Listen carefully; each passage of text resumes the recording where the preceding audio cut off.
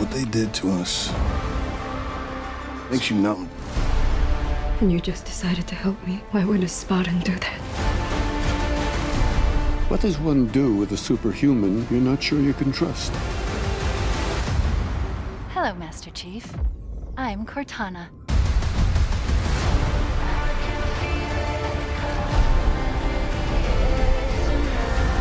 Master Chief recovered something. Sacred ring. Halo.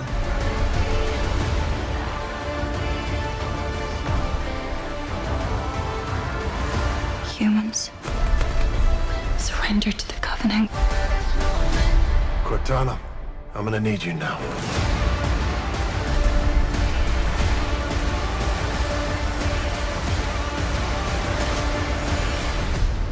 Find the Halo. Win the war.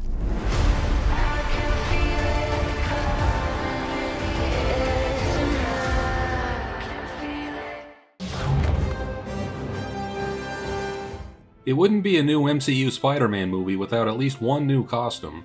Spider-Man No Way Home certainly doesn't disappoint. The latest MCU epic introduces multiple new looks for Tom Holland's hero, including a fusion of new and old dubbed the Integrated Suit. That said, with so much going on in the new movie, you can be forgiven for being confused about what exactly the Integrated Suit is and what sets it apart from previous MCU costumes. And that's to say nothing of the brand new costume teased at the very end of the film. Let's break down both of these new Spidey suits and why Peter Parker's wardrobe seems to keep changing.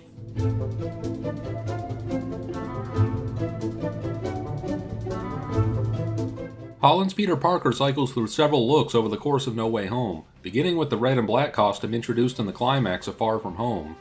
Peter then switches to a unique black and gold costume that turns out to have a surprisingly unglamorous origin. After the Far From Home suit is defaced by an angry New Yorker with some green paint, Peter turns the suit inside out and reveals the complex circuitry hidden beneath the surface. He then augments that reverse costume with a magical gauntlet designed by Doctor Strange. Peter's high-tech Iron Spider costume also puts in a return appearance, which is where the integrated suit gets its origin story. Peter wears the Iron Spider in his battle with Dr. Octopus, but after Doc Ock rips off a chunk of the suit from Peter's chest, Peter is able to use its fluid nanotech to take control of Ock's tentacles. Later in the film, after Ock has turned quote-unquote good, Peter reclaims the nanotech while wearing the freshly laundered Far From Home costume. And that's how the integrated suit is born. The base of the costume is the same red and black suit, but the giant gold spider emblem represents the fusion of fabric and nanotech.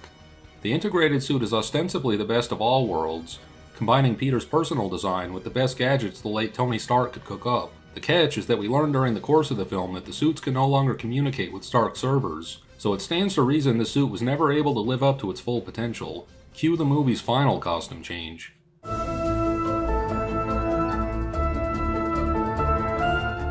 The final scenes in No Way Home show Peter embracing his new life of anonymity, moving into his own apartment and stitching together a homemade Spider-Man costume. Things move so quickly in the last moments of the film as Spidey is swinging through a snowy New York evening that we never get a proper look at the new suit. It plays more as a tease of things to come in future sequels, much like the Iron Spider cameo in Homecoming, or that infamous deleted scene from The Wolverine. Based on what we see of this costume, it appears to be more closely inspired by Spider-Man's classic comic book costume than any previous MCU suit. The bright blue and red colors is certainly a departure from the MCU Spidey norm, and it seems to lack the high-tech bells and whistles of its predecessors. Why the downgrade? As we've already covered, Peter's Far From Home suit was running into issues communicating with Stark servers. There's no telling what other problems Spidey might have run into as the suit ages and breaks down. The Iron Spider suit, meanwhile, had a big hole in its chest last time we saw it, and because Peter is clearly operating on very limited resources, he has to make do with cloth and spandex rather than liquid armor. It's also likely this new costume is meant to pay tribute to Tobey Maguire and Andrew Garfield's Spider-Man. Holland's Peter has seen how other versions of himself can save the day without fancy gadgets or armor, and he's ready to follow in their footsteps. Most importantly, the new suit represents the completion of Peter's character arc in the MCU.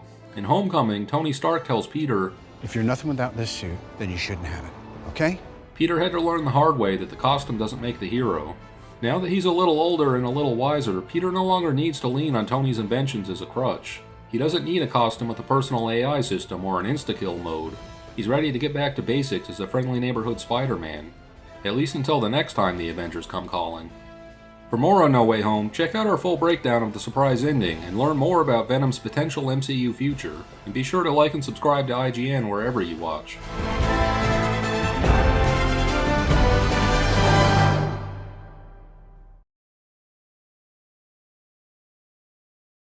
Welcome,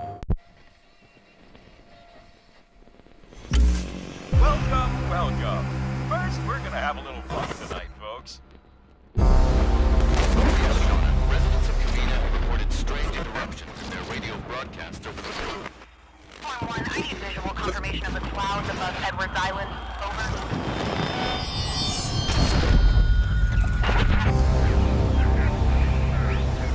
Riley, come in, Riley.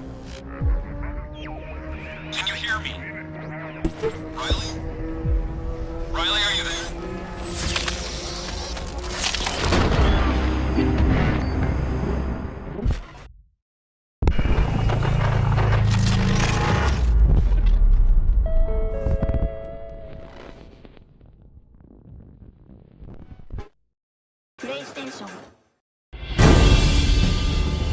In the first episode of The Legend of Vox Machina, the gnome cleric known as Pike Trickfoot asks her fellow band of adventurers if they should consider doing something good rather than trying to make their money from killing and swindling.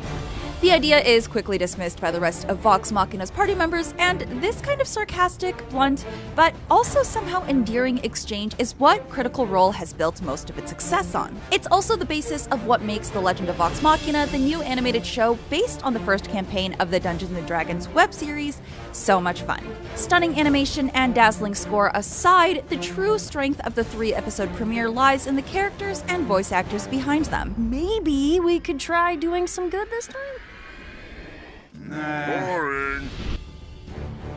Critical Role is an international sensation now, but it has humble beginnings. For years, it was simply a group of friends who also happened to be skilled voice actors coming together to play a game of Dungeons & Dragons each week. But part of that show's charm has always been the easy relatability of the characters, and the minds behind The Legend of Vox Machina realize that's something that works just as well in animation as it does around a table. The first 3 episodes waste no time diving into the action, drawing us into a world where, whether you like it or not, you're forced to root for this found family. This trial-by-fire approach is a smart move for a show that's adapting a campaign that spans several years and hundreds of hours into 12 episodes of user-friendly story. Another smart move is enlisting Titmouse as its animation studio. The company behind hits like Big Mouth and Beavis and Butthead is a perfect choice for the kind of adult-oriented animated content that The Legend of Vox Machina is producing. The base story follows what's known as the Briarwood arc, the second part of the Critical Role's original campaign that puts fan favorite Percy front and center. It makes sense to adapt this particular storyline, as the Briarwoods are one of Critical Role's signature villains who have ramifications across its gameplay universe. That means that there's potential to set them up as long-lasting antagonists, especially given that Amazon has already renewed the show for a second season. One of the strengths of The Legend of Vox Machina is that it skillfully balances the fine line of pleasing hardcore fans while also making itself accessible to those who may not have binged all 115 episodes of the original campaign. That's not to say the show doesn't lean into fan service, in a good way. Devoted critters will get plenty of Easter eggs and inside jokes, and while it's a treat to hear the voices of these characters come to life in this world, what's even more delightful is how the show manages to make you feel like you're discovering them for the first time. Laura Bailey's elegantly voiced Vex and Liam O'Brien's suave Vax somehow exude an even stronger bond in this new format. Meanwhile, the heartwarming friendship between Travis Willingham's Brute, Grog, and Ashley Johnson's Sweet Pike comes alive in a way that feels genuinely earned. Marisha Ray's quirky and awkward Keyleth, by far the most relatable of the crew, brings a poignant and earnest grounding to the druid, and Sam Riegel's boastful and cocky Scanlan shines brightly as a standout, as do his songs. Taliesin Jaffe, meanwhile, imbues Percy with a distinct sense of curiosity and intrigue that entices us to peel back the layers of his past, even if we already know it. Our only hope lies in these brave warriors. What the fuck? With stunning animation, sweeping music, and epic storytelling, the 3-episode premiere of The Legend of Vox Machina has rolled a natural 20. Whether you've been waiting for the world of Critical Role to be brought to life, or you're a new fan who just loves Dungeons & Dragons, it's an enjoyable adventure right from the start. For more TV reviews, check out what we thought of the Peacemaker premiere and Season 1 of Yellow Jackets. And for everything else, stick with IGN.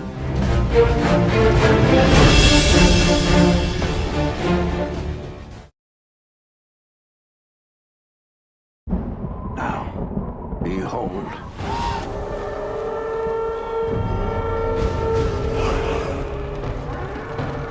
He's here. He's here. Mother! Father is here! The king, milady. The king. Your fate is set and you cannot escape it. How I've missed you, my son. One day this kingdom will be yours. Thank you, Father. My king.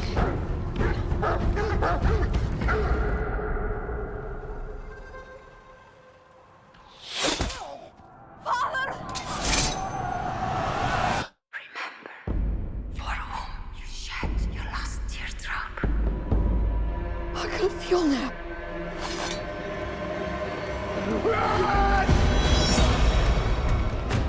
I will avenge you, Father!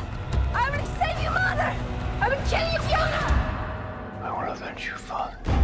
I will save you, Mother. I will kill you, Fiona.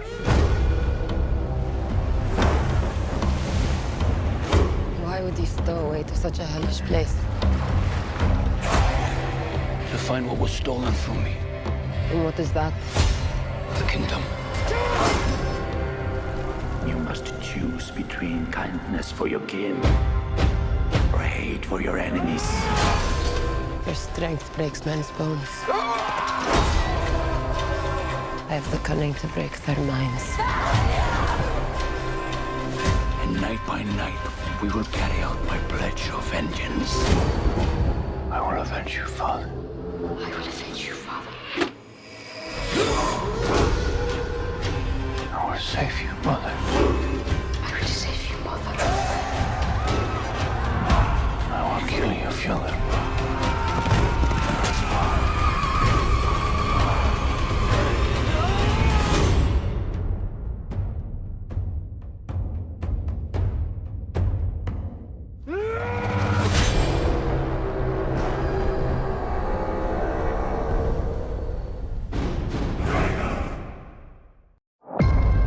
Darkness is heavy.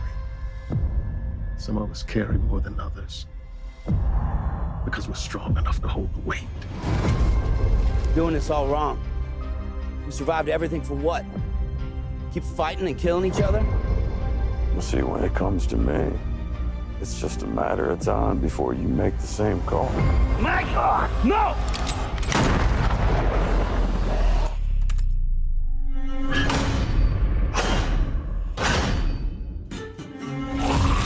Everyone, get ready! It is my honor tonight to introduce someone who needs no introduction, the Governor of the Commonwealth, Miss Pamela Milton. Thanks to my father's sacrifices, we are all here. Brick by brick and block by block, we're putting the world back together the way it was.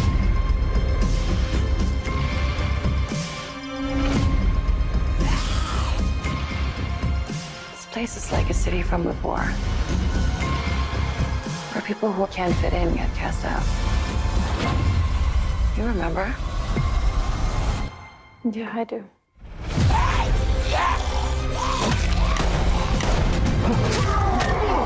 I'm going to make certain that everybody knows exactly who and what you are.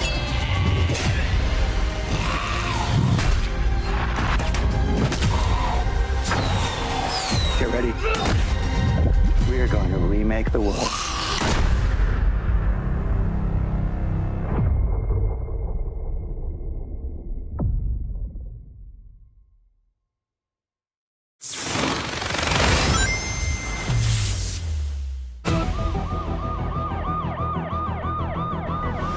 Quick stretch, little snack, and here we go. Sonic, I love that you want to help make a difference. Mind if I drive? But you're being reckless. Don't worry, nobody's gonna get hurt. Pretending to be Batman. Blue Justice, trademark pending. You're still just a kid. Woohoo! Trust me, there will come a moment when your powers will be needed. But you don't choose that moment. That moment chooses you. I just got goosebumps. Wait a second, did you steal that from Oprah?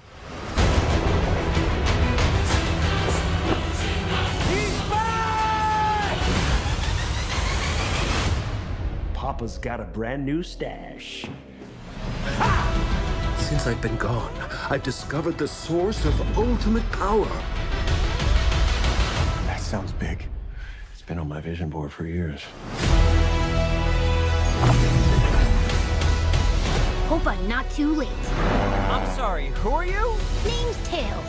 Okay, this is what we're gonna do. Step 1, light taunting. Step 2, I have no idea.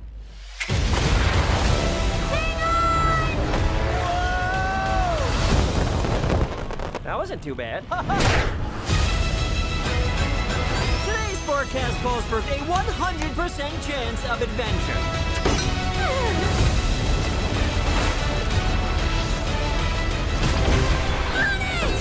Return to sender. Face it, you're never going to get my power.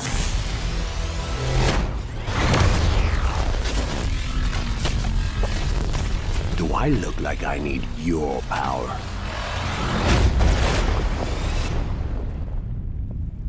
Where are my manners? Sonic, meet Knuckles.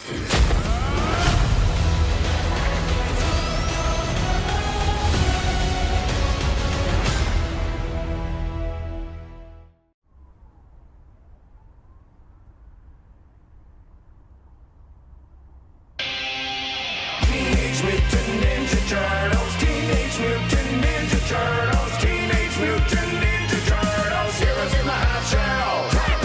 They are the world's most fearsome fighting kings. The heroes in the half shell and their queens.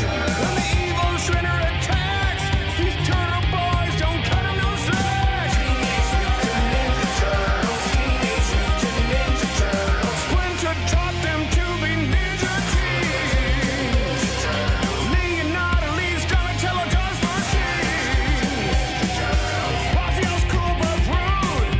Michelangelo's a party dude. Teenage Mutant Ninja Turtles, Teenage Mutant Ninja Turtles, Teenage Mutant Ninja Turtles, heroes in the half shell.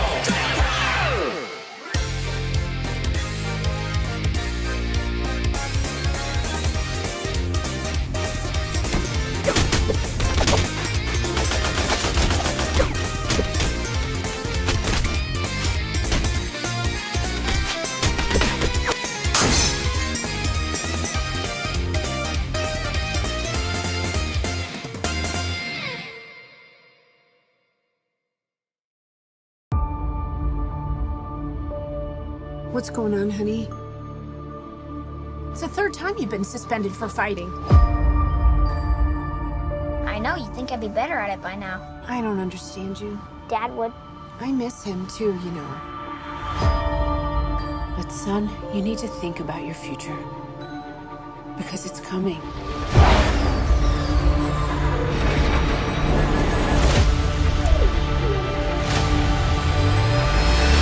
Sooner than you think.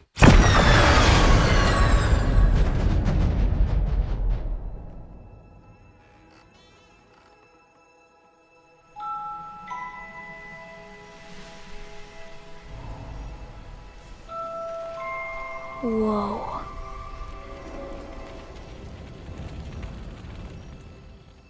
I don't think we should be out here. Who's there? Take it easy. Or, you know, fall down and scream. You knew how to get into my dad's garage. You knew how to close the fridge. We have the same scar. Right here. And you're wearing my dad's watch. This watch. You're me. Holy shit. That's classified. But yes. That once was. Where are you going?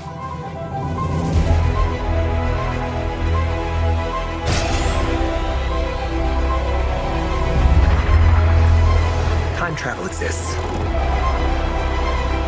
This world, our world, everything has already been changed. That's why we're gonna put the genie back in the bottle. Adam? Dad.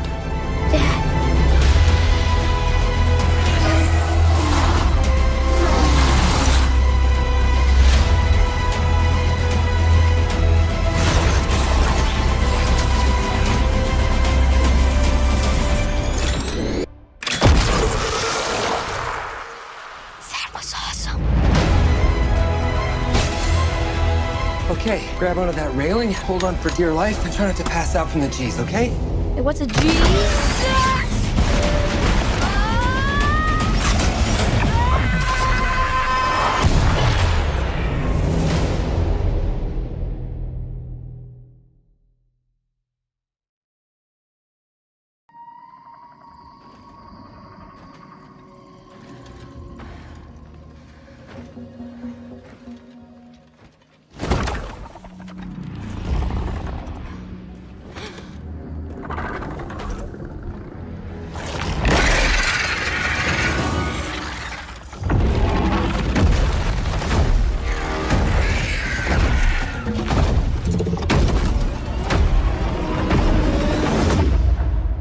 Ever since the day the portal network collapsed, stranding us in these realms, we have searched for a way home.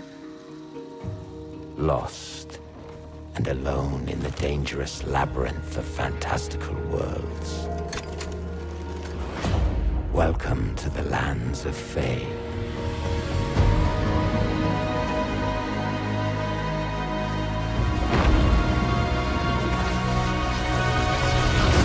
Every portal is a chance for salvation. Uniting the lost survivors.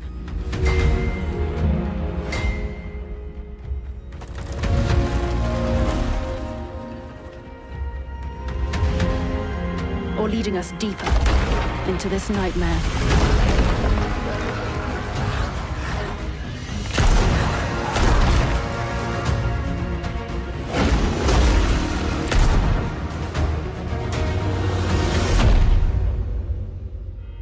Nightingale, our beacon of hope. But beyond our reach. As long as we stand together, our journey will unite us.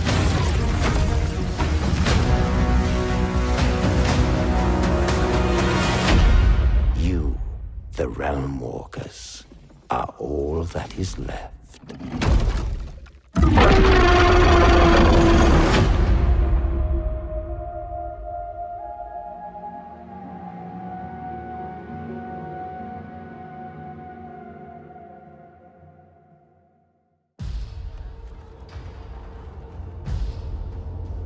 I hear drums. No. Shields.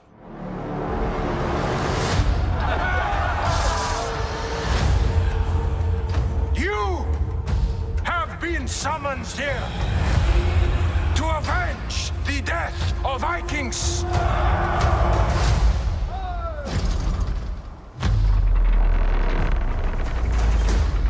Bring me England.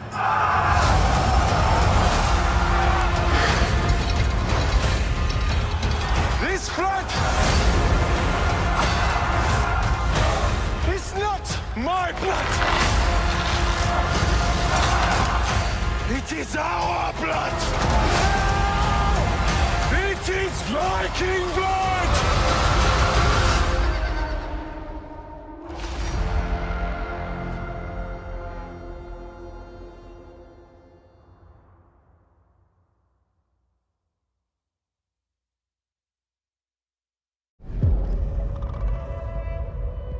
Mrs. Wang. Mrs. Wang. Mrs. Wang, are you with us? I am paying attention. Now, you may only see a pile of receipts, but I see a story. I can see where this story is going. It does not look good.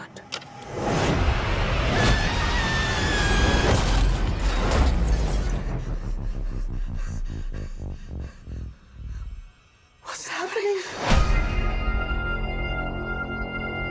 Evelyn, I'm not your husband. I'm another version of him from another universe. I'm here because we need your help. Very busy today. No time to help you. Across the multiverse, I've seen thousands of Evelyns.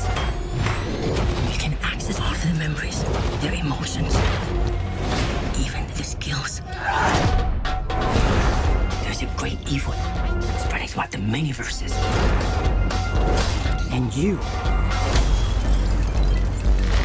may be our only chance of stopping it. Don't make me fight you. I am really good.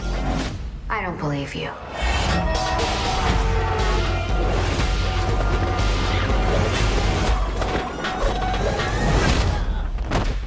Wow, that looks really good.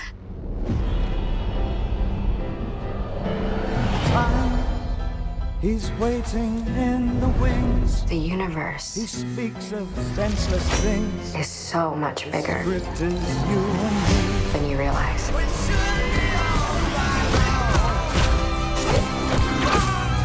Of all the places I could be, I just want to be here with you. Remember our mission concerning the fate of every single world of our infinite multiverse. There is no way I am the Evelyn you are looking for. Every rejection, every disappointment has led you here. To this moment. Don't let anything distract you from it.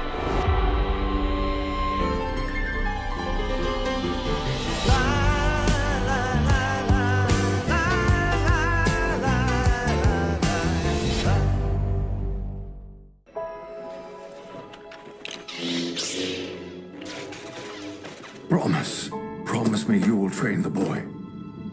Yes, Master. I was once a Jedi Knight, the same as your father. How did my father die?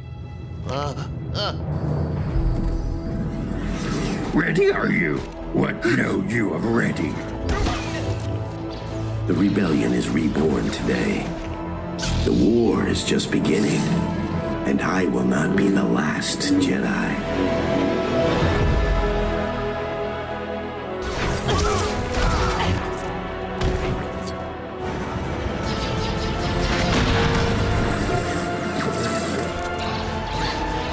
Reach out.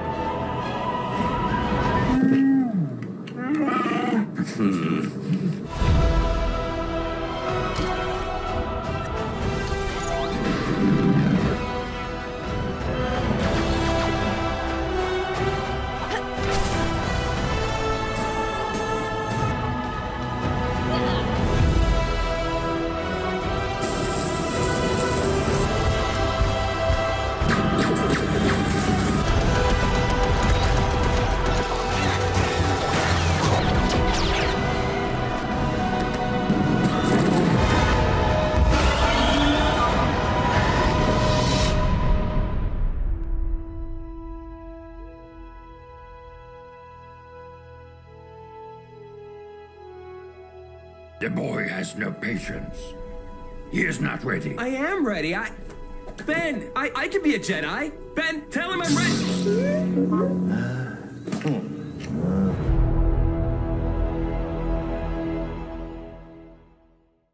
I have a question here from someone in the IGN Fan Fest, a massive event celebrating the biggest names in video games and entertainment, and it's all powered by you, the fans. For the next few hours, we're bringing you exclusive new looks and deep dives on the coolest things you can't wait for.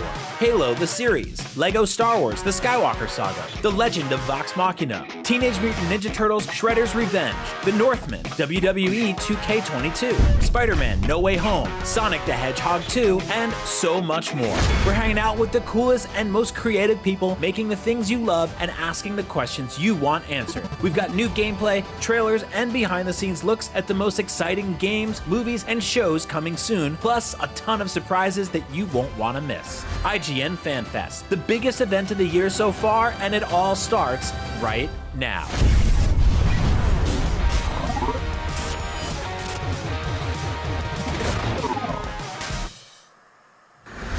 Hello and welcome to IGN Fan Fest, a massive celebration of video games and entertainment, and it's all powered by you, the fans. I'm your host, Brian Altano, along with Akeem Lewanson and Nars. Hey friends! Yo! Hey guys! We're here! Oh my gosh! Fan Fest is here! For the next few hours, we'll be bringing you exclusive reveals, surprises, behind-the-scenes looks, and fantastic conversations with the people creating some of the biggest and coolest games, movies, and shows this year. That is right, Nars, and it's going to be massive. And we are all here, and we're super duper excited for you to be joining us for IGN Fan Fest today. Now, remember, you can watch IGN Fan Fest on YouTube, Twitch, or IGN.com, or whatever platform you love to watch things like this, baby. Now, if you really want to get in on the conversation, it's over on Twitter. Be sure to use the hashtag IGN Fan Fest. You can even join the IGN Fan Fest live watch party happening right now on TikTok. Just grab your phone, open up the TikTok app, and enjoy. Okay, I think we got all the housekeeping nonsense out of the way. We're going to keep things moving extremely quick today because we have a ton of amazing stuff to show you. In just a bit, we're going to let you get a sneak peek at Halo, the series, coming to Paramount+. Also, Sonic the Hedgehog 2 hitting theaters this April. Huge games like Teenage Mutant Ninja Turtles, Shredder's Revenge, Lego Star Wars The Skywalker Saga, and so much more. So much more. So buckle up. All right, guys, so let's get into it. Since 2001, Halo has been one of the biggest and most popular video game franchises on Earth. And next month, it's finally becoming a live-action TV series, telling a brand new story for Master Chief. Right now, you're looking at some exclusive key art for the show, and it looks awesome. Here to tell us more about the show are the stars of the brand new Paramount Plus series. Ryan McCaffrey with IGN here. I am thrilled to be joined by much of the cast, the executive producers, and director of the Halo TV series coming to Paramount Plus this year. I want to say hello to Kiki Wolfkill, executive producer, Stephen Kane, another executive producer, Otto Bathurst on the directorial chair, Pablo Schreiber playing Master Chief, Natasha Mcelhone playing Dr. Halsey, Bokeem Woodbine as Soren, Natasha Kolzak as Riz, and Jen Taylor, who the IGN audience knows very, very well already as Cortana. Thank you so much to all of you. We've just got a few minutes. I want to jump right in. This is probably best aimed at Kiki, Steven, or Otto. So I really want to know, how has this show evolved since it was first announced so many moons ago? And is Steven Spielberg still involved in this? Or just can you guys give us an update on sort of how the show has evolved into what it is today? Yeah, I can start, and Steven, Otto, you guys should jump in, because it's been a journey. And I feel like we've definitely had sort of a lot of fits and starts, which I think was the right thing, right, to get to where we are now. It's not something I anticipated would ever take so long. All of those decisions and the time it took to get here was worth it. And we've gone through story iteration, we've gone through different folks being involved. Thankfully, Steven Spielberg is still involved. Which has been a great thread to have throughout. So lots of change, but always sort of building on and bringing focus to where we wanted to get to. Steven, you want to jump in on that one as well? Well, I came in, I would say, very late in the process, yet with still so much to do. So I sort of inherited a lot of great stuff that I'd learned from everything that they had been doing beforehand. And I jumped in, and I think we had our own journey together for the last 3 years, which has been amazing. And I think as Kiki said, it was all the work and time was worth it, because we just kept iterating and discovering together what the show is and how it's going to, create its own universe equal to and separate from the game, and just give fans an amazing ride, whether they knew the game for 20 years or they're new to it. So it was a lot of work, but totally worth it. And Otto is directing this thing. How have you portrayed this show on the silver screen, on the actual live action screen? Tone, the look of it. How have you approached this? The game has got such a vast history and fan base and this kind of stuff. But I mean, what was the big target for this was to serve the fan base as well, but also hopefully make something that was appealing to a wider audience as well, people who didn't know the game necessarily, weren't necessarily massive sci-fi fans. And that's where the work was done in rooting it in characters and really building up the script. That was then then we had this incredible cast, some of them whom are here now, but many, many more, and just really, really creating an engaging and characterful piece that was of the game, and obviously, very, very dependent upon the game, but stood up on its own two legs. Pablo, I have to turn to you next, playing Master Chief here. Two things for you. One, what is it literally like stepping into this character's boots, which, we've been wanting to see in live action for so long? And number two, the age-old fan question. I'm sure I'll be the first of many media journalists to ask you this. Will we see Master Chief's face in this show? Well, I'll start from the beginning. Your first question. Stepping into the boots and putting on the helmet of Master Chief it's an incredible joy and an incredible honor. I'm basically getting to play a character that every teen boy has imagined himself as for the past 15 years in this country and across the world. So it's definitely one of the highlights of my career. I'm super honored to get to do it. And it's a massive job. The armor is heavy, the boots are big, and there's a lot involved in it. As for whether we're going to see his face, I would toss that question to the esteemed Kiki Wolfkill, who we're lucky enough to have. Kiki has done such an amazing job of shepherding this franchise for 343 and for Microsoft, and so that's a question for her. What about it, Kiki? I imagine, yes or no, there's a storytelling reason for either doing so or not. Yeah, I think, we set out to tell a character story, right? And a personal story. And I think once we really got into what that story was, it became clear that you needed to really see the person, right? In the armor and under the helmet. And so you will. I want to go to Jen Taylor next. Jen, what's it like for you jumping into the show and seeing Halo transition to live action? You've been such an integral part of it for so long as a voice actor and performance capture actor. Well, I got to be on a set. I actually got, instead of just in a blank room by myself, right? So it was such a thrill. It was a huge thrill. And I had very patient, generous colleagues who helped me a lot. Thank you. Yeah. So Natasha Mcelhone, I want to talk to you next about Halsey, who is a character, of course, Jen Taylor has played so well in the games over the years, and Jen has played her with this kind of defiant personality. So I'm curious, how are you approaching Halsey for this show? We had long talks way back before we started, at the beginning mostly with Otto and with Steve, about constructing a sort of a version of her for TV, which is, a different medium, obviously, from the game and so forth. And we sort of went for someone who maybe we can't categorize her instantly, that there's something sort of slightly inscrutable about her, and she's definitely up to some kind of the devil's work, but it's not entirely manifest in the first season, the sort of the scope of it. So hopefully there's a few things still hidden to be revealed as we progress and hopefully get into season 2.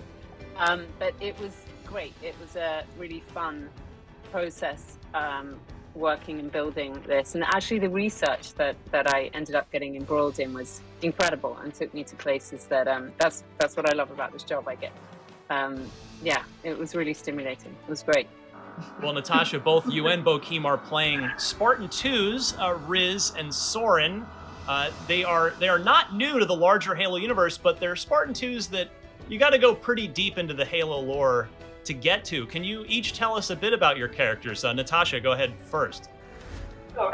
Riz 028. She was part of the program, stolen as a child and augmented, and she's basically just a fearless, raging killer. And my specialisms as well, she's a communications specialist and close combat battle specialist. She's a dual wielder. Oh, Halo 2 style, I like that. Bokeem, how about you? Tell me about Soren. Soren 066 is a very enterprising, innovative individual with an entrepreneurial spirit. And he's somebody who possesses Spartan training, skills, but as an independent thinker. And if we were to refer to Joseph Campbell and the archetypes in some of his teachings, you might consider him to be the lovable rogue who can whoop that tail. Did you have fun in the armor, Bokeem? Fun is a strong word. It's a subjective word. You say fun in the armor. Listen. I'm still alive. I'm still standing. You can't complain under those circumstances. And to be honest with you, I had the slightly lighter, less cumbersome version of the armor, which the Spartans were happy to remind me of whenever they could. They would remind me that I would get a cakewalk. You know what I'm saying? So look, it's all part and parcel. I walked around with a weight vest for like 6 weeks, and Pablo used to tease me every time he saw me because it didn't matter where I was going. I was wearing this weight vest because I had to acclimate. So once that, kind of dialed into my body, it was easy peasy. Kiki, I want to come back to you here. Since this show is not officially part of Halo canon, it's able to do its own thing. So how can we expect this show to be different from what we've become accustomed to in the games? Yeah, I think I've talked before about the new Halo Silver timeline, which is really a way of giving the show and core canon kind of room to grow and evolve and sort of be what they need to be. And so really think about the Halo Silver timeline as rooted in canon. So events and characters and all of those, and certainly sort of the all of the things you see in canon are all part of the show. But sometimes you will see those events from a different perspective. There are places where we've had to sort of pull events closer together than they may be in the chronology. And that's actually a really good example where the context maybe will shift a little bit, but it should feel very Halo. Like at the end of the day, kind of the core of Halo are those pillars of heroism and humanity and sort of the wonder of sci-fi and hope, and all of those things are absolutely core to what we're doing. And so I think it's a case where people will watch the show and it will feel Halo, and there will be a lot that they recognize verbatim and a lot that will feel a little bit different, just so that the narrative has a chance to kind of go where it needs to go without colliding with some of the core canon. Steven, let me come back to you. As a Halo fan, I'm certainly very curious about the release schedule of this show. Are we able to zero in the release cadence? We've seen some shows are just dropping the whole season at once. Some are doing, 3 and then weekly. Some are just going weekly.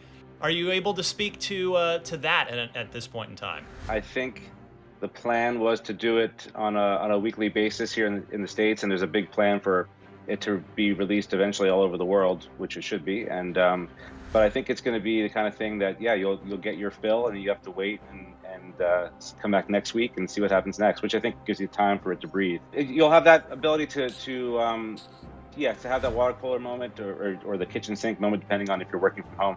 But I think that it's such a rich, dense, big story that obviously people who wait and binge it will have an amazing reward from that too. But we're just excited to see it come out and have people, every episode ends in a way that makes you want to come back anyway. So whether you binge it or you wait a week, that's, it's still going to be great fun to watch. And Steven and Kiki as well, is this a show where there is a set plan for a certain number of seasons? And are you kind of willing to speak to that, or are we kind of just playing it as we go for now? We're going to play it as we go, Ryan. I mean, it's Halo, so I would guess 7 seasons, right? There's a lot of 7 in Halo, but... It is the magic number. I guess we'll have to wait and see. Otto, did you have you sort of secretly placed any Halo Easter eggs throughout these episodes that Halo fans might recognize?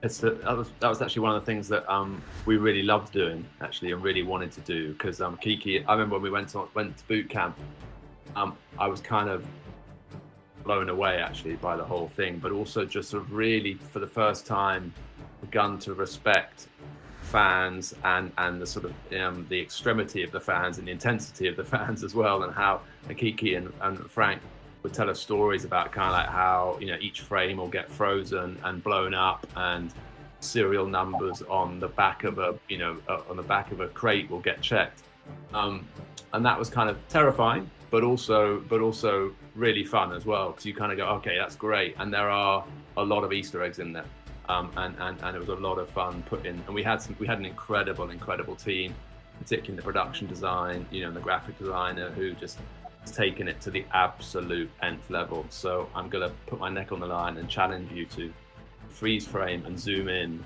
and yeah, I shouldn't have said that, but anyway, yeah. Well, the Halo community will take you up on that, I promise. Yeah, no, I know they will. Actually, I don't. I mean, there's one episode in particular. Oh, go ahead. No, go, Kiki, you go. I was gonna say there's one episode in particular, to your point about sevens, Ryan. You can keep an eye out for. All right, yeah. I will do just that. It's well worth going for a dig. That's what I'm saying. And Otto, aliens play such a huge role in this franchise, obviously. So what was the approach with regard to practical and CGI and mixing those and sort of choosing which to use where? The whole vibe for the show, was to make it feel as kind of grounded and as real and as visceral as possible. And clearly it's a massive VFX show. I mean, obviously it's Halo, but wherever possible, you're trying to do that stuff practically. You're trying to move the camera practically.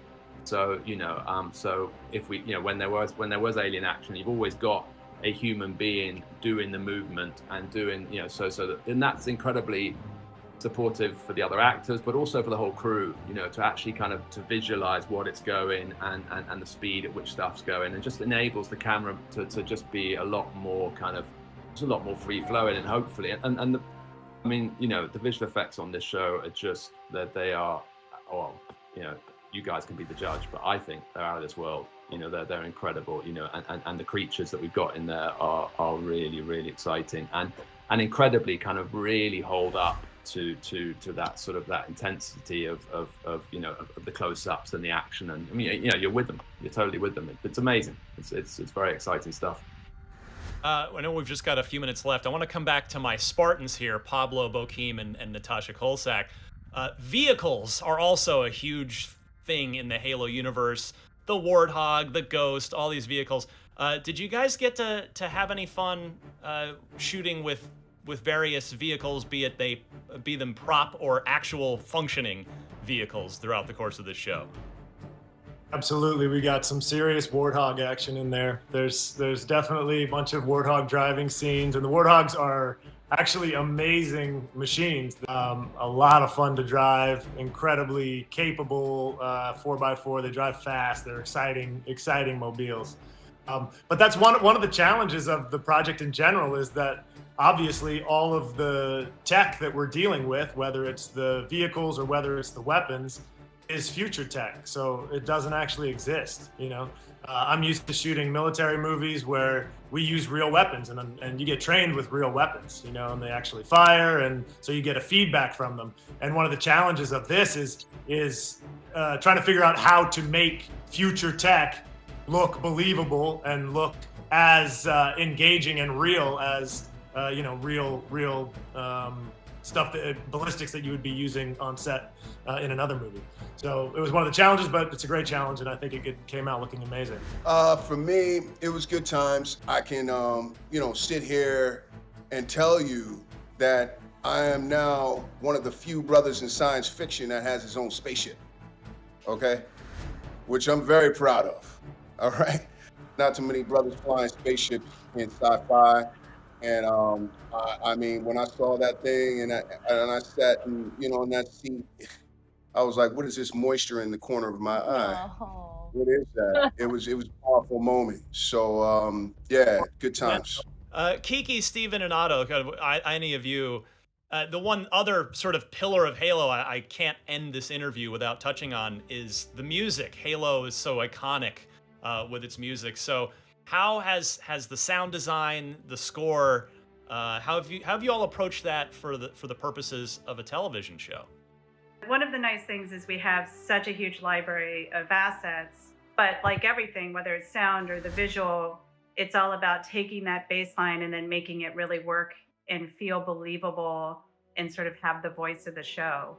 And so, familiarity with sound effects is super critical because so much of your experience with the games, right, is the sound and the sound effects. So for sure, you'll hear a lot of those.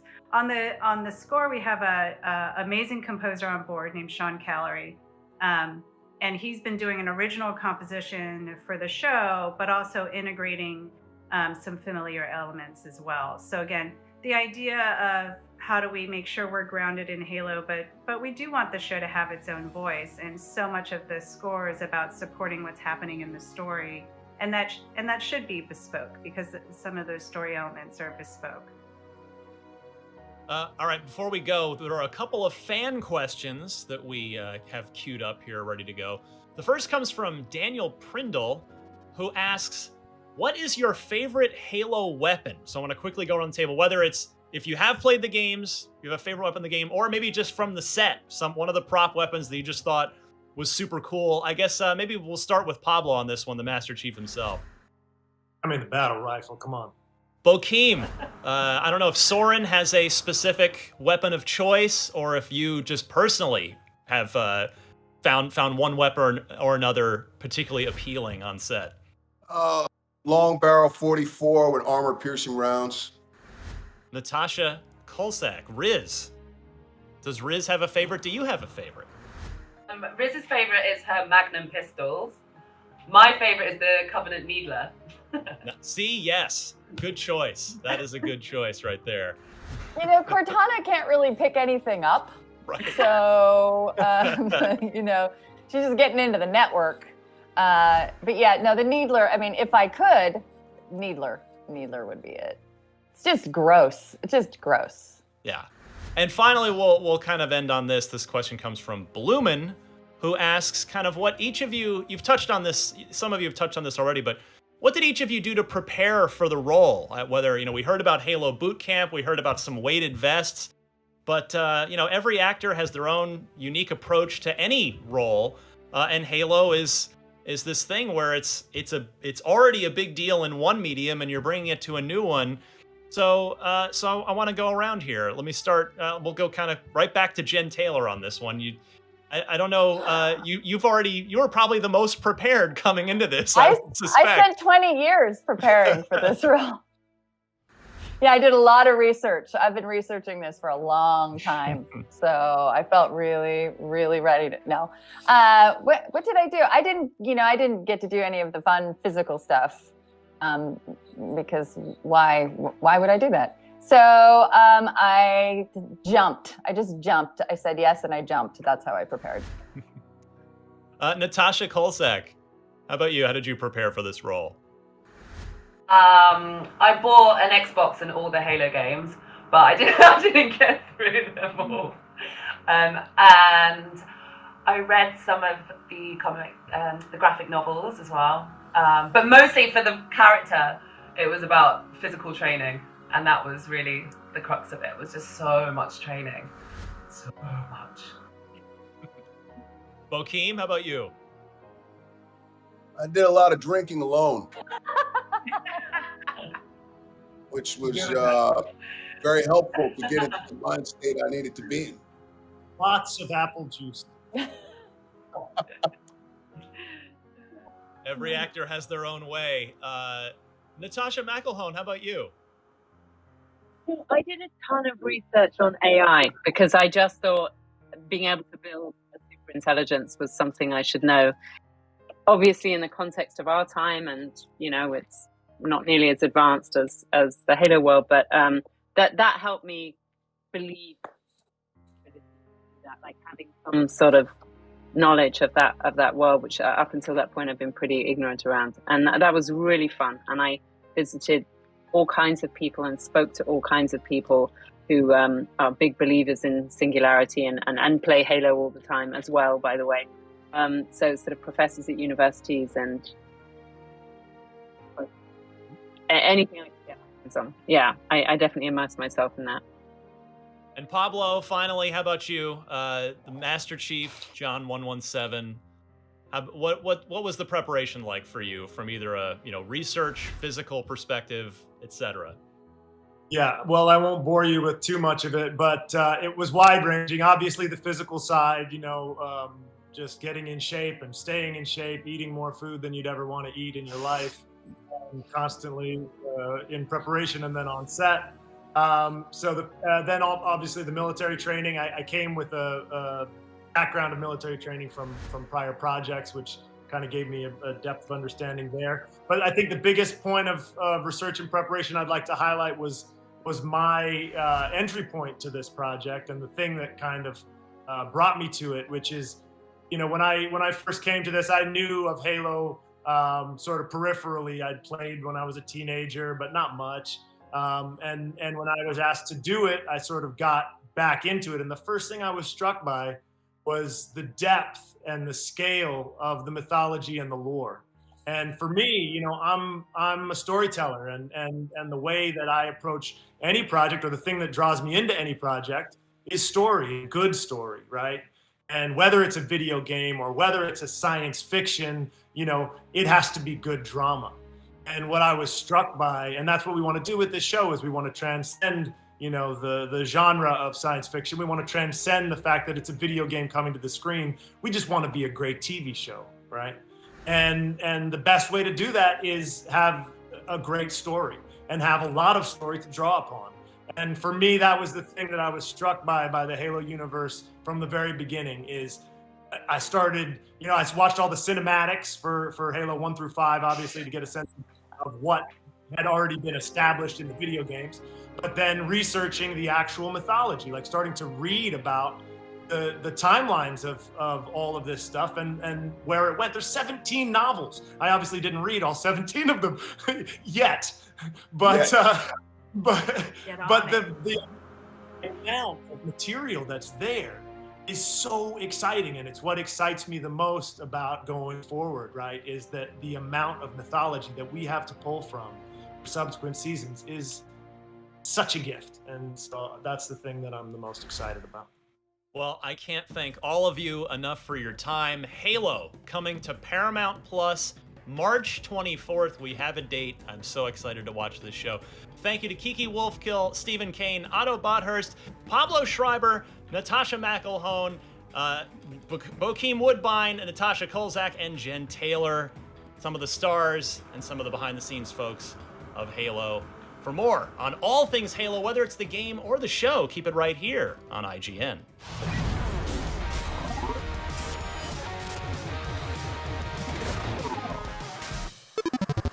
That was an in-depth look at Halo coming to Paramount Plus on March 24th. Be sure to check in on IGN next month to see our set visit coverage of the show and so much more. But right now, IGN Fan Fest is presented by Elden Ring, the brand new From Software game launching February 25th. Can't wait for it. Let's take a look at the legacy of the Soulsborne series and how it influenced the world design, boss fights, and co-op in Elden Ring.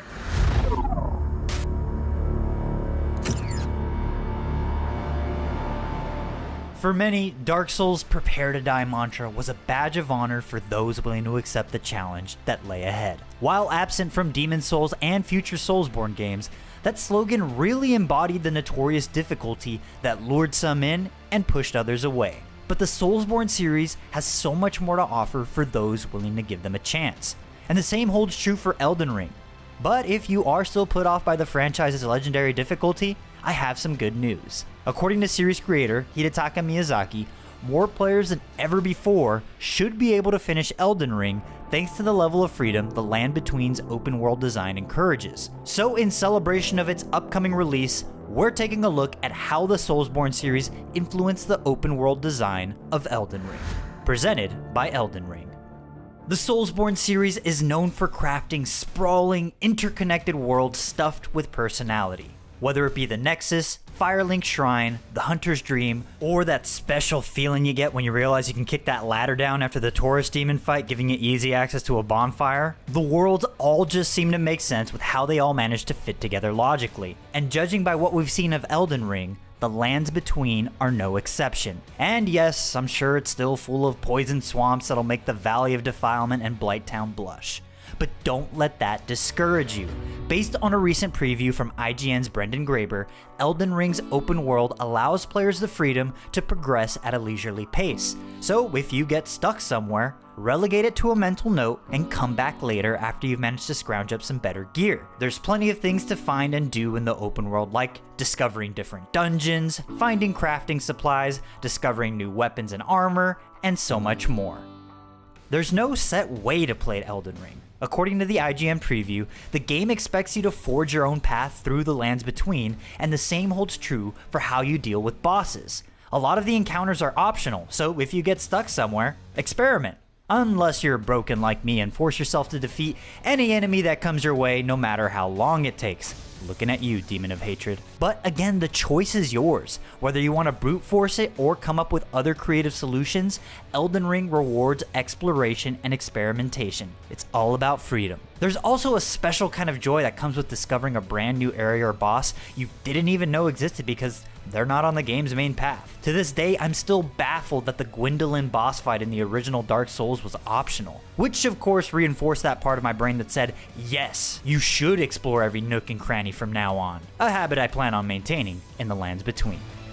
And when all else fails, there's no shame in calling in a friend to lend a helping hand. And according to Miyazaki, the team at From Software reduced the number of hoops players need to jump through in order to enjoy multiplayer. Long gone are the archaic days of Bloodborne's ringing bells. So embrace the co-op and ride coattails to victory. We won't judge. But say you want to rely on your own expertise but still need a little bit of a helping hand.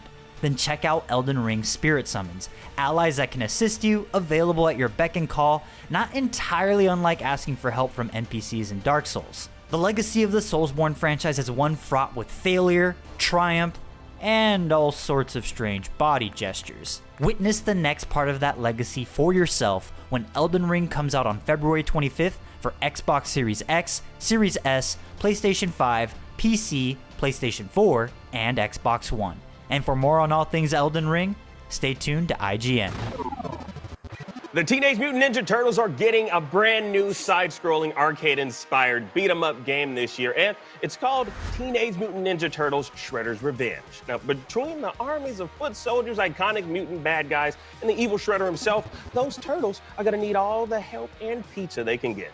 And luckily for them, that's exactly what they're gonna get right now. Let's take a look at Splinter, the brand new playable character joining the fight in Teenage Mutant Ninja Turtles Shredder's Revenge. Plus, the debut of a brand new stage and your first look at Xbox gameplay. Cowabunga! Yeah!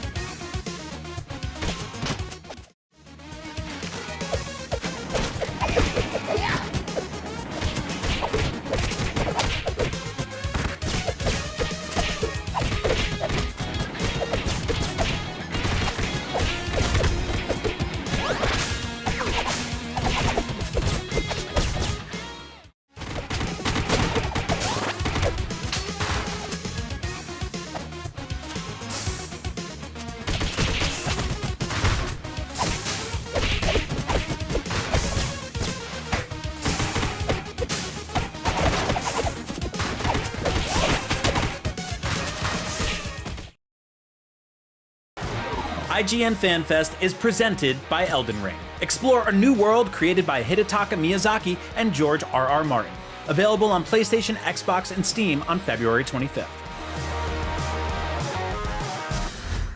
IGN is your go-to for the latest and best in games, movies, and television. And with over 50 million IGN subscribers, you're in good company. Oh, we're shooting turkeys. Thanks to your help, we've raised over $100,000 for charity. Brought you and creators the world over together for events like Gamescom and DC Fandom. Brenton Thwaites here, I play Dick Grayson. And made your voices heard. You voted almost 30 million times in our best video game of all time and Super Movie Madness tournaments, and posted over 40 million times on IGN's message boards. The chat must flow. Catch our unending stream of up-to-date news and so much more over at IGN.com or subscribe to IGN on YouTube. And check out IGN Games and IGN Movies and TV for deep dives into your preferred pop culture. Plus, IGN guides to get help on veritably any game from our team of experts. No matter where you are, IGN.com, YouTube, Twitter, Facebook, or Instagram, IGN has you covered.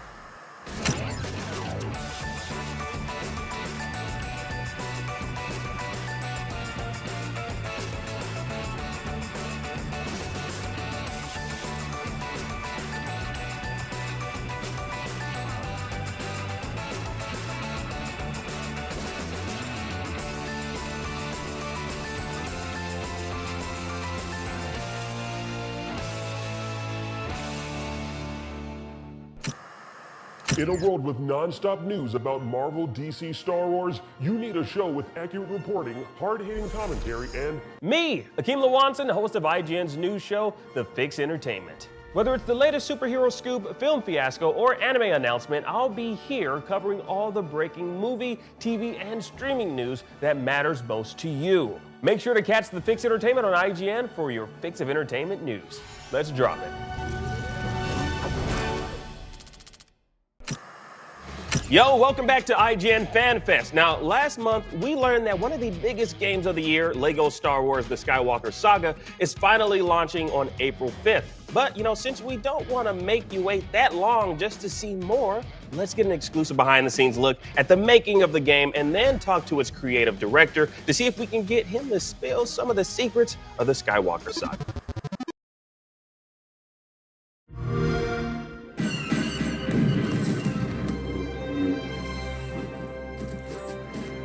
I've been a massive fan of LEGO and Star Wars since I was very young.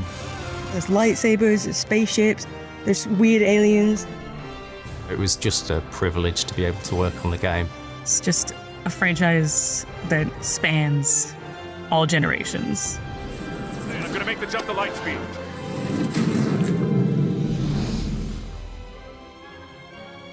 As soon as we started talking about doing a new LEGO Star Wars game, the ambition swelled, because as fans, we love all the movies, and to have the opportunity to tell the whole saga from episode 1 all the way through to episode 9, we knew we had to take it further than we'd ever been.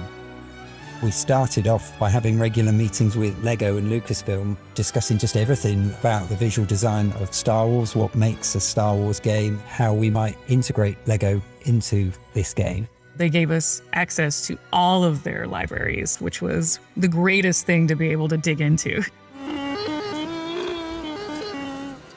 The storytelling throughout LEGO Star Wars is incredible and filled with jokes and funny moments, because in a LEGO game, we have freedom. You can use the humor and we can spin it. So Han Solo is still being Han Solo, but he might have a banana instead of a blaster or something like that.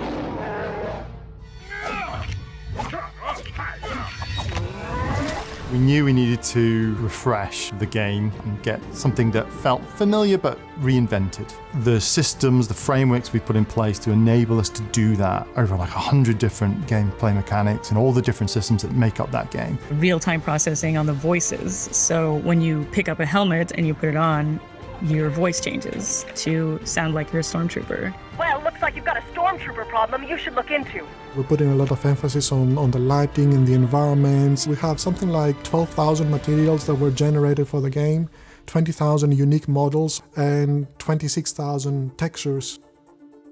If you're a fan of LEGO Company's work, you'll be amazed at the resolution and the amazing work that the models team have done. We get to recreate all these iconic designs, literally brick by brick. We built the ships entirely out of Lego bricks. So that's not just the exterior of the ship, that's the interior, so you can land inside these ships and walk around in an environment entirely made out of Lego bricks. If you were to build one of our capital ships in real life, it would take millions and millions of bricks. We've designed some of the characters that don't exist as physical models. What we would do is we'd look at the film reference and we'd take existing Lego creatures and characters that are similar, and then what we end up with is something that is as accurate as we could make it. Take the Bantha, for example. So it's just really true to Lego IP, and it's really true to the film IP. We wanted an evolution, I suppose. So what we've done is try to keep what's familiar, but really add something a bit more modern in, a bit more fresher. One of the things we've done in this game is we've gone for a third-person camera. With the blaster combat in the game, we really wanted to make it feel more visceral. Now when you use the blaster combat, we bring the camera down, we get into this like third-person perspective, and it just really makes you feel like more in the action, which is pretty great. Using the Force is a huge part of the game. The Jedi, the Sith, they all have this Force power where they can literally pick objects off the floor and fling them about. We really took advantage of that Force power that we haven't done in previous games. You can fly into space and there's like just interactions that'll happen. Giant ships like a Star Destroyer coming in. You can try and fight it and you go defeat it and you can capture it and take it over. I think when we're making these games, we think about the fans a lot. So there's a few Easter eggs in this game, some stuff that we're really excited to get in. You can switch all the weapons so that it's mouth noises. So you can be like, zhuang zhuang, woo woo, pew pew. Pew, pew, pew, pew. And of course, you might have heard of a little thing called Mumble Mode. So Mumble Mode is basically how the old Star Wars games were. We had to rely on animation, expression, and these sort of mumbles that mimicked the speech. It goes... Huh? Remember?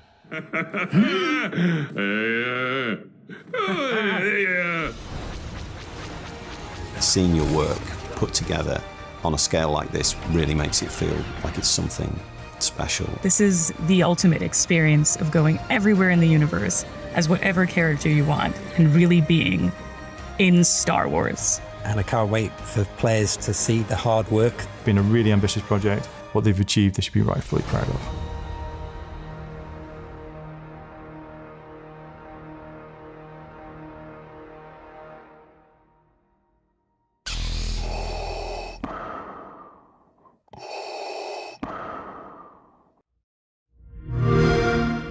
Play it on Xbox Series X and S.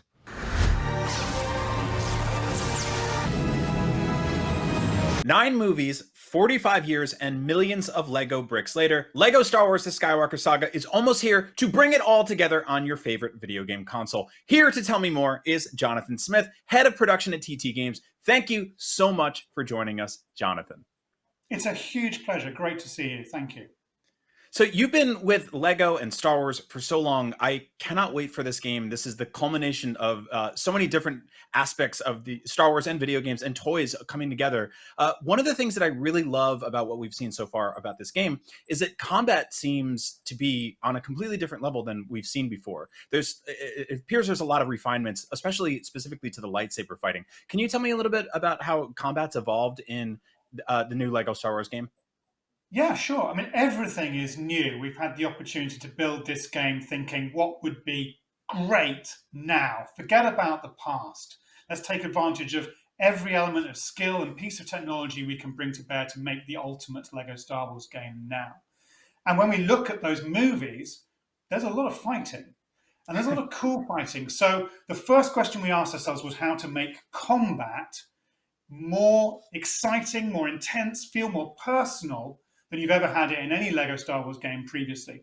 And for the lightsaber characters, it's really important that we've moved the camera to put you closer to the characters, so you really feel the intense impact of every blow. We've also added a combo system, new counter moves, and a new mechanism for boss encounters, big lightsaber duels that really get you right up to the enemy. I really love that because these are, it's a very difficult sort of balance to find a way to make these games feel intense and personal, but also kind of fun and toyetic. So it's really, really cool to see that approach taken specifically to the lightsaber stuff. I mean, every single person who loves Star Wars loves it for different reasons, but I think everyone agrees that lightsaber fights are one of the coolest things in the history of film. So seeing that in a game with a little bit more playability and control is really, really cool.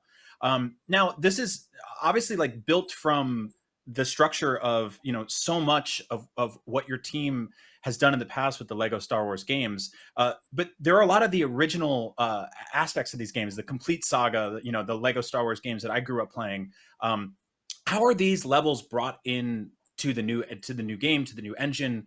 Like, what is the sort of level of bringing those things back into the current form now? Or are you building them completely from scratch this time around? It's all new. We started Oh, again. man. Of course, we have the memory, that feeling. As you say, we've played those games for hundreds, thousands of hours now. So we know what a Lego Star Wars game feels like, but we built everything afresh because we've learned so much over, you know, more than a decade of making these Lego games. There were new things we wanted to try, and a bigger canvas than we've ever had before with all 9 movies. So while we remember those great levels from the previous games, everything here started from a blank sheet of paper and looking carefully at the movies and asking the question, what would be the best way to bring this action to life? One of the things I saw from the trailers is it seems like there's even more sort of rideable vehicles. I guess we could call them, I don't know if we want to call a Tauntaun or a Dewback a vehicle, but I guess that theoretically they are, right? And we've seen AT walkers. Yeah. You don't need a license to jump on board them, so no, it's absolutely fine. Yeah, the creatures, the ride-ons, the big ships, the small vehicles from the single trooper aerial platforms in Theed from episode 1 through the land speeder in Mos Eisley, Mos Espa, and the Jundland Wastes in episode 4. We've got hundreds of different ways to get across the big environments that you'll find yourself in this game. You talked about the levels from that original game, and we do have action set pieces, choreographed moments of high intensity action and chases in this game. But a lot of what you'll do in your pursuit of the story and beyond is to explore open planetary environments and spaces within spaceships that we built entirely out of Lego. So there are all kind of ways to traverse all these different spaces that we have in Lego Star Wars, the Skywalker Saga. Let's talk about co-op, because co-op has always been one of my favorite elements of these games. I've seen co-op in the Lego games evolve throughout the years between, you know, single screen and split screen, and then we've had the thing that's sort of like the kind of clockwork camera angles and stuff like that. How are these levels or these areas scaled for 2 players? Because I love to play these games co-op, and they've always scaled well for sort of people of all ages. So what was done this time around to sort of advance that? It's been a critical part of every Lego game we've done right from the very start, although we have approached it in different ways. But having people play together, and I think in particular with a Lego game, having people of different ages play together, be it older and younger siblings, but in particular, parents and children has been something we've been able to really focus on and have again with Lego Star Wars, the Skywalker Saga. So the whole game is playable in co-op. You'll pick up as different characters. It will work with a straight split screen.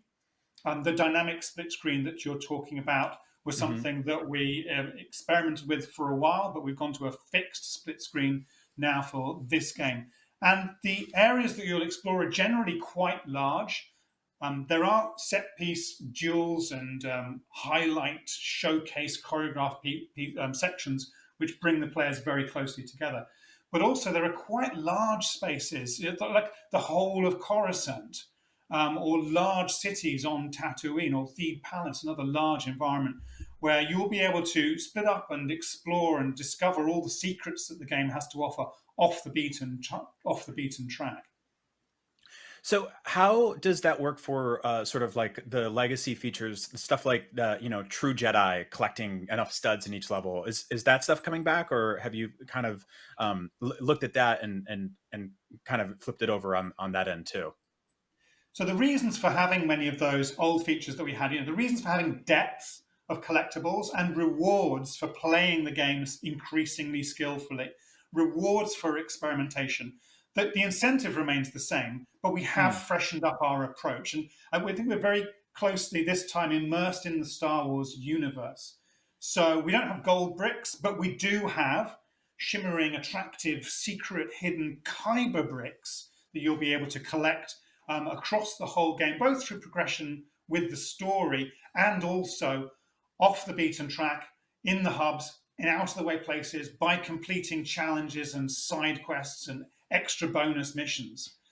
You asked about True Jedi. Yeah, similarly, we're going to encourage people to replay the levels and get extra rewards, but now through setting them specific challenges that they can undertake, as well as having, we do still have mini kits, exactly as we had them before, so you can collect those, because collecting and then unlocking more vehicles for you to play with, more spaceships for you to fly with, and more characters for you to control and take around through these wonderful spaces is still core to what we're trying to offer here. We got a glimpse at what looked to me like a galaxy map of sorts in one of the recent trailers, which makes it seem like players will be able to hop from planet to planet. Obviously, in the original trilogy game, we had the kind of the Cantina hub linking everything together.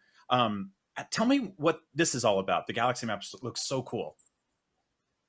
I think everything you were imagining, was in our imagination when we thought of being able to travel across the Lego Star Wars galaxy to bring that entire space to life. So we've got 23 planets, and you can, through the galaxy map, fly from one to the other, land on that planet in one of 28 different landing zones.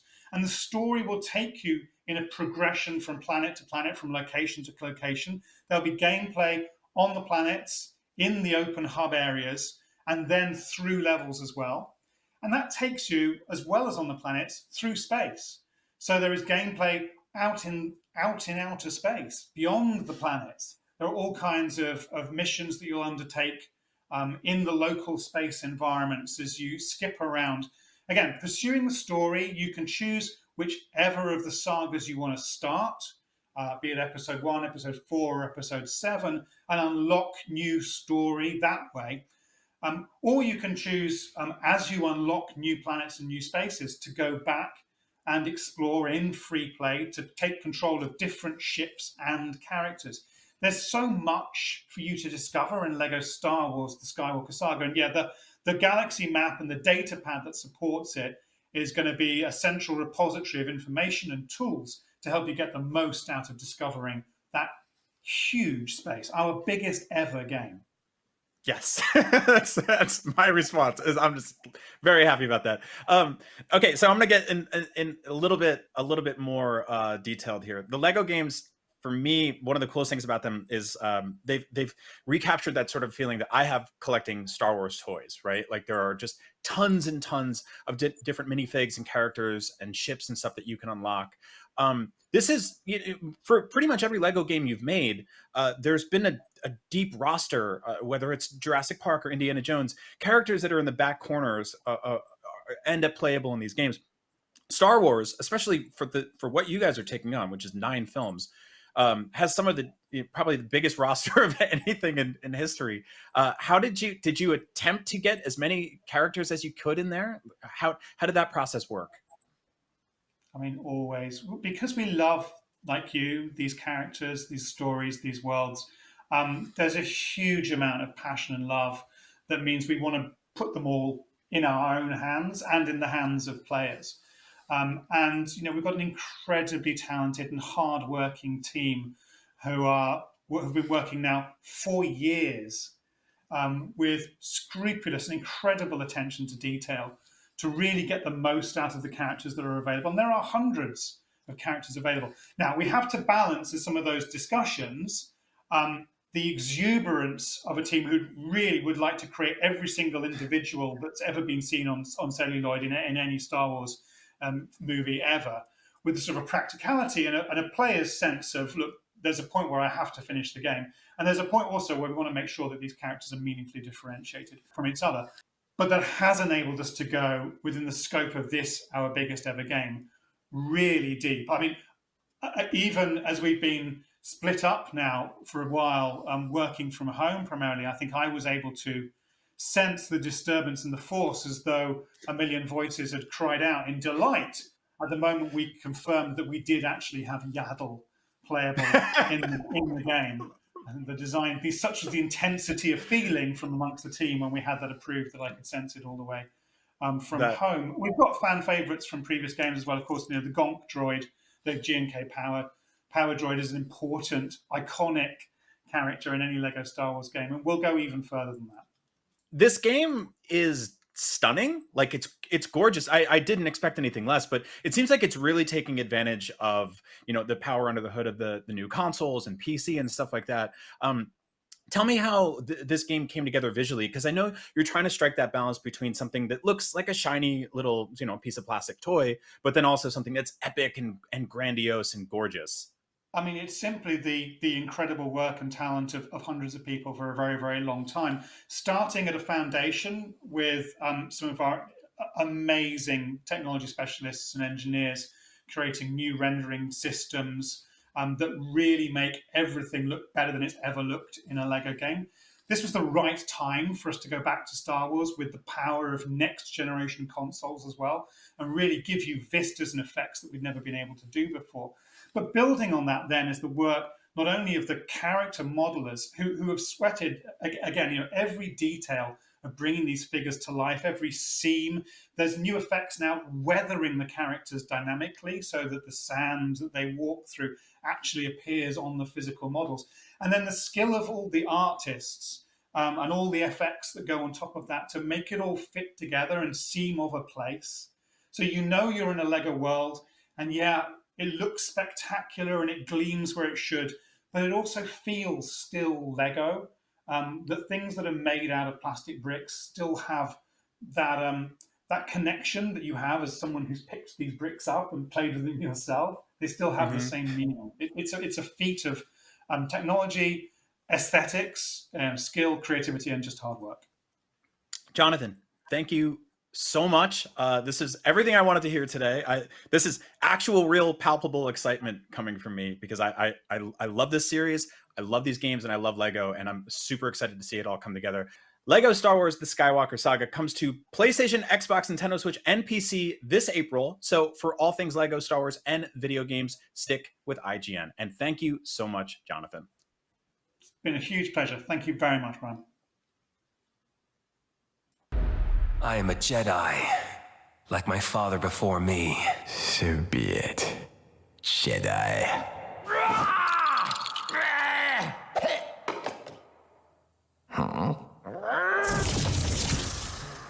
Thanks, Brian. Earlier this month, Shenmue, the legendary video game series, became a legendary Adult Swim animated series when Shenmue, the animation, launched on February 6th. Yes! Here's your first look at a scene from the third episode, courtesy of Shenmue series creator Yu Suzuki himself. IGN ファンフェストの皆さん、こんにちは。ゲームクリエイターの鈴木です。今回のアニメでは原作者として監修をしています。アニメになって多くの人に知ってもらえることが楽しみです。シェンムーは知っているけどゲームは大変みたいに思っている人にぴったりです。亮と福原の組手のシーンです。道場や掛け軸など日本の雰囲気が世界の人たちに伝わると嬉しいです。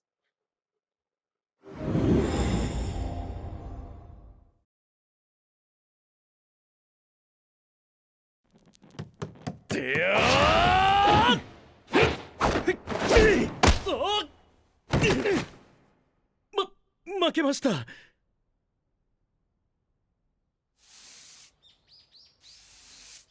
それにしてもすごいです、りょうさん。急に腕が上がってる気がします。そうか？はい。なんというか、キレが増しているというか、自分にはうまく言い表せませんが。そんなことは。いや、あいつらの強さに比べたら俺なんて全然だ。このままで俺は親父の死の真相にたどり着けるのか。前から不思議に思ってたんですけど、掛け軸の裏の穴と家紋の跡、これ何ですか？家紋？ええ、りょうさんも知りませんでしたか。長年この道場にお世話になってますが、まだ知らないことがあるものですね。それじゃ庭も掃除してきます。ああ。うん。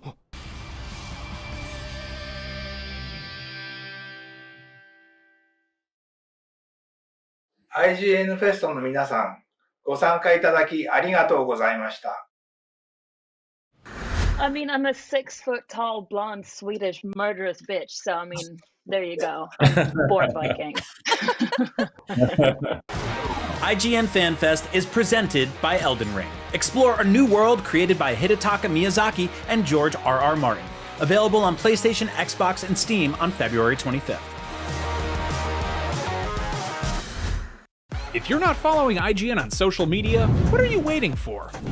We're constantly updating our feeds to bring you the latest news, gameplay, custom original content, memes, the best user-generated videos and art, and a whole lot more. Be part of the conversation throughout the year.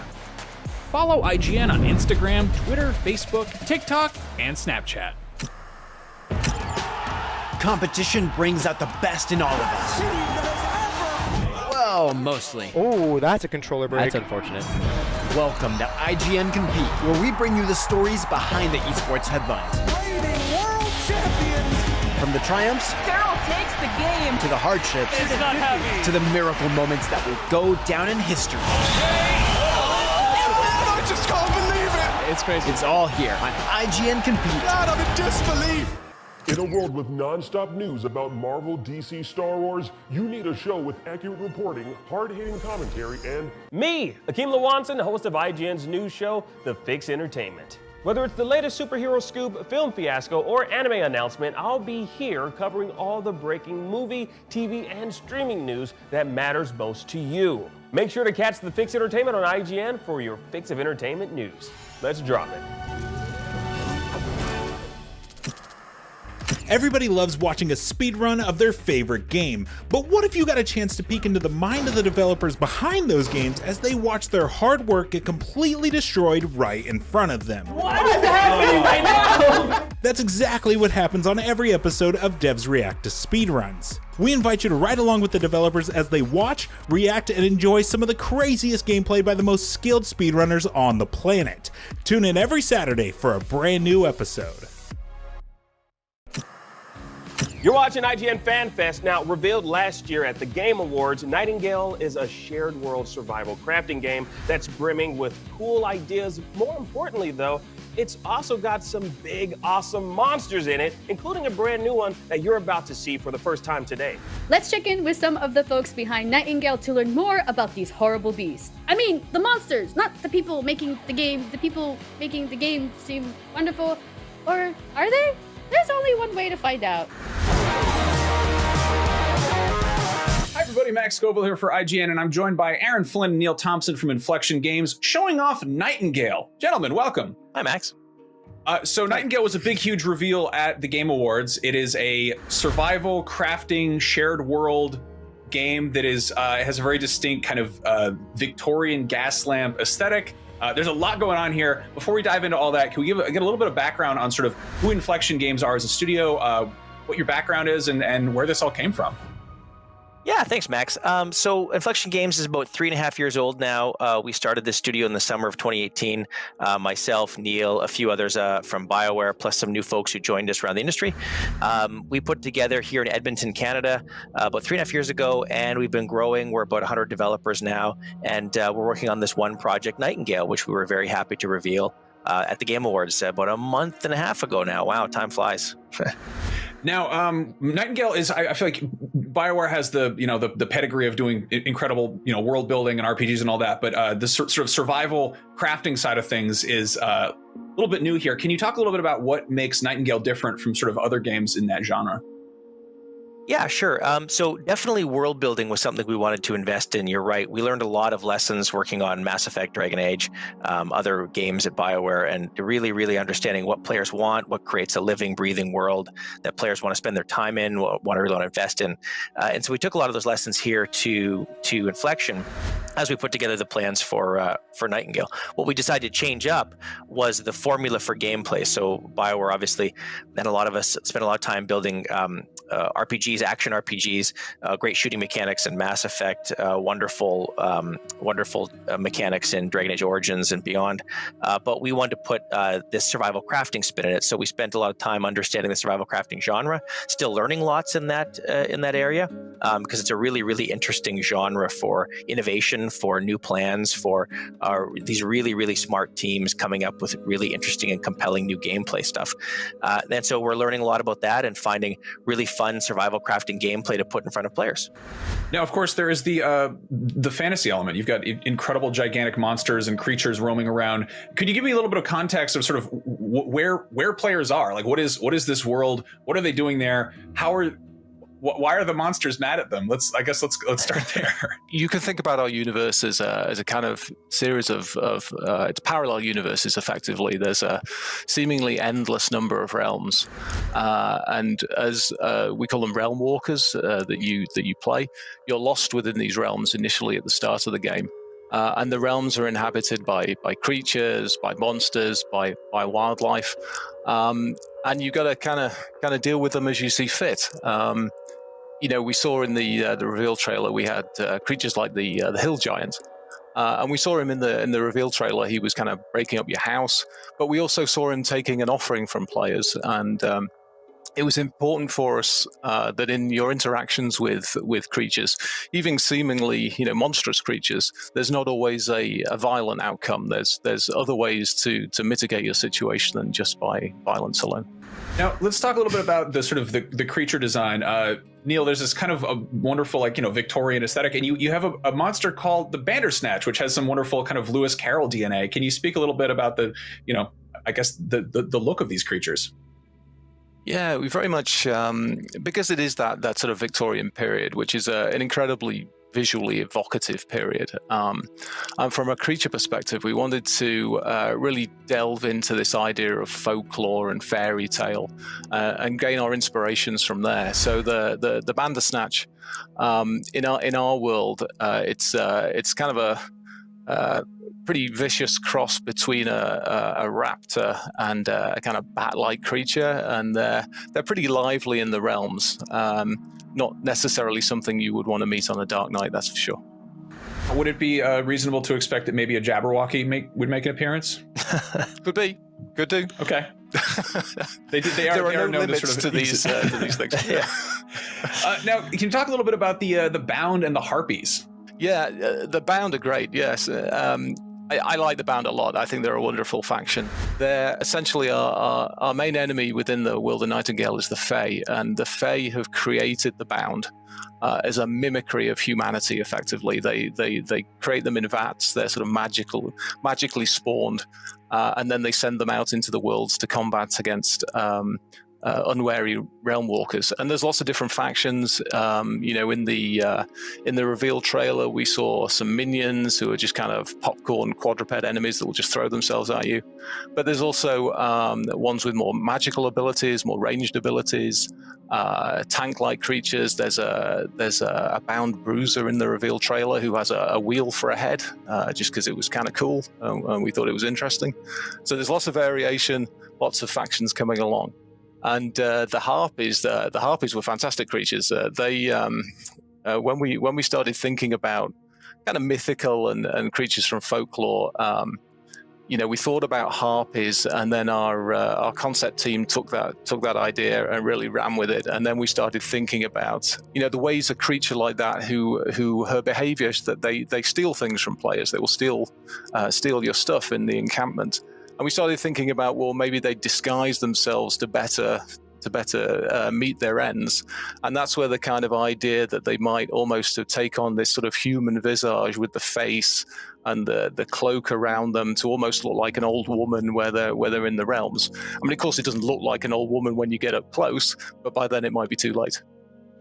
Now, let's talk about the realms some more. How do players sort of get between them? How do you do actual realm walking within the game? Well, that's a great question, Max. So players will be venturing to portals, and they'll find portals all throughout the realms that they're exploring.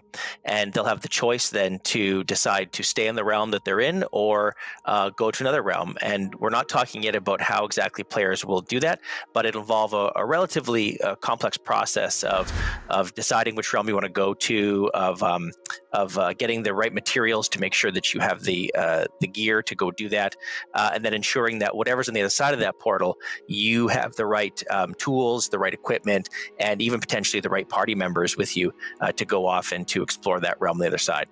So the whole goal is to give players lots of opportunities to explore a realm, and then when they're ready to, they'll find a portal and they'll decide if they want to go to another realm and what exactly that realm will be. Should we expect the realms to be just drastically different in terms of, climate and environment and, things living there?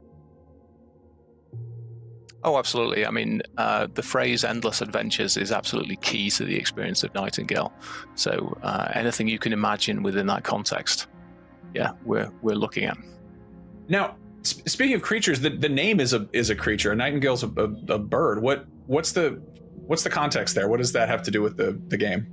Actually, it came from the one in the very earliest days when we were putting the concept together and the idea of a lost city, effectively, and as it grew, as the lore grew, as we had more ideas around the world, we started to call the city gradually took on this name of Nightingale, and then as we progressed, we just thought, but isn't that a really evocative, great name for the game itself? And that's why we chose it.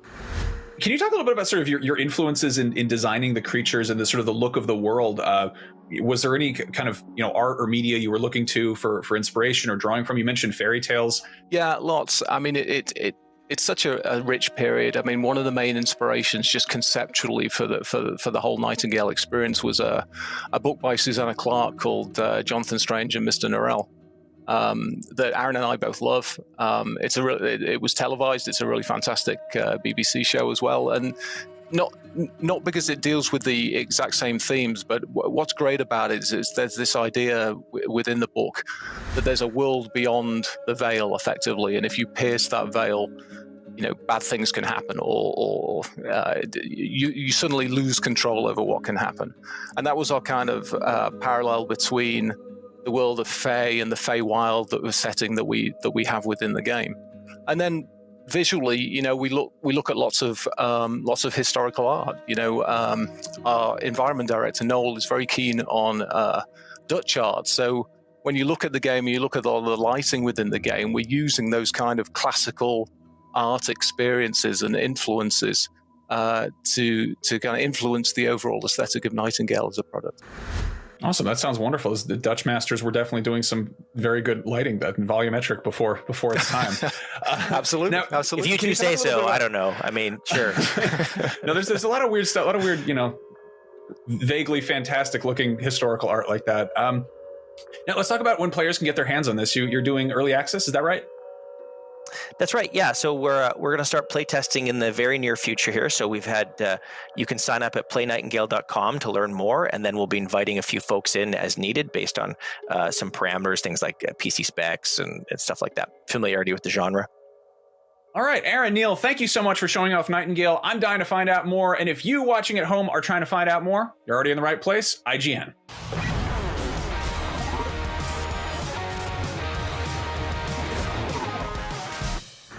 Oh hey, you are currently watching IGN Fan Fest. I hope you're having a great time. In just a bit, we're sitting down with Ryan Reynolds to hear about his upcoming movie, The Adam Proejct, and then we're talking to the writers behind the biggest movie of the decade, Spider-Man: No Way Home. But right now, it's time to grab a sword and charge into battle while covered in blood and screaming! Because the cast of the upcoming show, Vikings Valhalla, is here, so try and be on your best behavior because they seem extremely dangerous. They also brought us an exclusive clip, so maybe we can trust them. Check it out.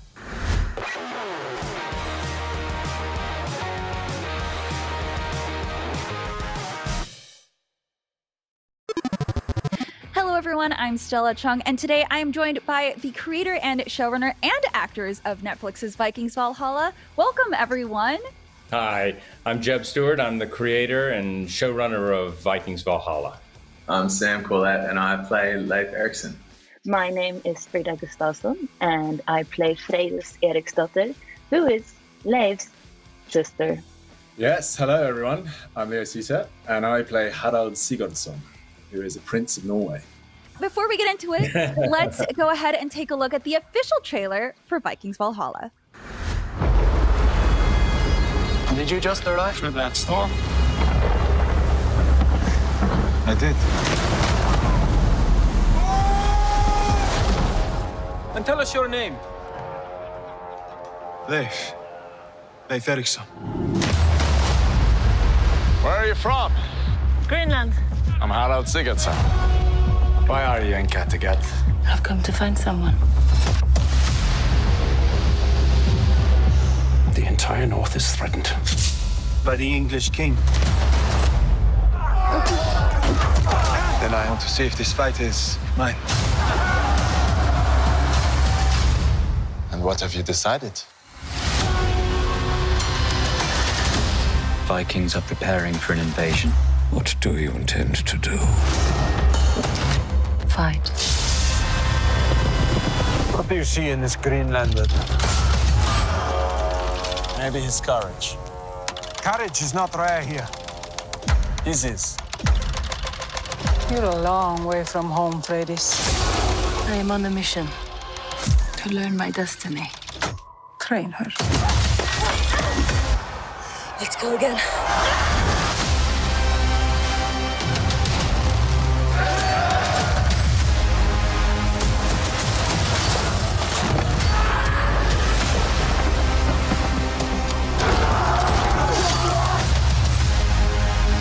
Open the gates! You are here for your families! You are here for your honor! Bruce! No! You are here because you are Vikings!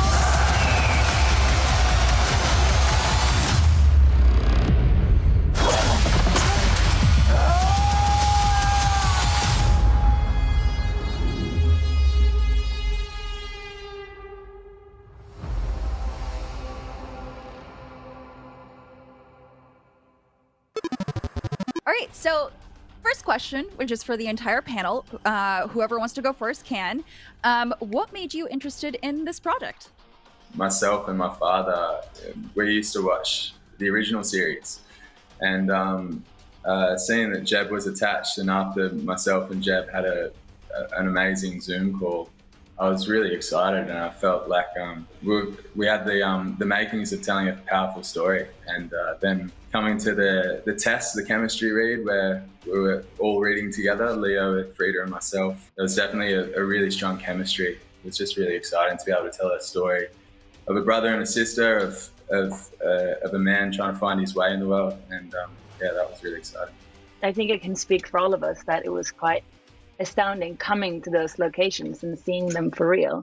I mean, I was a huge fan of the original show, and to come to Kattegat, it was just, absolutely incredible. But what I love about our show is that, it's a new show, but it's in the same universe. So we keep the DNA, but it's just evolving. So it's like, the icing on the cake. I didn't want to do season 7.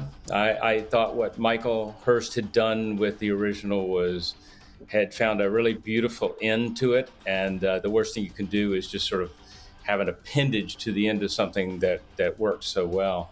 I think what we really thought a lot about, and I spent an enormous amount of time thinking about, was where, if we're going to start a new story, where do we come into the story? Where do we find an entry? And so by moving the story about 125 years, beyond, many generations beyond, I think it gives a nice, fresh start to it.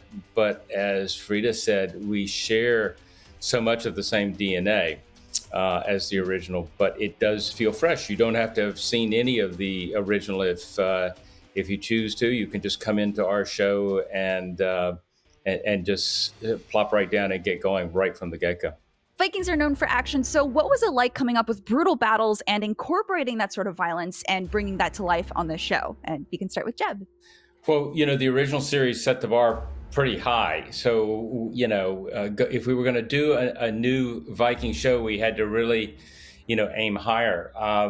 It's very exciting to work with, the actors that we had, the stunt people that we had, even into the way we designed a lot of our bigger pieces, that you'll see in season 1, by choosing where we start our story, which is in, at the turn of the millennium, around the year 1000. It brings the Vikings of our story into play with the Saxons and the taking of London. And we've all heard the children's nursery rhyme, London Bridges Falling Down. So, they had begun unearthing certain parts of London Bridge from the Thames, I think in the 2000s. And we started asking the questions, where was King Canute at this time? And how did the army approach it? And what happened? So there was a lot of research that went into it. And it's a really, really fun part of our storytelling. So I think the audience is going to love that. Well, yeah, London Bridge is this huge epic sequence, but before that, there's a battle in England, and that was, I think, our first big experience of hundreds of people all fighting at the same time, when it all comes together in a field in Ireland, and it's chaos and madness, and there's mud spraying around, blood spraying around. You can't help but be overwhelmed and sucked in to the adrenaline of it all.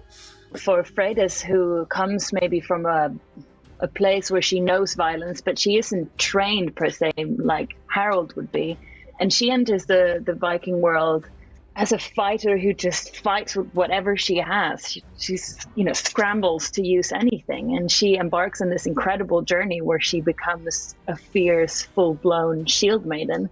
So for me, as an actor, to work so closely with the amazing stunt performers and to get to work with all the weapons and advanced choreography was just something that was incredible. For the panel, tell us about the physicality of the training it took to get into these roles. Well, it was lockdown. We got a sort of buffer of about 4 months before we started filming. And I was in England, and it was full lockdown. And I had a Zoom call 3 times a week, 1 hour, with a personal trainer called Pat. And he essentially helped me tell Monday from Tuesday, because he gave me a bit of structure to the week. But so I worked out for all that period beforehand. And then once you're actually there filming, again, it's lockdown, so there's not much else to do. And the amount of stunt training that you go through anyway, you're just kind of inevitably going to end up in quite good shape, fit and strong. Yeah, no, it's funny because in Ireland, obviously the gyms were closed, so we were kind of all given our little weights in our apartments, and that was almost like hamsters in a hamster wheel. Waking up early, doing a little workout. As we go to bed, doing a little workout. And then obviously working with the stunt team, their expertise is incredible, and you're choreographing these massive fights, and my first few are quite long and require the use of many different weapons. And so to be able to go through that trial by fire with this team and choreograph this violent dance, it was definitely setting us in good stead for the future episodes. Yeah, I mean, when I learned that I got the part, I was so glad that it got pushed forward, because for me, I'd never, lifted weights at a gym before. I've always kind of trained, running, and I'm a big horse girl, so I ride a lot.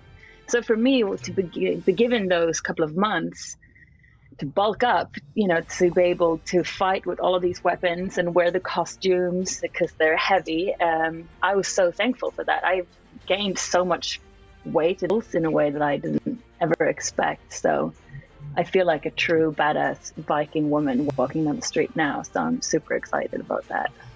Okay, well, talking about the show is great, and I love y'all, but I honestly really just want to see more of the show. So let's take a look at this never-before-seen clip of the opening moments of Netflix's Vikings Valhalla.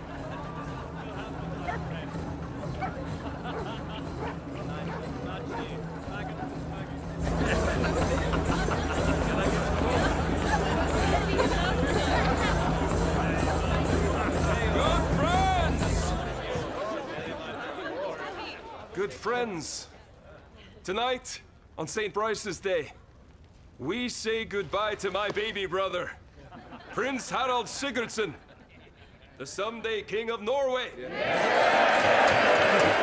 He thinks he's graced us with his presence, but we know it's him who's been made better by his visit. Skål! May the Lord guide you back to Norway, brother. Stay safe till I see you again. Where are you going? Thought you were seeing me to the boat. I know, but the king has summoned us. We're off to London.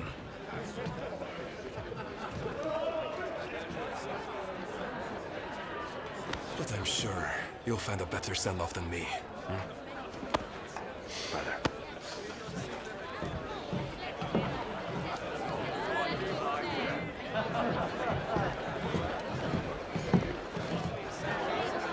So, when are you coming back to England, Prince Harald? I don't know. Perhaps when I hear a good reason. Prince Harald, the boat's waiting. We must leave.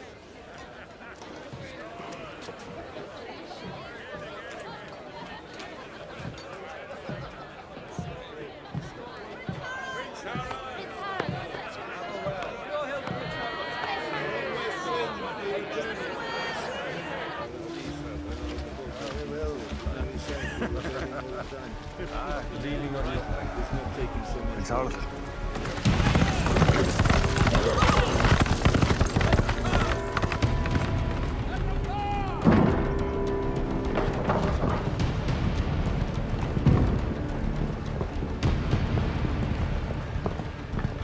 Stead, my faithful guards. Your Highness, we came as soon as we could.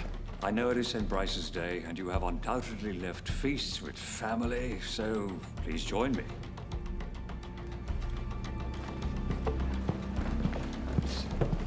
You said it was urgent, sire. Is there a threat? Yes. Over 100 years ago, in an effort to ensure lasting peace with your people, my predecessors established the Danelaw. Yes, sire. We've been here so long, many of us no longer remember our own language. Exactly. They probably feel they are Saxon. Yes. But that's the problem, you see.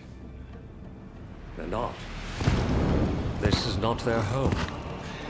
When the cockle grows amongst the barley, there is only one way to purify the field.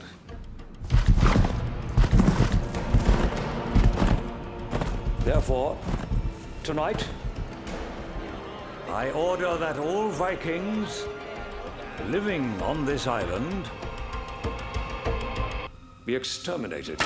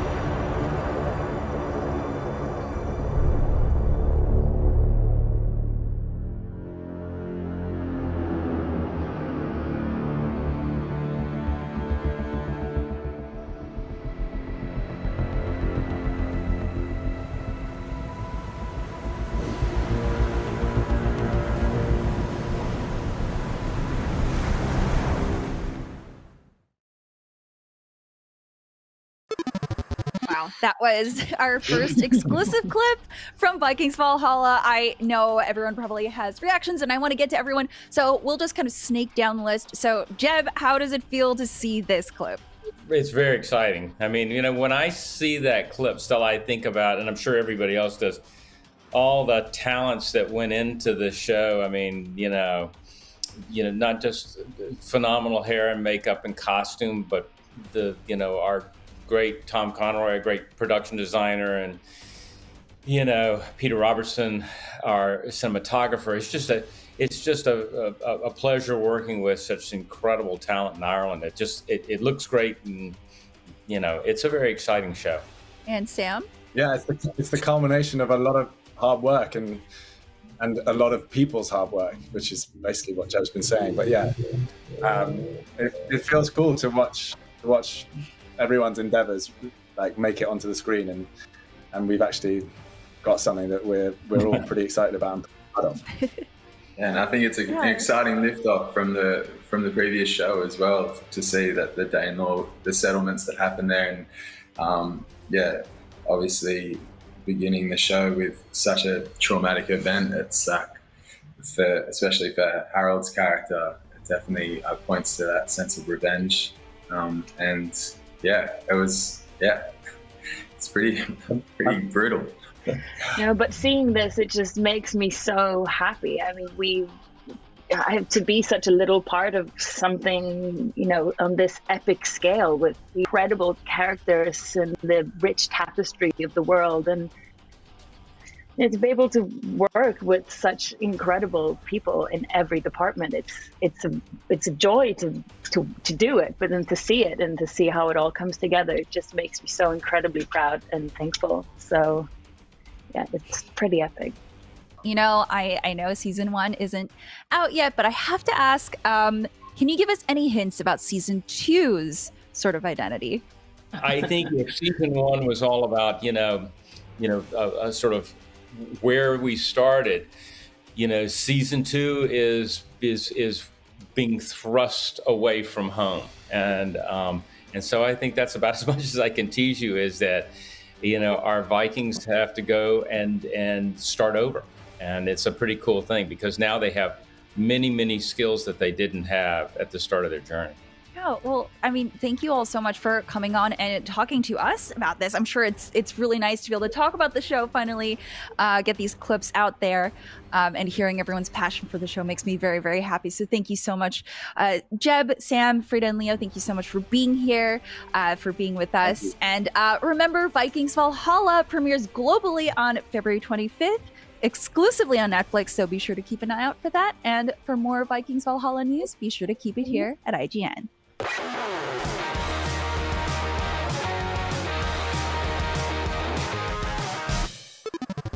This is Fan Fest. Welcome. Now, thank you all for rocking with us. Now, in 2010, a little show called The Walking Dead arrived and subsequently took over the entire world. Now, 12 years and hundreds of dead walkers later, it's finally coming to an end. Now, let's take an exclusive first look at a scene from the 10th episode of Part 2 of the final season.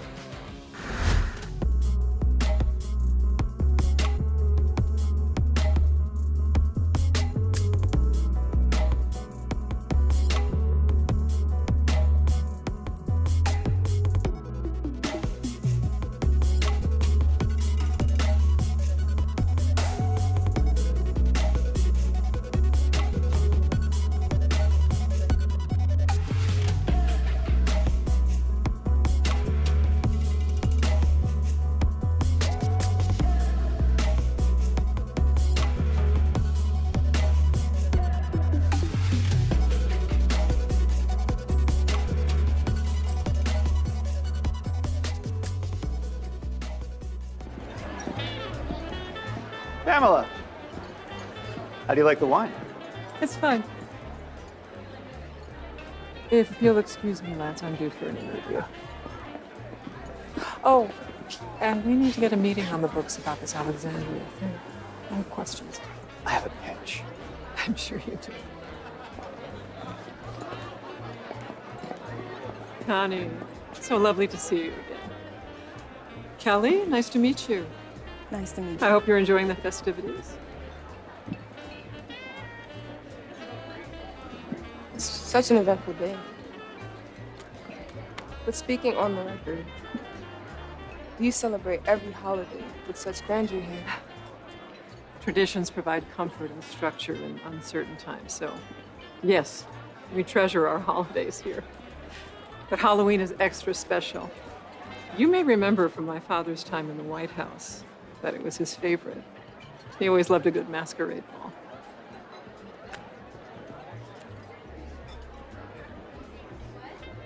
What would your father say about the plastic on display here? Well, we're lucky you found us. We appreciate and celebrate every single person who contributes to our vibrant community. In fact, I want to introduce you to someone.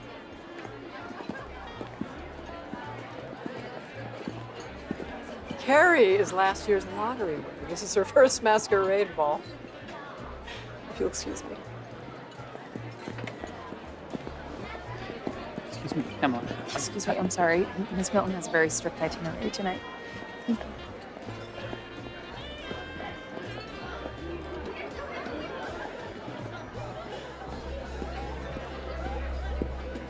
That guy looks so familiar. Yeah, I kicked his ass in the train car.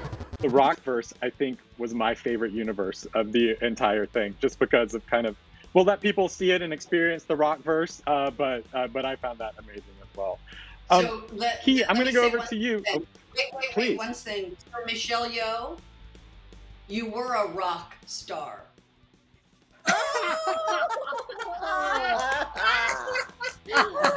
There you go. Thank you. I won. Sorry, Key, I did not mean to interrupt Jamie, your that's question. Jamie, that is great. That's so funny, rock star. IGN Fan Fest is presented by Elden Ring. Explore a new world created by Hidetaka Miyazaki and George R.R. Martin. Available on PlayStation, Xbox, and Steam on February 25th.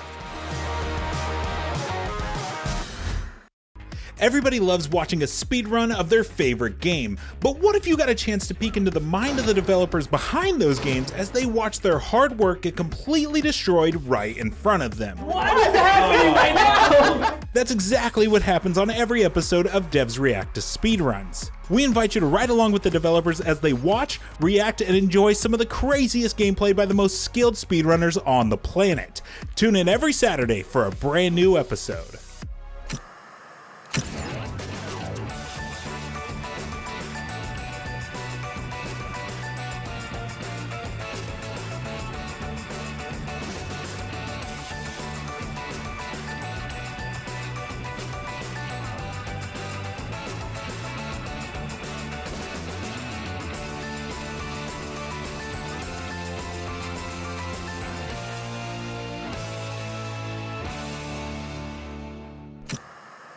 What's IGN Playlist? It's discovering games, from new releases and big announcements to retro classics.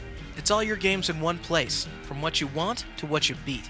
It's keeping track of what you love and sometimes what you didn't. It's sharing your favorite games, recommendations, and following lists from friends. What's IGN Playlist?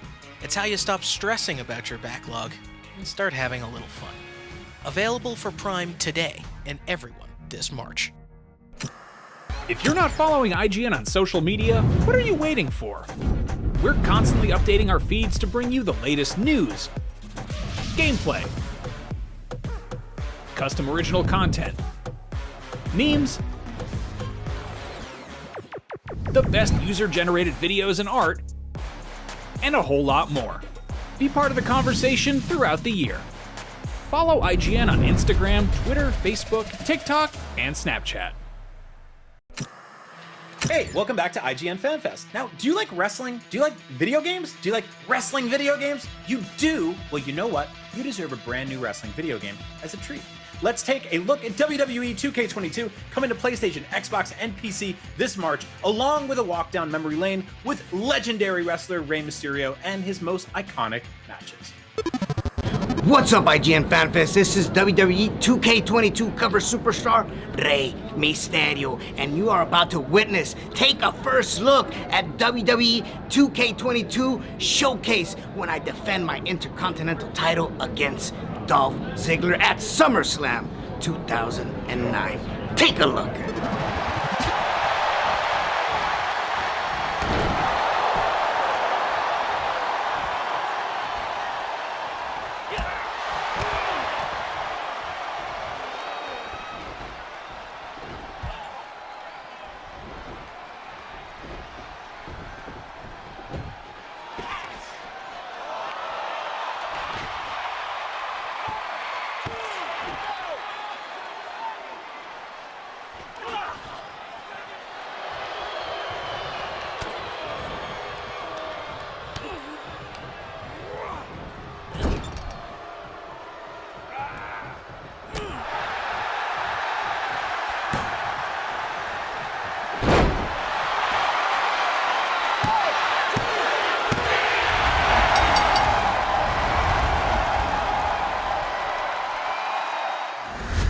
Well, would you get a load of that? You just caught a brand new look at WWE 2K22. Now, up next, we're checking in with Ryan Reynolds and Sean Levy, the same guys who brought you last year's Free Guy. And it wasn't for free, you had to pay to see it. Now they're here to talk about The Adam Proejct, the totally crazy time travel movie with heart. Coming soon to Netflix. They also brought an exclusive clip. Take a look. Hi guys, Benjamin Watts here. Now I have a question for you. What if you could travel back in time and partner with your younger self to save the world? Well, that's what Netflix's The Adam Proejct is all about. Adam Reed, played by the Ryan Reynolds, embarks on an unlikely quest along with the 12-year-old boy he once was in an unforgettable adventure all about what's really worth fighting for. From the team that brought you last year's video game-inspired blockbuster hit, Free Guy, welcome to IGN Fan Fest, director Sean Levy and the Ryan Reynolds. Very nice. I see you read my rider about those rolled R's. I also love that you read Ryan's rider, that you can only address him as the Ryan Reynolds. So I'm glad you read that memo too. Let's start this off right. Now, Free Guy and The Adam Proejct, look, they seem like, at least release-wise, they're almost shot back-to-back. So clearly, you both like working with each other. So let's get a bit of a love fest. What's the best thing about working together? Ryan, I'm going to start with you. Well, working with Sean does not suck. I'll say that. It's he makes me better at what I do. I feel like there's an immense amount of trust. The movies I've done with Sean, I've been lucky enough to co-produce with him, and we just sort of have this very weird but very fortunate kind of incredible mind share. It's just been a really beautiful experience, and hopefully we get to do as many movies as the entertainment industry allows us to do together from this point forward. It's pretty special. Oh, wow, Sean. Now you have to come up with some really nice words for Ryan. I hope you're ready. Yeah. I know. The pressure is crippling. The truth is, our mutual friend Hugh Jackman had long told us that if we ever made a movie together, Ryan and I would never stop. And it was kind of this thing where we shared a creative sensibility, but we also love to work really, really hard, and we like to go home. I would add that we've both been in this business long enough to know a good thing when we stumble on it. And so we are definitely, we're looking to keep repeating it because we know how good it is, and we want to keep telling different kinds of stories. Well, you've definitely stumbled onto a good thing, and your latest good thing, we're here to talk about The Adam Proejct. And if you haven't seen anything about The Adam Proejct, let's take a look at the teaser trailer right now. What's going on, honey? It's the third time you've been suspended for fighting. I know, you'd think I'd be better at it by now. I don't understand you. Dad would. I miss him too, you know. But son, you need to think about your future. Because it's coming.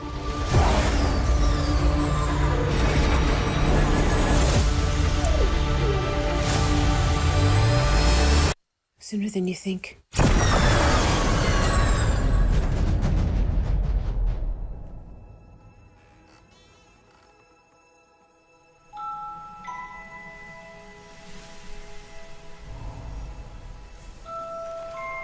Whoa.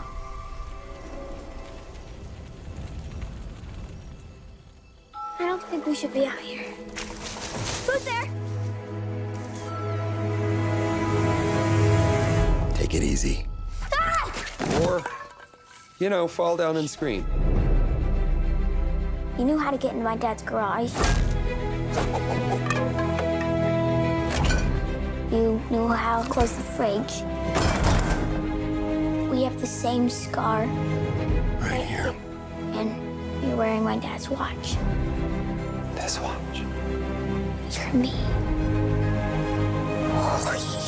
That's classified. But yes. That once was. Where are you going?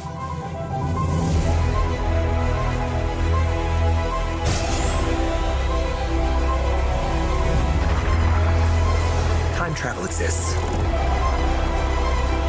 This world, our world, everything has already been changed. That's why we're gonna put the genie back in the bottle. Adam? Dad.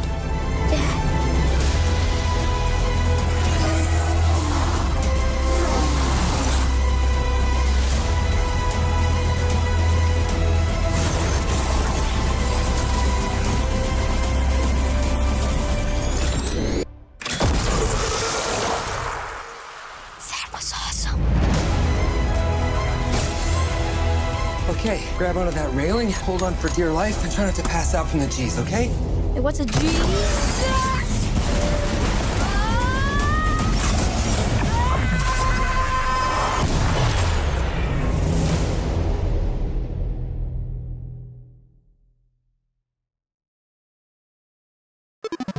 So there you have it, a time travel adventure. Now, let's start off. There are so many movies about time travel, and each movie in the movie sphere has their own time travel rules. But it looks like the Adam Proejct actually kind of throws many of those rules out the window in a way. Sean, can you explain what are the actual time travel rules in this story? Well, I'll start by saying that Ryan and I are not time travel genre wonks. So the goal was to make a time travel movie that felt really grounded and foregrounded character and fun and adventure and heart, and didn't get too mired in the rules. To the extent that there are rules that I couldn't eliminate, basically a person doesn't have their memories reconciled, i.e. they don't remember something that has happened to them until they get back to what we in this movie call their fixed time. Grown-up Ryan doesn't remember having gone back until and if and unless he's able to get back to his fixed time, which is the time period that he belongs in. We try to get the rules out of the way so that people can just enjoy the ride and have a visceral experience rather than a cerebral experience.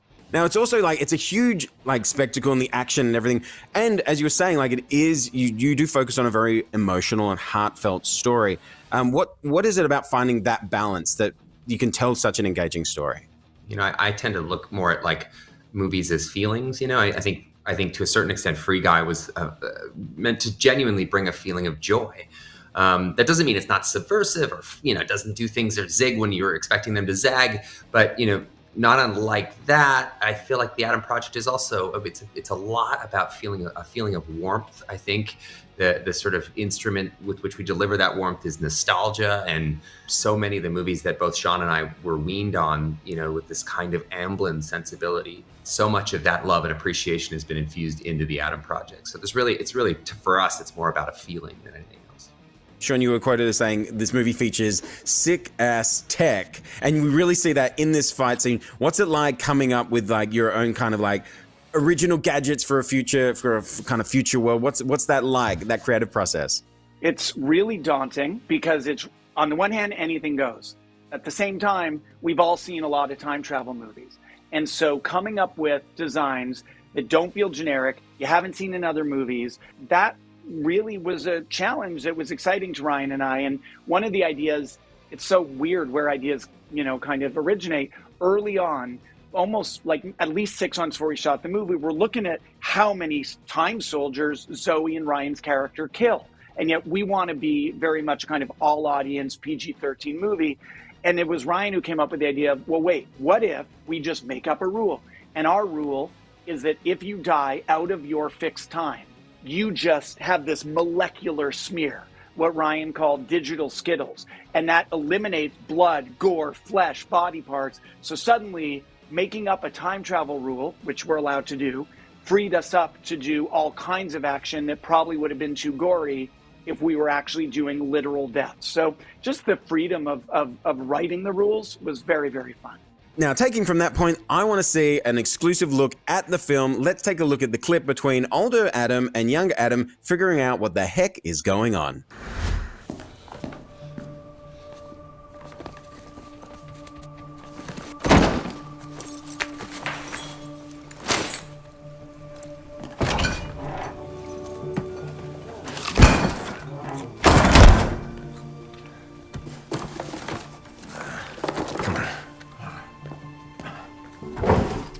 You to stay in the garage.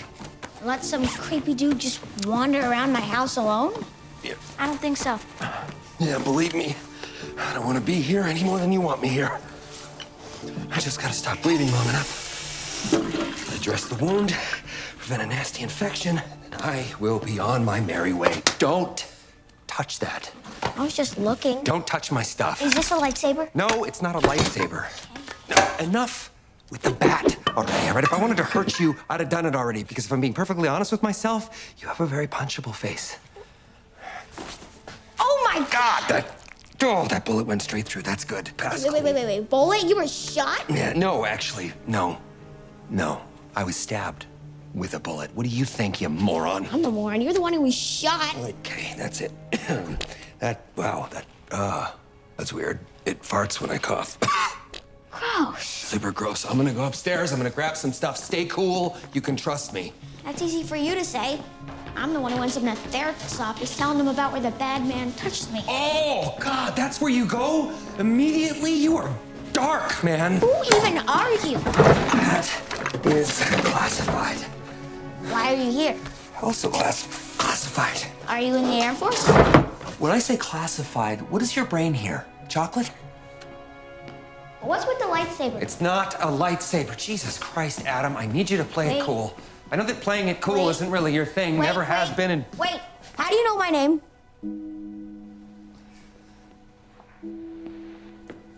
You're Adam Reed, born February 10th, 2010. Your parents are Ellie and Lewis Reed. Lewis would have died about a year ago. You don't play any sports because of an acute asthmatic condition. Plus, you're freakishly small for a 12-year-old. You go to Franklin Middle School, where you've been suspended 2, maybe 3 times for fighting, which is ironic because you can't fight to save your life. Zip it!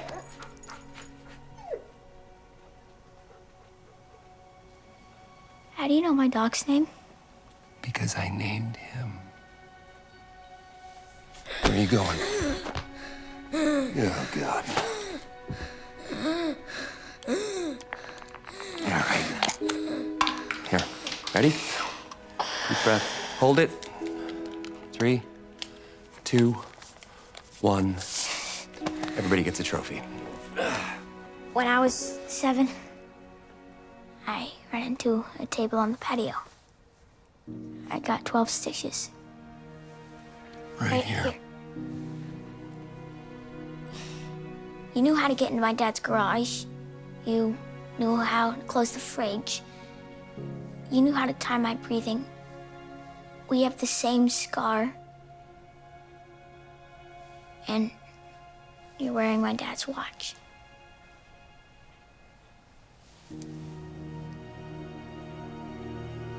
This watch. This watch. You're me. That's classified. But yes, I once was. So that was the scene where I genuinely fell in love with this film, especially around there's the part where you cough and the wound farts. I mean, that just sold me on the rest of it. But Ryan, younger Adam is played by Walker Scobell, and I want to know, what was it like working with him? Did you find yourself being kind of a mentor to him? Well, for starters, nobody should listen to a word I say, but I did find that I did find that I was, to a certain extent, shepherding. This is his first role. He's never done anything, which is insane to think of when you see the performance he gives in this movie. It's mind-boggling. But mostly I was kind of protective of him because, there's a long, storied and scary history of kids in show business. It's a very, very tough business. It places unnecessary and unrealistic expectations on young people. And so I just really wanted to make sure that this whole experience for him was fun and light. He was allowed to be a kid, but he still understood that there's a big responsibility, what he's got going on here, that he has to know his stuff and be ready. And he just ticked every box. And also, chemistry is something that you can't really invent. It's either there or it isn't, but it's certainly buoyed when you genuinely like each other. And I adore that kid. He's a very good kid. And it is remarkable, as you say, like this is like his first major role. And I mean, don't be jealous, but he is very much a scene stealer. He is very good in that. But there are a lot of very good people in this film, and I want to just quickly touch on this with you, Sean. Does the Adam Proejct, is that kind of a spiritual successor, sequel, if you will, kind of the cinematic universe of 13 going on 30? I mean, you do pair Jennifer Garner and Mark Ruffalo together again, very much a relationship. I was making the ties very quickly. I think we all were. And Ryan and I had spoken to Mark. The idea is that Mark was going to play Ryan's dad. And then we were thinking about who would be perfect to play this mother character, which required some humor and some weight and tremendous warmth, and Jen just seemed perfect. And I have to admit, I didn't make the 13 going on 30 connection when I first came up with the idea of Jen in the movie. But as soon as I thought about it, I realized, oh wow, that's a duo that is in cinematic history. So having them back together on set, the clear affection and chemistry between the two of them, like with Ryan and Walker, I can't direct chemistry. I can direct a better performance, and then I can edit an even better performance, but you can't really fake chemistry. And what Ruffalo and Jen Garner have is so special and is so tied to that beloved movie. I feel very lucky to be the one reuniting them on screen. Well, thank you both so much for joining us here at IGN Fan Fest. And you out there will be able to see The Adam Proejct exclusively on Netflix this March 11. Thank you, Ben. Thank you.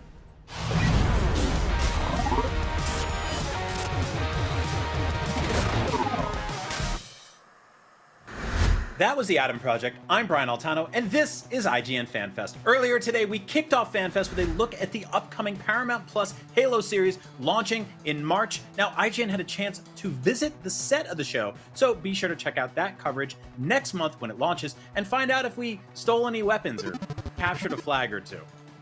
Yeah, always play the objective. But right now, Everything Everywhere All at Once is the bonkers new sci-fi action movie hitting theaters on March 25th. So let's hang out with the cast of the movie to find out more.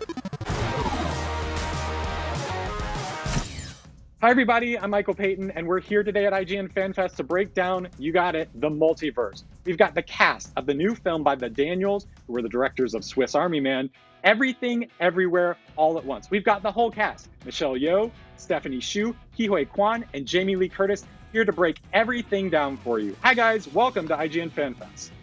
Hey. So, hello. Michelle, I'm going to start with you first.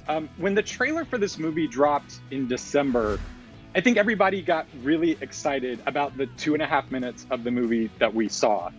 It is a common phrase now, but it broke the internet a little bit, I feel like. We saw everything in the trailer, but I feel like there's still probably a million questions that our audience might have about exactly what the movie is about. So in a broad sense, can you just maybe break down a little bit, the story of the movie and tell audiences what they can expect when they see it? Well, the thing is, in short, how do I explain this movie? I did it, and I still don't know what it's about. I'm still figuring it out. It seems like Chinese American woman who is doing the worst things possible is trying to finish her taxes, which she doesn't seem to be able to have a handle on, thanks to the amazing Jamie Lee Curtis, who scares the hell out of her. And on top of that, trying to keep a family together. And that is never easy to do. So, I think we all have to watch the movie again to figure it out. The movie spans universes, space, time, different forms. I think at one point, a few characters actually exist as a rock or various rocks. Stephanie, can you tell me a little bit, though, about that family dynamic that ties the movie together and ties all of the universes together, and what you thought about that family dynamic when you first read the script, and how that makes this story unique? I think that so much of this film is about the mother and daughter relationship that exists between Evelyn and this character Joy, and about through all the universes them trying to kind of get a hold of each other and find each other. And I think that's very real, in a family dynamic. And I certainly, when I first read the script, I really related to the mother and daughter relationship, and kind of how a family tries to stick together when there is immense chaos to comb through, whether it is a multiverse or just a family dynamic. Jamie, talk to me a little bit about the originality of this movie, and if that, originality was something that really made you want to be part of it. Well, the only reason I wanted to be a part of it is Michelle Yeoh. To be perfectly frank, and no, it is. And by the way, all of this aside, I'm telling you, that was the reason I wanted to be in the movie. Period. End of story. Put a fork in me. I'm done. That's the truth. I I think you just can't escape the fact that the Daniels are super creative innovators. And in the world today of filmmaking and television and podcasting and all the things that people do to create content, the idea that these people have created these unique perspectives, if you've seen Swiss Army Man, if you've watched their music videos, they are uniquely talented. And in a world that feels somewhat replicatable and pedestrian and a little, there's a lot of conversation about these different entities having a universe of their own, like the Marvel universe, or even in my case, the Halloween universe. It is a story upon a story on a story. And what I love about what they did here is they just came up with something very unique. And at the center point of the whole thing is love, which is the beating heart of any good story. Is, as Stephanie said, it's about family, it's about love, it's about the relationship between Evelyn and her husband. And so I just was very happy to be there. But honestly, I would have read the telephone book with Michelle Yeoh. Maybe she would have thrown the telephone book at me. Maybe I would have had to parry it a couple times. But ultimately, the telephone book would have been a perfectly good script for me if they said that Michelle Yeoh was going to be there and I was going to show up. Oh, fair enough. Thank you. Yeah, it's the truth. I mean, honestly, right? I mean, Yes, what are you gonna do? no, come on. When I remember being first introduced to Jamie, and she had me when she said, "Let's ditch the Daniels and run away together." It was like love at first sight, man. And I hadn't even met her then. So Jamie mentioned the character of Evelyn, which Michelle plays, and her husband, which is played by Key. So Key, I have to ask, you are a beloved fan favorite dating back to your days on The Goonies and Temple of Doom, but this movie kind of marks, if I may say so, a big return for you. So tell me about what this story, this crazy, mind-bending, bizarre story, made you want to be a part of it, and made this kind of made you want to have this kind of as the launch vehicle for the Key comeback. Oh my God. You know, when I was a little kid, I was extremely fortunate to be in, a couple of very memorable movies.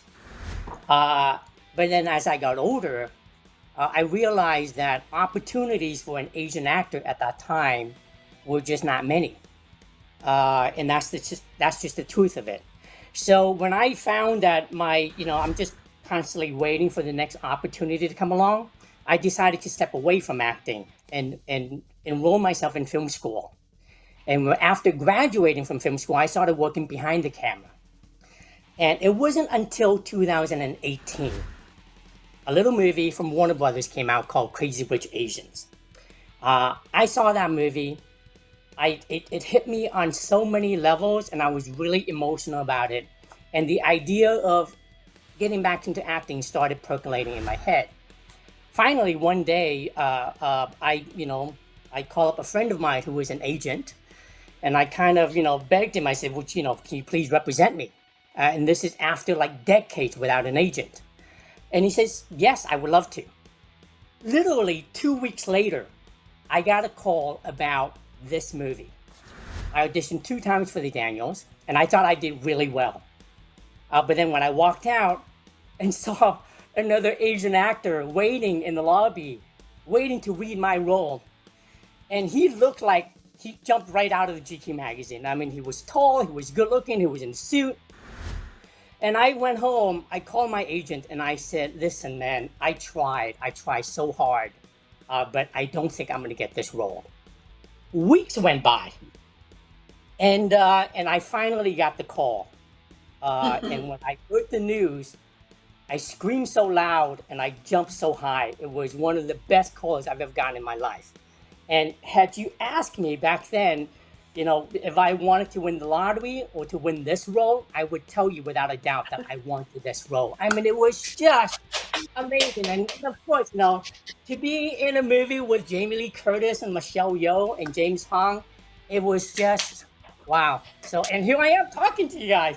I mean, this is, It's been 20 years. It's been 20 years since, you know, in a major role. So it's just been so thrilling and exciting.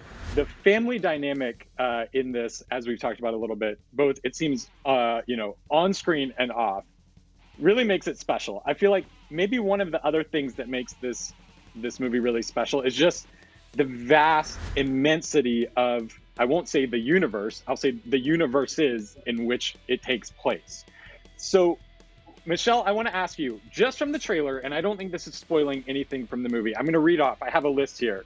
Just from the trailer, among others, we see you as someone who runs a laundromat, someone who spins a sign for a restaurant, a hibachi chef, a movie star, an opera singer, a rock, an animated character, and someone with hot dogs for fingers.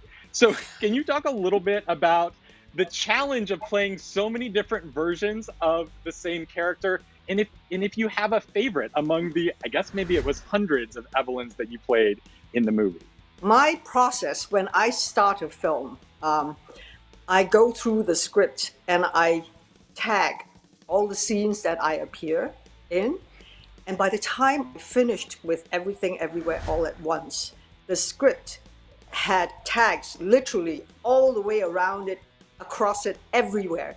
I was in every scene, and every scene, a lot of the scenes just didn't make any sense to me. I was like, hot dog universe, I'm gonna have to talk the Daniels out of that.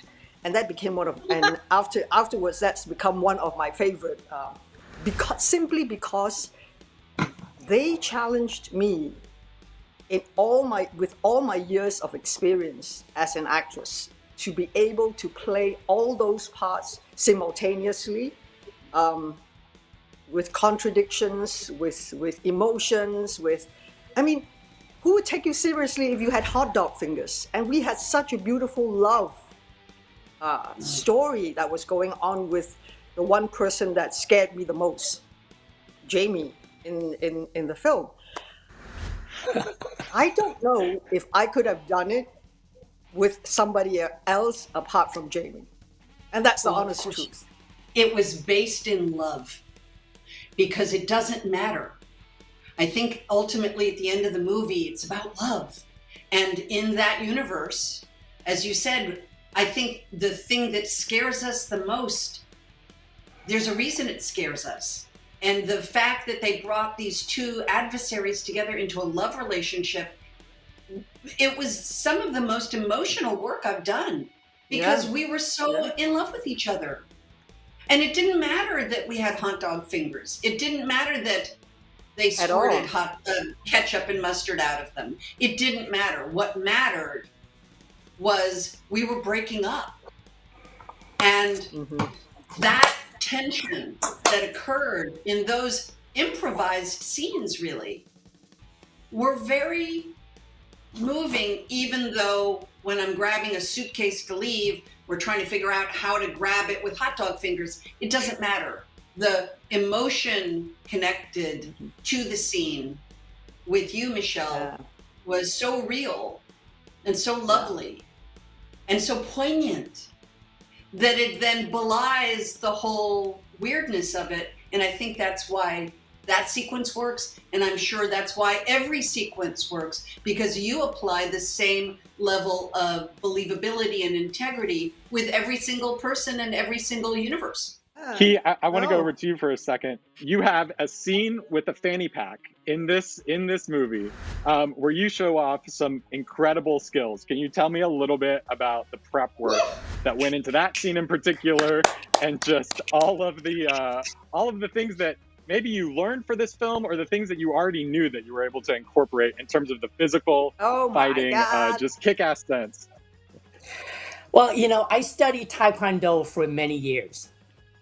And so I'm quite comfortable with kicks and punches.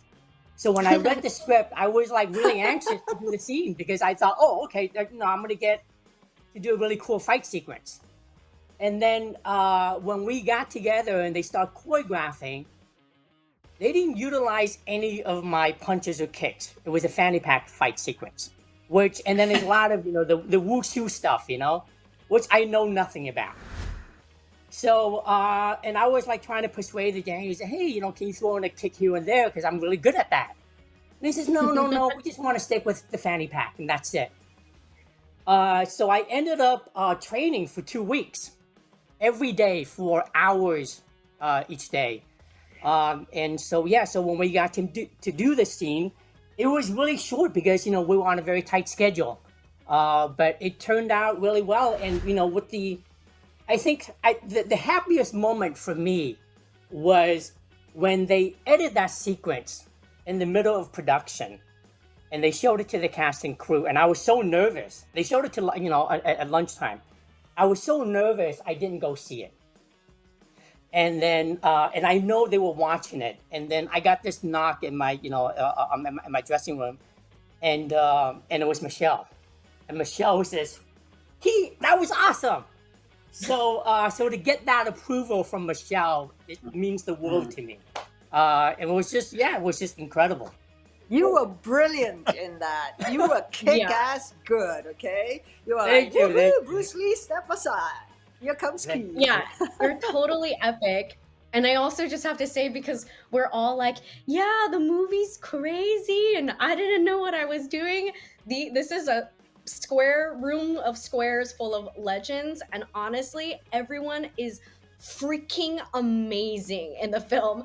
So Key being like, I don't know, this fanny pack, and Michelle's like, and then I had hot dogs. I'm like, but you watch it and you're like, oh my God, everyone, Jamie, like, just truly completely surrendered to this process in a way that I think even surprises us when we see it, of like, oh my gosh, it really worked and it really made sense, and everyone just brought it in a way that I've never seen. I mean, I grew up watching all of you, and I've never seen anything like this. And it's so beyond impressive, but also just completely blows your heart away, because the heartbeat and the soul paired with the surrender to the process and the immense chops that everyone has inherently is just this crazy concoction of this film.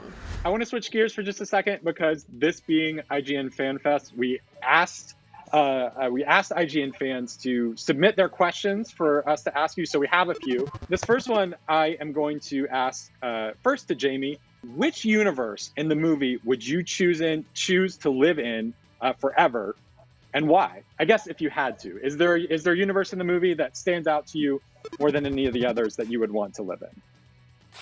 Yeah, I would love to live in an apartment with Evelyn, with hot dog fingers as our fingers, and live in that love story that was created. Deirdre Beaudeirdre is a character who is sort of an isolated woman. I believe this woman lives alone, and the only real contact she has with other people is in the IRS office, from behind her desk where she's in a position of authority. And so for me, the communing with another human being in an intense love relationship, I would happily live in that pastel universe with Michelle, loving each other with our weird hot dog fingers. Stephanie, your character has some of the most, I think they're going to be iconic looks coming out of this movie. So maybe in that vein, I'm going to ask you the same question that I asked Jamie. Like, is there a universe that your character, that Joy participated in or lived in from this movie, that maybe you would want to live in, that stands out to you as like, hey, maybe I could stay there forever? Well, I do get to wear amazing, amazing outfits. Charlie Carrata is amazing. But the one universe that I would choose, she did not dress me for, because I'm a rock. And I think I would really love to be in the Rockverse. The whole point of the Rock universe is to just be a rock. And when we were filming in Simi Valley, and there was these like beautiful rock canyons and mountains that we would pass every day on the way to work, and I just was like, oh God, that's amazing. And so I think my soul would really thrive in a Rockverse. So our last fan question from user Technopathetic is going to Michelle Yeoh. In Crouching Tiger, Hidden Dragon, You ran on trees, you walked through the air.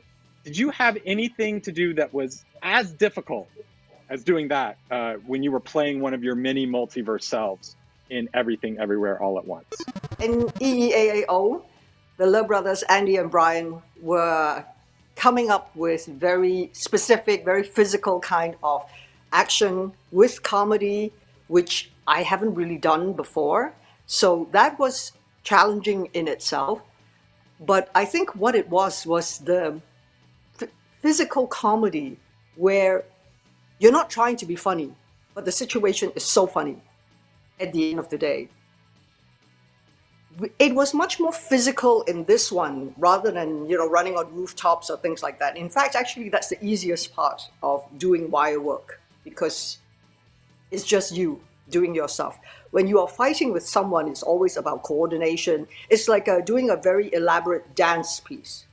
Everybody must know their steps. Everybody must have in tune, in rhythm with each other. And I found with the stunt team in this movie, they were exceptional. They were so good at what they did. They made me fly. I mean, I was flying around the set without wires, and that is not easy. Well, that's all the time we have today. Thank you, everyone, so much for joining. Be sure to check out Everything Everywhere All at Once. It premieres the opening night of South by Southwest on March 11th, and then everyone can see it in theaters on March 25th. And for everything else, be sure to click and subscribe to IGN and watch it wherever you like to watch. Thank you all so much. This was a real treat. It was really amazing. Thank you. Thank you.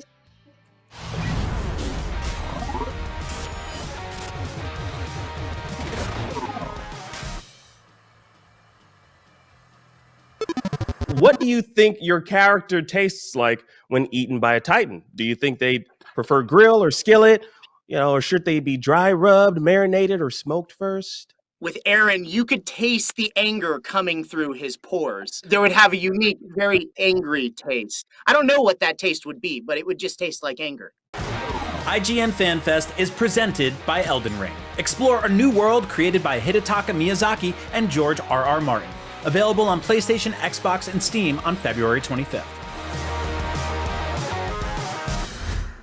In a world with non-stop news about Marvel, DC, Star Wars, you need a show with accurate reporting, hard-hitting commentary, and me, Akeem Lawanson, host of IGN's news show, The Fix Entertainment. Whether it's the latest superhero scoop, film fiasco, or anime announcement, I'll be here covering all the breaking movie, TV, and streaming news that matters most to you. Make sure to catch The Fix Entertainment on IGN for your fix of entertainment news. Let's drop it.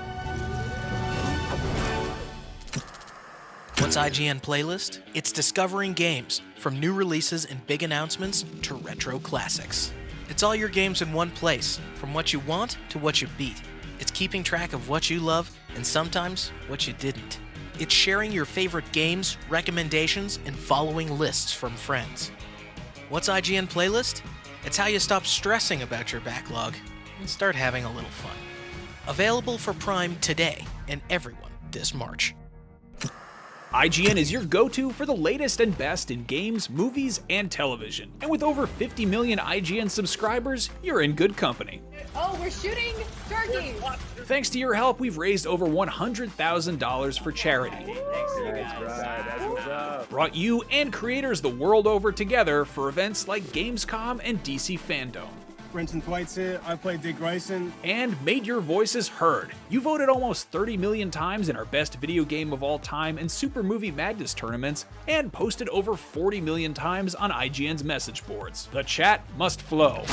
Catch our unending stream of up-to-date news and so much more over at IGN.com or subscribe to IGN on YouTube. And check out IGN Games and IGN Movies and TV for deep dives into your preferred pop culture. Plus, IGN guides to get help on veritably any game from our team of experts. No matter where you are, IGN.com, YouTube, Twitter, Facebook, or Instagram, IGN has you covered. You're watching IGN's Fan Fest. Thanks for spending some time with us today. In just a little bit, we'll be talking to the writers behind Spider-Man No Way Home. And after that, we're sitting down with the cast of the upcoming movie Sonic the Hedgehog 2. Gotta go fast. But first, HBO's Raised by Wolves brought viewers to a mysterious and dangerous planet. Ooh. And then it let all hell break loose. And yet, somehow, it's about to get even crazier. How does it get even crazier? And it's in the second season, no less. Whew. Let's check in with the cast of Raised by Wolves Season 2 and an exclusive new clip and find out what it's really like to be a deadly android with feelings, because that seems problematic. Hi everyone, I'm IGN's Alex Stedman, and we're talking all about Raised by Wolves today. We just started season 2, and we're looking at a different side of Kepler 22b, so we've got tons to cover. Joining me today are show creator Aaron Guzikowski, mother and father themselves, Amanda Collin and Abu Baker Salim, and a new face in season 2, Peter Christopherson as Cleaver. Welcome everyone, thanks for joining us today. Thank you. Thanks. Thanks. And we're gonna start it right off with a fan question. DT Finnegan wants to know. Hey guys, love the show. We're just curious, just wanted to know, what was it like being a part of the creation and the production of such a different world, which still very much so represents a lot of things in today's world, but what was it like being a part of and creating and learning more about that world during the production of the first and now the second season? Thanks. Well, that's just it. I think we do try and look at it, like a Earth-like planet, in the sense that, there are a lot of different sides and environments and different looks. It's not like a mono planet where it's all kind of one environment. So we're going to the other side where things are very different. It's beautiful, it's abundant, there's lots to eat, but there's a lot more remnants of this old civilization. This is kind of our second zooming in experience on the planet of Kepler 22b. There's nothing but mystery after this. Yeah. It's like being a fan, really. You walk into these new sets created by so many talented people, and like walking into the new cargo space, for instance, was just like so crazy this time, with tanks and other androids and all these things coming live in front of you. That's really a magical experience when that happens the first time. How did you go about the creation of the tropical zone? It came in many stages. I think at first there was kind of the conception of what I wanted it to be, and this idea of this being sort of a Garden of Eden-esque type place. We had to kind of create stuff that didn't exist, but we're still kind of jumping off of this real place. These real environments that we had found in South Africa. And then it was just a process. I think of really trying to figure out what worked and what didn't on film, and what we could afford to do, and we were very surprised because it was so challenging. I think it was an ambitious environment to try and create. And on that note, were you inspired by any other societies or cultures when you were making this new atheist society? Yeah, I think there are aspects that come out of all sorts of different incarnations of societies, here on Earth, and I think, but also there's also this new kind of component where the atheists are trying to, solve for a lot of issues that have, plagued humanity. And one of the solutions is having this supercomputer basically make all of the really big decisions, this incorruptible machine that can only make decisions that benefit the entire collective of human beings. So that is something that we haven't really seen before. But as we'll find out, that it's problematic and ironic, given the fact that they're atheists, and this is a fairly godlike machine. Yeah, that's exactly right. And we actually have, Peter, you're playing a new face. You are Cleaver. And he seems to have something of an uneasy relationship with the trust. So I have to ask, how much does he trust the trust? Well, I don't think that it's uneasy, because I think that there's a very special relation between them, since he's been with the trust since it was created back on Earth. And it's almost like family. You could consider it being like a father or even a child between them. And so his trust with the trust is so big that he doesn't even want it to change.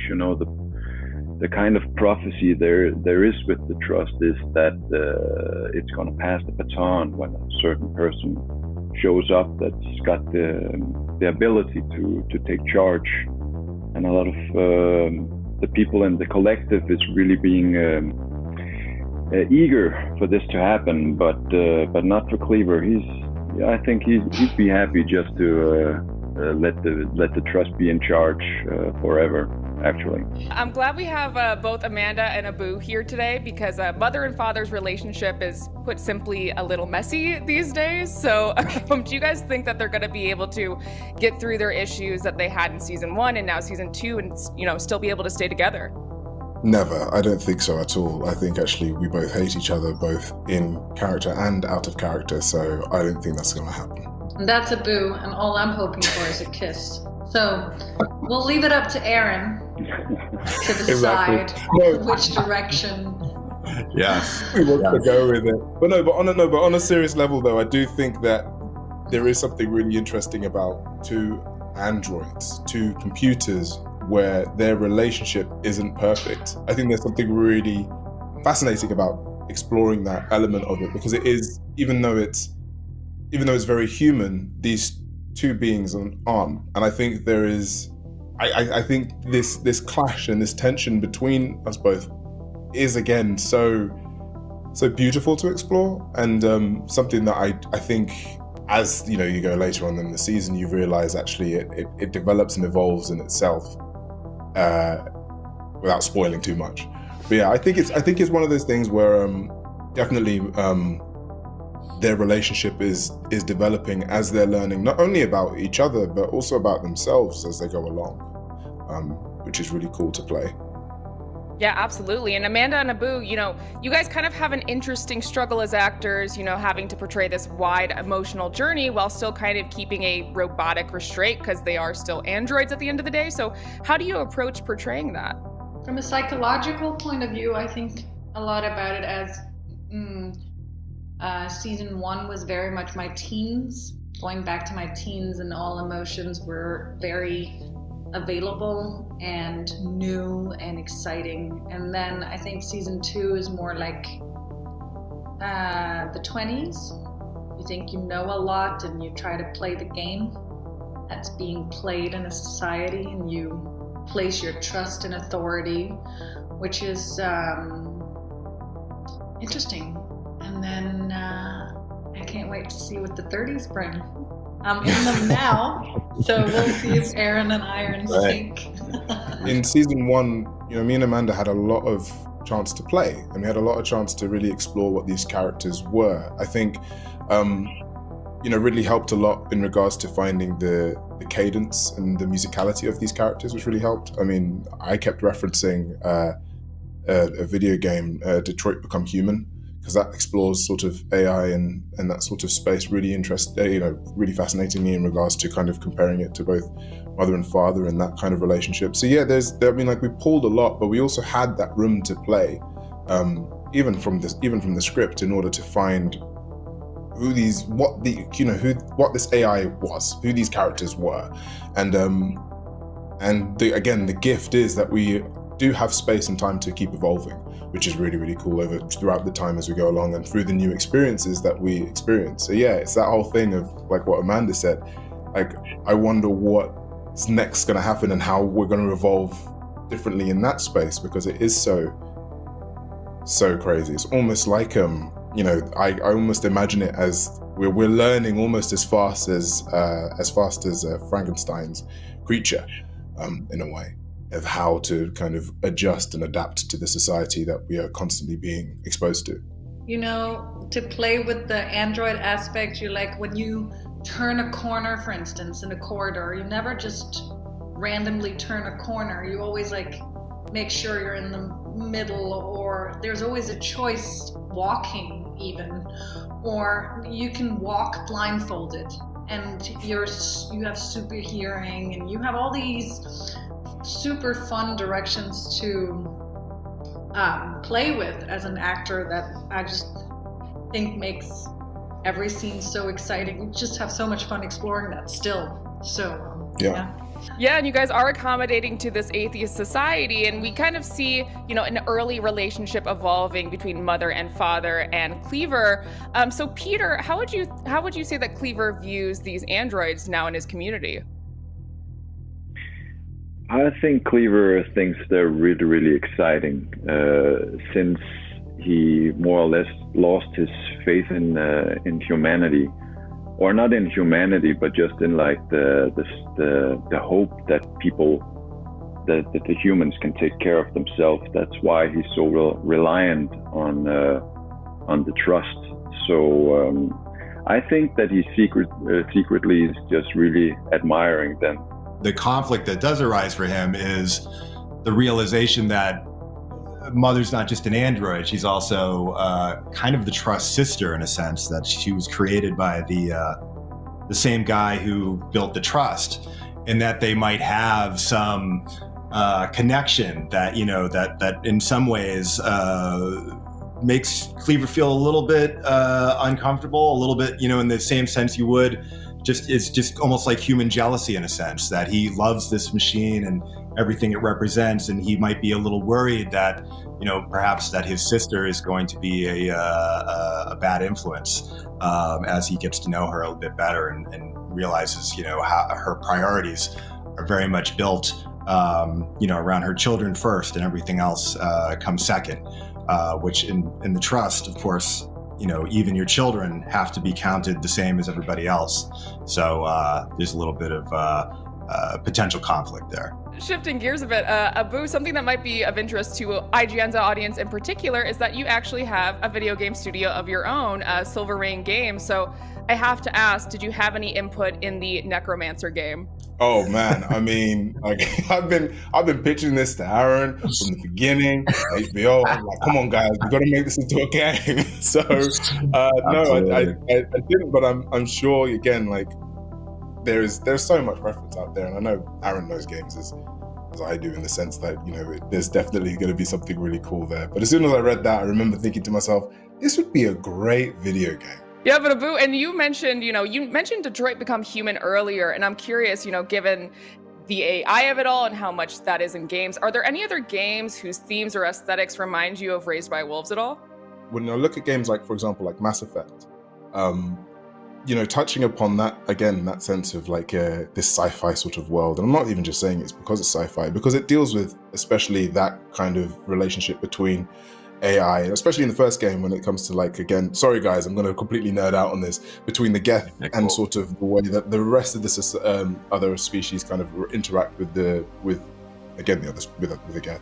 I think there's something really cool and fascinating there, and I think actually there is a connection there to a degree. There is something so, again, kind of bold and exciting about Raised by Wolves, which is why I think it's really resonating with a lot of people as a sort of visual medium as a whole, which is why I think it'd be really cool to see it as a game. I'm actually going to toss to a clip of episode 5 where we'll all be able to see all kinds of things.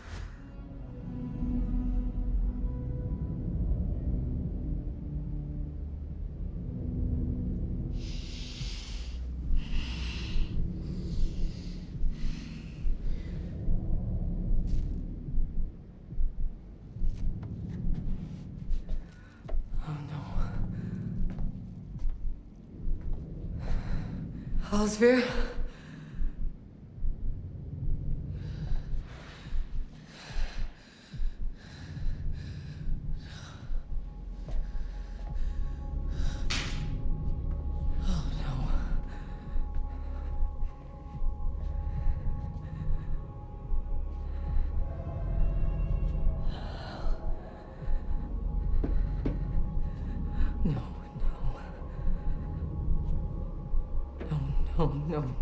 No.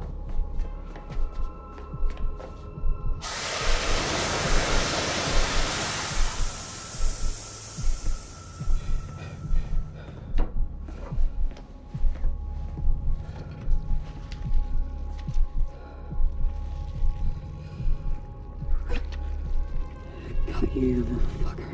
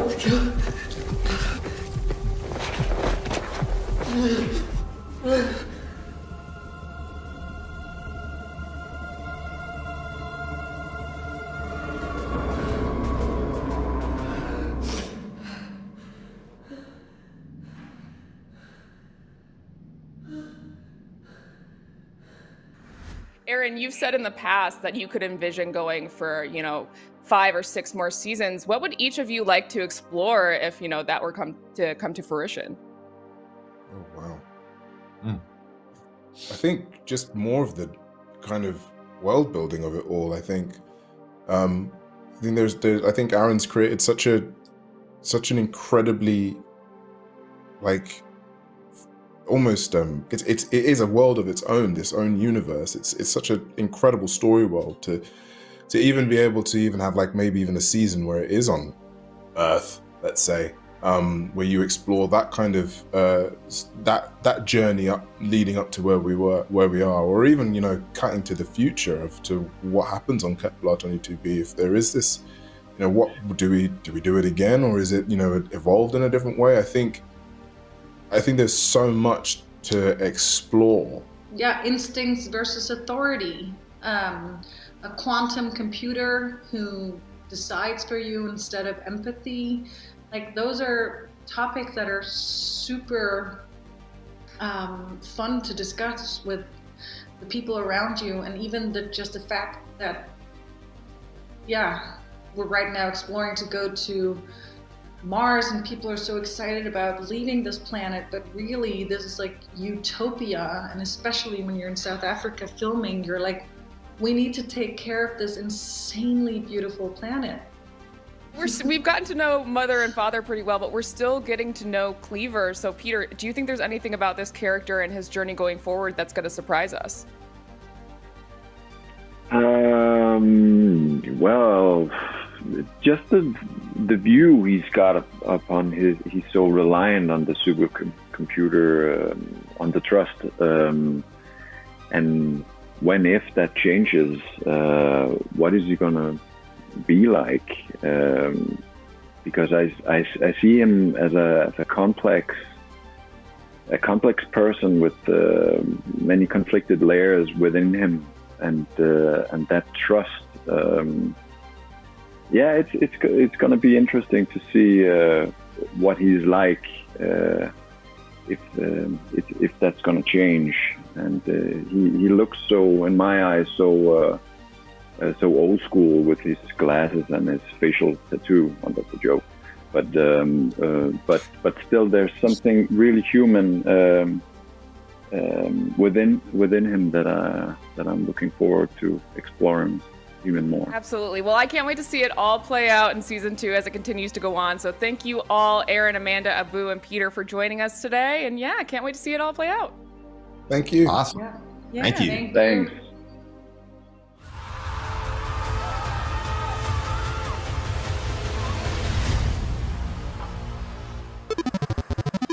All right, my producer is telling me we are back. Now, as you can tell, we've still got tons of awesome stuff in store for you here at Fan Fest. So let's keep it moving along, shall we? Now, John Constantine is a warlock, detective, and just all-around untrustworthy kind of dude. My type of dude, but that's exactly what makes him so much fun to watch. Now, let's check out the debut of a brand new trailer from the upcoming R-rated short film DC showcase, Constantine, The House of Mystery, launching this spring.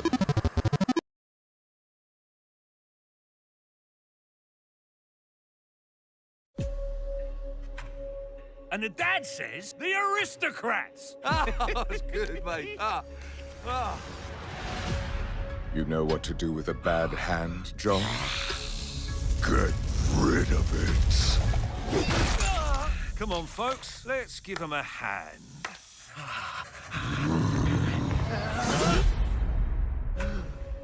What is this about? You cause the universe harm by breaking its rules. You will no longer be allowed to meddle with powers you do not comprehend. Woe to you, John Constantine. You are sentenced to spend eternity in the House of Mystery. You godlike beings can be a real pain in my... You're turning my best mates into demons! Where'd you learn to use the crapper? What hit your mind? Be still!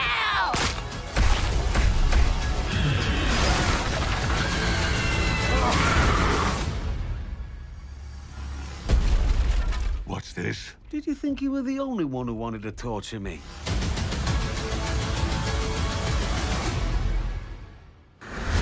Welcome back to IGN Fan Fest, the #1 show of all time, according to me, a person who just made that up. One of the best kept secrets in comic book movie history was Spider-Man No Way Home, a worlds colliding multiverse of Spider-Men joining forces against some of the most iconic villains in Marvel. The movie kicks ass and was a gigantic hit at the box office, but how did it all come together? And how did they manage to keep it a secret, especially considering how often Tom Holland leaks everything he's working on? Well, let's ask Chris McKenna and Eric Summers, the writers of Spider-Man No Way Home. Check it out. Hey, what's going on, everyone? Akeem here, and joining me are the writers for Spider-Man No Way Home, Chris McKenna and Eric Summers. How you doing, gentlemen? Doing well. Thanks for having us. Good, thank you. Of course. Yes. Now, we have a lot to discuss, so I'm just going to start right off the top. Now that everyone knows that Tobey Maguire and Andrew Garfield's Spider-Mans are in the movie with Tom Holland's, can you explain how you went about including them in a way that was meaningful to Tom's storyline, also giving us some new information about what those Spideys have been up to?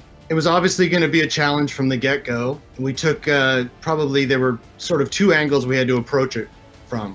One was, what do we need to accomplish for our Peter in this scene? These guys need to talk to him and they need to get him from A to B. So what is it that they could say that would do that? And we didn't want them to have the same exact attitude or opinion. That would be sort of monolithic and boring. So they have to be coming from different places, and yet they have to help him change his mind. They have to help him decide not to give up and to try to continue the plan he had and continue pursuing May's ethic. At the same time, we're coming up from the other angle of these Spider-Men, and where are these guys in their lives? If they got pulled, when they got pulled into this movie, what condition were they in? What were they doing? What was their mindset? And the end of the last Amazing Spider-Man had this really nice speech from Gwen about staying hopeful and everything, and immediately it became interesting to us. Well, what if Andrew Garfield's Spider-Man, if his Peter Parker couldn't do it? He couldn't keep that hope. He was too hurt by what happened. And so that led us to the attitude that we found for him. And then we also had to think long and hard about where Tobey's Spider-Man would be. And that was a more difficult question because more time has gone by, and what has that guy been up to? And then, of course, the actors had opinions about what their Spider-Man, what their Peter Parkers should have been up to, and where they'd be coming from as well. So it was just taking all those factors, and it was just a lot of conversations and a lot of writing. I would say we did that scene. We must have written that scene at least 10 times. The whole concept of the movie, it all seemed like this crazy wish that, like Tom Holland's, it came true, and then we were trying to deal with suddenly the world opening up and falling on our head, all these worlds. So, I think our main mantra all the way through was just make sure with every character coming from a different universe that we write up to them, and that they're not just doing cameos, it's not just curtain calls, that we are actually being true to that character, where he was coming from, his story, and taking it and moving it along, making sure that each of them had as much of a story as we could give them. And obviously with Tobey and Andrew, that was the craziest dream come true, that the two of them would actually then, come into this world, and then we get to continue their stories. And obviously we had to do it in a meaningful way for our Peter, and they're all on different paths, the multiverse, they're all sort of echoes of each other, and they've gone through similar experiences. And so we wanted to be true to where Tobey and Andrew were, and make sure that then they come at this moment and are servicing Peter and helping him like two older brothers who've been through the same trauma and same experiences, and trying to at the same time, heal their own wounds or serve their own role in his story, and so that everyone goes back home changed by this. It's not just the cavalry coming in; they actually come in and affect the story, and the story affects them. Yeah, that's what I love the most about their addition to the movie, is the fact that it wasn't just a cameo. Like their presence there was very meaningful to Tom Holland's Spider-Man. Now, was this always the vision that you all had for Tobey and Andrew, or was this something that kind of like materialized as the process went on?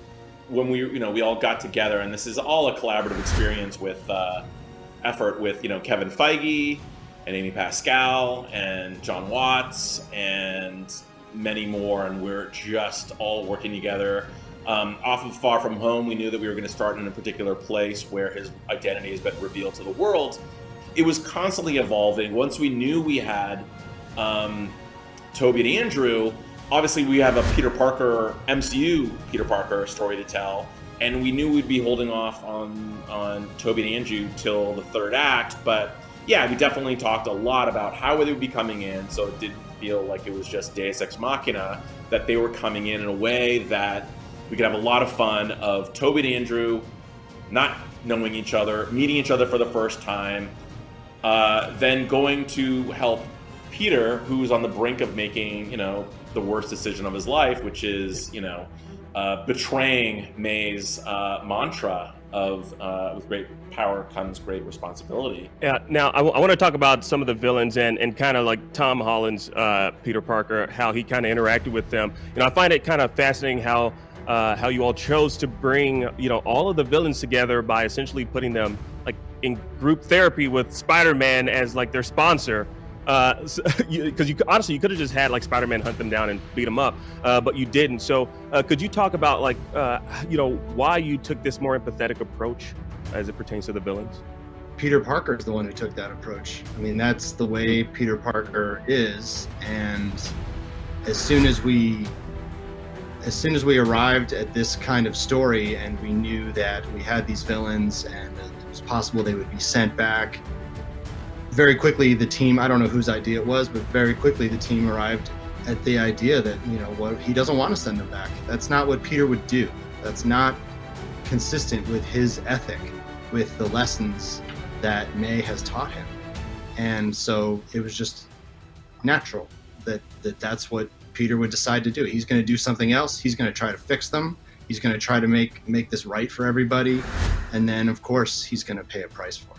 I mean, the whole movie thematically is about Peter Parker torn between the code that Aunt May has instilled in him and not having to live up to this difficult code. But the larger ideology that she's instilled with him is like, it's not that easy. You're just going to send them back. And even at the homeless shelter, he's saying, don't worry, this is what Doctor Strange wants. I know what I'm doing.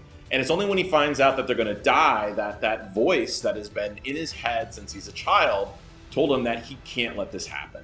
So that's the whole tension in the movie, is he's constantly trying to get what he wants, but he's always got that moral, that pesky moral mission that has been instilled in him by May, keeping him from getting what he wants. So the empathy is inherent. It's been, and that's why May is his moral guide, more than anyone else in his universe. And that's why this whole, as we started realizing as we were writing and making it, and with Watts and Amy and Kevin, like this really is him living up to that code of with great responsibility comes great power for the first time, because for the first time he actually it comes with sacrifice, true sacrifice. And the person who instilled it in him is the one who sacrifices her life because she believes in it so much. I kind of want to throw things to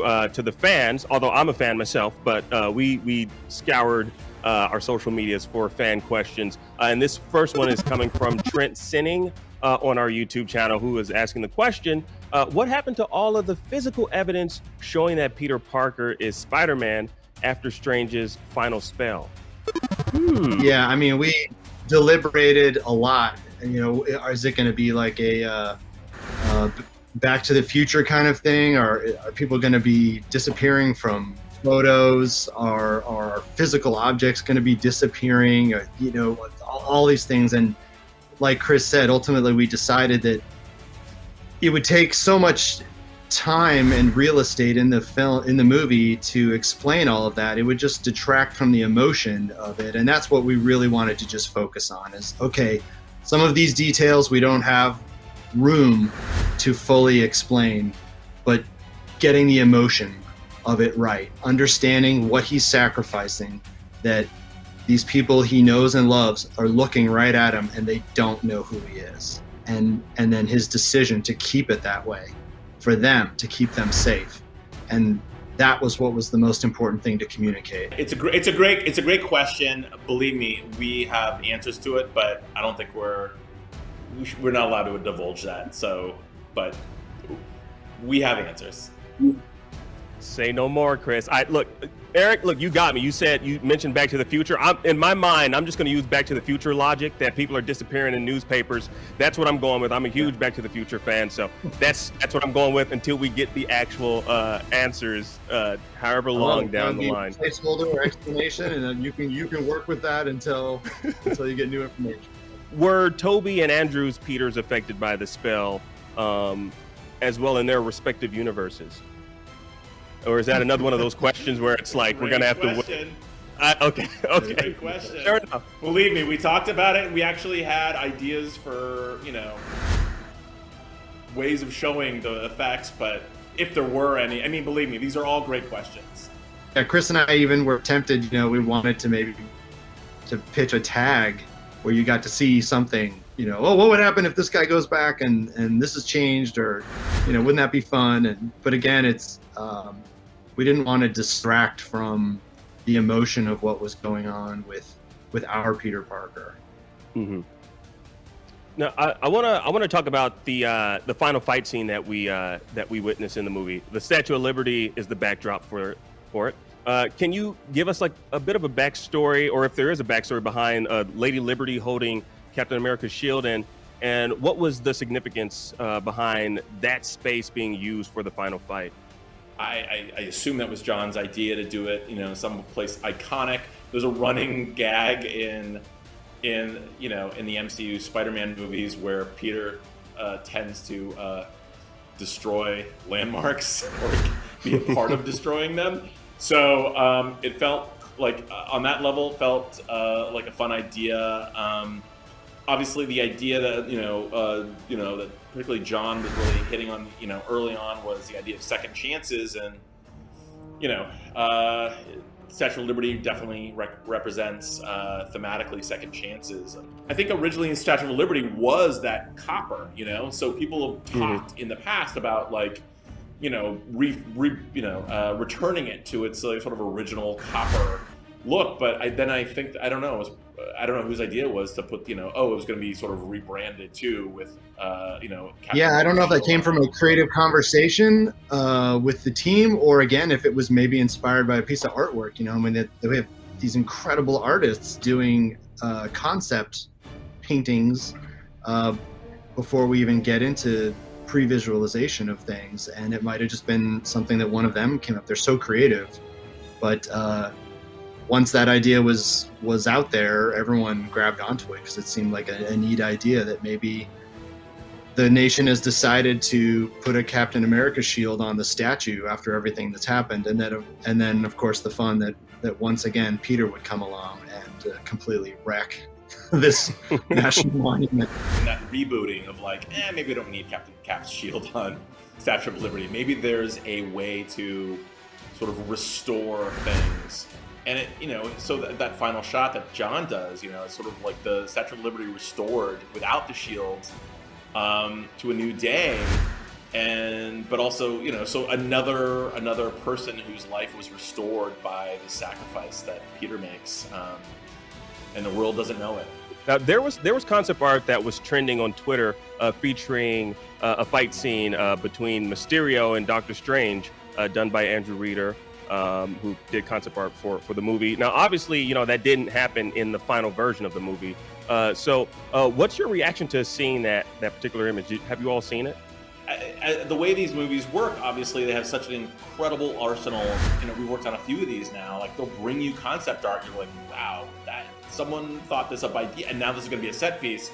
So when we didn't know what the movie was quite going to be, and we were playing around with a lot of different ideas, and you're dealing with the multiverse, and a lot of different ideas get thrown around.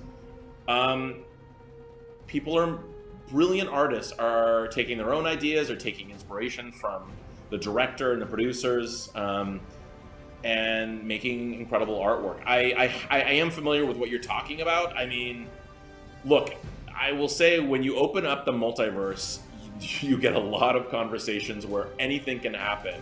We were kicking around different, that was not multiverse related, and we were kicking things around. And then, you know, I think Kevin really loved the idea of maybe doing a tag that had something to do with that multiverse, and, you know, you introduce oh man, wow, maybe you see a character from one of the other movies, but that was just going to be like a down the road tag, and, you know, and then there were certain obstacles to the stories that we were pursuing before we came up with this story. But I remember being across the table from Kevin, and Kevin goes, I think, you know, if we'd hit a few obstacles for some various reasons with the other stories, and he said, what if we just, that tag idea, what if that was the movie? What if that was the act break, instead of just waiting for the tag? And I remember now looking at the movie, it's almost like it was that aha moment, but also it was like all of those characters at the end of the movie that start coming through,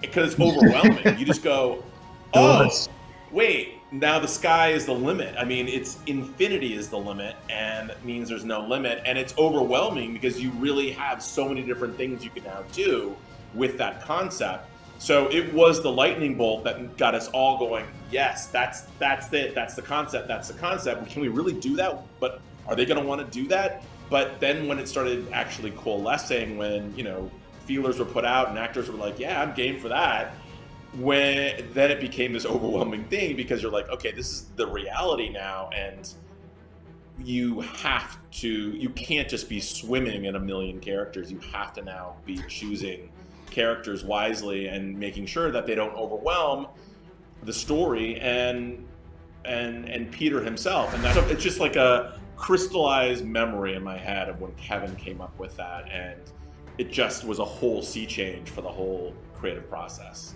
because that became the concept of the movie.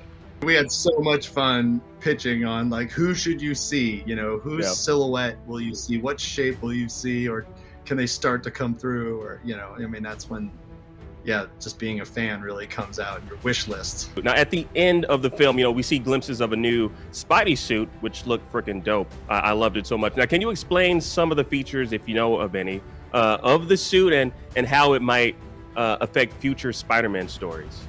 Super sparkles. I love that blue that they chose. I mean, it's right out of the comic books. It's amazing. You see a sewing machine on the table, and so, you know, he's made his own suit, but I don't know. Everything that's implied in that, to me, says this is a different Peter and a different Spider-Man than we've seen before. Yeah, I mean, we really like the idea of Peter moving into a new phase of his life where he doesn't necessarily have the help of a Tony Stark and all the access to all that technology and all of these things. So time will tell exactly what's in that suit, but I think people can probably look forward to a different kind of suit and a different kind of level of technology and whatnot. But maybe, maybe Peter's got something stashed away somewhere and it's full of gadgets. Who knows? Ooh. Well, the suit was definitely sparkly. Now, one final question I got to talk about. I'd be remiss if I didn't mention this. The end credits scene where we see a little piece of symbiote that's left behind. What are the implications? What was the intent behind that? It was a fun idea that the sixth. If he was the sixth of this movie, Sinister Six, that he gets stuck in a bar and doesn't get out of there, but maybe he leaves a little something behind. Again, we're not masters of that course of that next adventure. But it leaves the door open for possibilities, as opposed to just seeing him go back and not seeing any symbiote. So it just allows for some exciting possibilities in the future. Well, I'm going to hit the forums and start speculating and theorizing and drop some of my own based on everything that was said here. Chris McKenna, Eric Sommers, thank you both so much for responding to the fan questions that we've been craving answers to. See what I did there? Craven answers. They were good questions. No, they're great questions, and I hope you know that we're not trying to be coy. Just there's certain things that we don't know, and there's certain things that there's a as we always joke, but half jokingly, there's a Marvel satellite stationed over each of our heads, and just waiting for the right moment where our loose lips sink our head. I think you've given me and the rest of the fans just enough to kind of keep us on that hook for years to come, I guess. So, thank you once again. Thanks so much. Sure, thank you. It's a pleasure. It's a pleasure and a privilege. Thanks. Peter, you're struggling to have everything you want while the world tries to make you choose.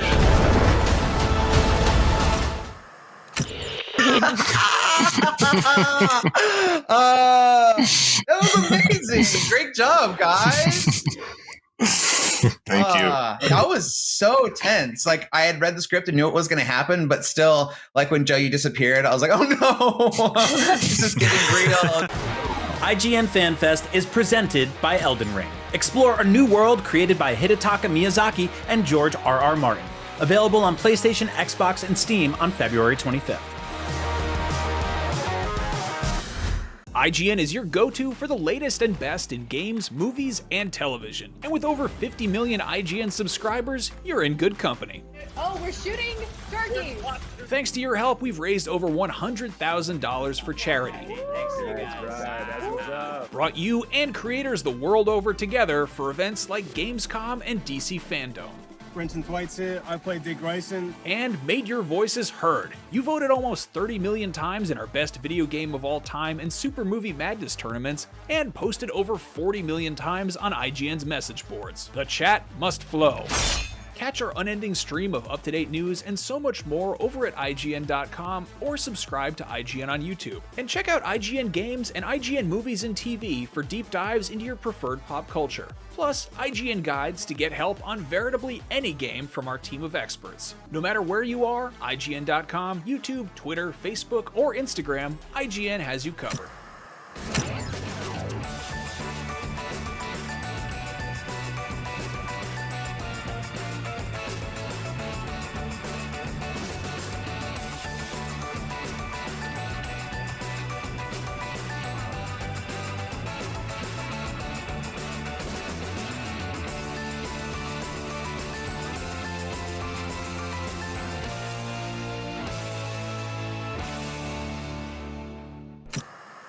In a world with non-stop news about Marvel, DC, Star Wars, you need a show with accurate reporting, hard-hitting commentary, and me, Akeem Lawanson, host of IGN's news show, The Fix Entertainment. Whether it's the latest superhero scoop, film fiasco, or anime announcement, I'll be here covering all the breaking movie, TV, and streaming news that matters most to you. Make sure to catch The Fix Entertainment on IGN for your fix of entertainment news. Let's drop it. You're watching IGN Fan Fest. Attack on Titan is one of the greatest and most popular anime series on Earth, but sadly, much like most of civilization in Attack on Titan, all good things must come to an end. Let's talk to the cast behind the voices of Attack on Titan, the final season, part 2, and find out how they're coping with extinction, because it's not a good look.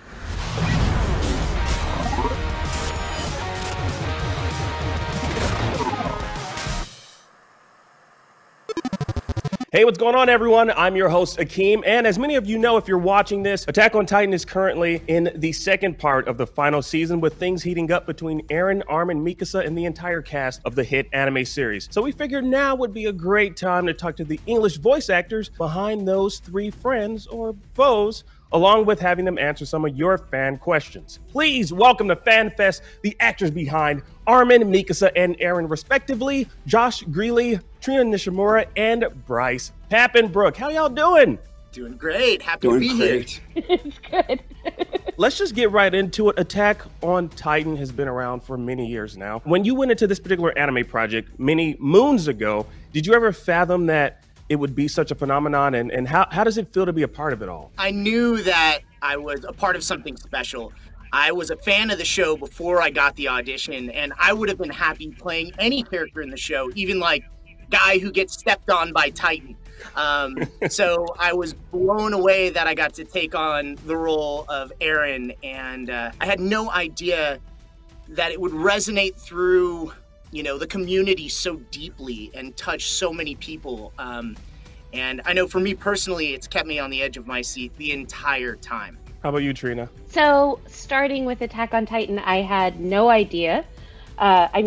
People will tell you frequently that a certain show is going to be a big deal and that it's going to be amazing and all the things. And I can honestly say that Attack on Titan has changed my life in a lot of ways. I have been so fortunate and so lucky. And like Bryce, I would have been happy to be Woman A that was smushed by a boulder in the first episode. But I'm really fortunate. I love Mikasa Ackerman. I love all of the world and all of the twists and turns and the many different amazing plot points in Attack on Titan. And further, I have gotten to meet Bryce, who is here. No, wait, here. Okay. I've gotten to meet Bryce. Luckily, I already knew Josh, which has been amazing, but just being able to form these really amazing friendships over the years has honestly changed my life. Aw. How about you, Josh? Aww. I had a feeling it was something really cool at the time. I never would have imagined that it would become what it's become now, or that it would cover so much ground, philosophically, and then the story that we've been telling would take the route that it has, and never would have guessed that in a million years. And it's been a really fun ride to get to discover the mystery of the show, and find the answers along with the fans along the road too. Yeah, I remember watching it many years ago in a garden apartment in Chicago, thinking this show is freaking amazing. And to see where the show is today, honestly, it's just mind blowing to see how the characters have grown. So how would you all describe your character's evolution from season 1 to now, and what was the process like, kind of interpreting that shift in character? Because there's one character in particular we've seen really, really change, and obviously that's Aaron. Bryce, Yeah. How about that? I love using the word shift in describing it also.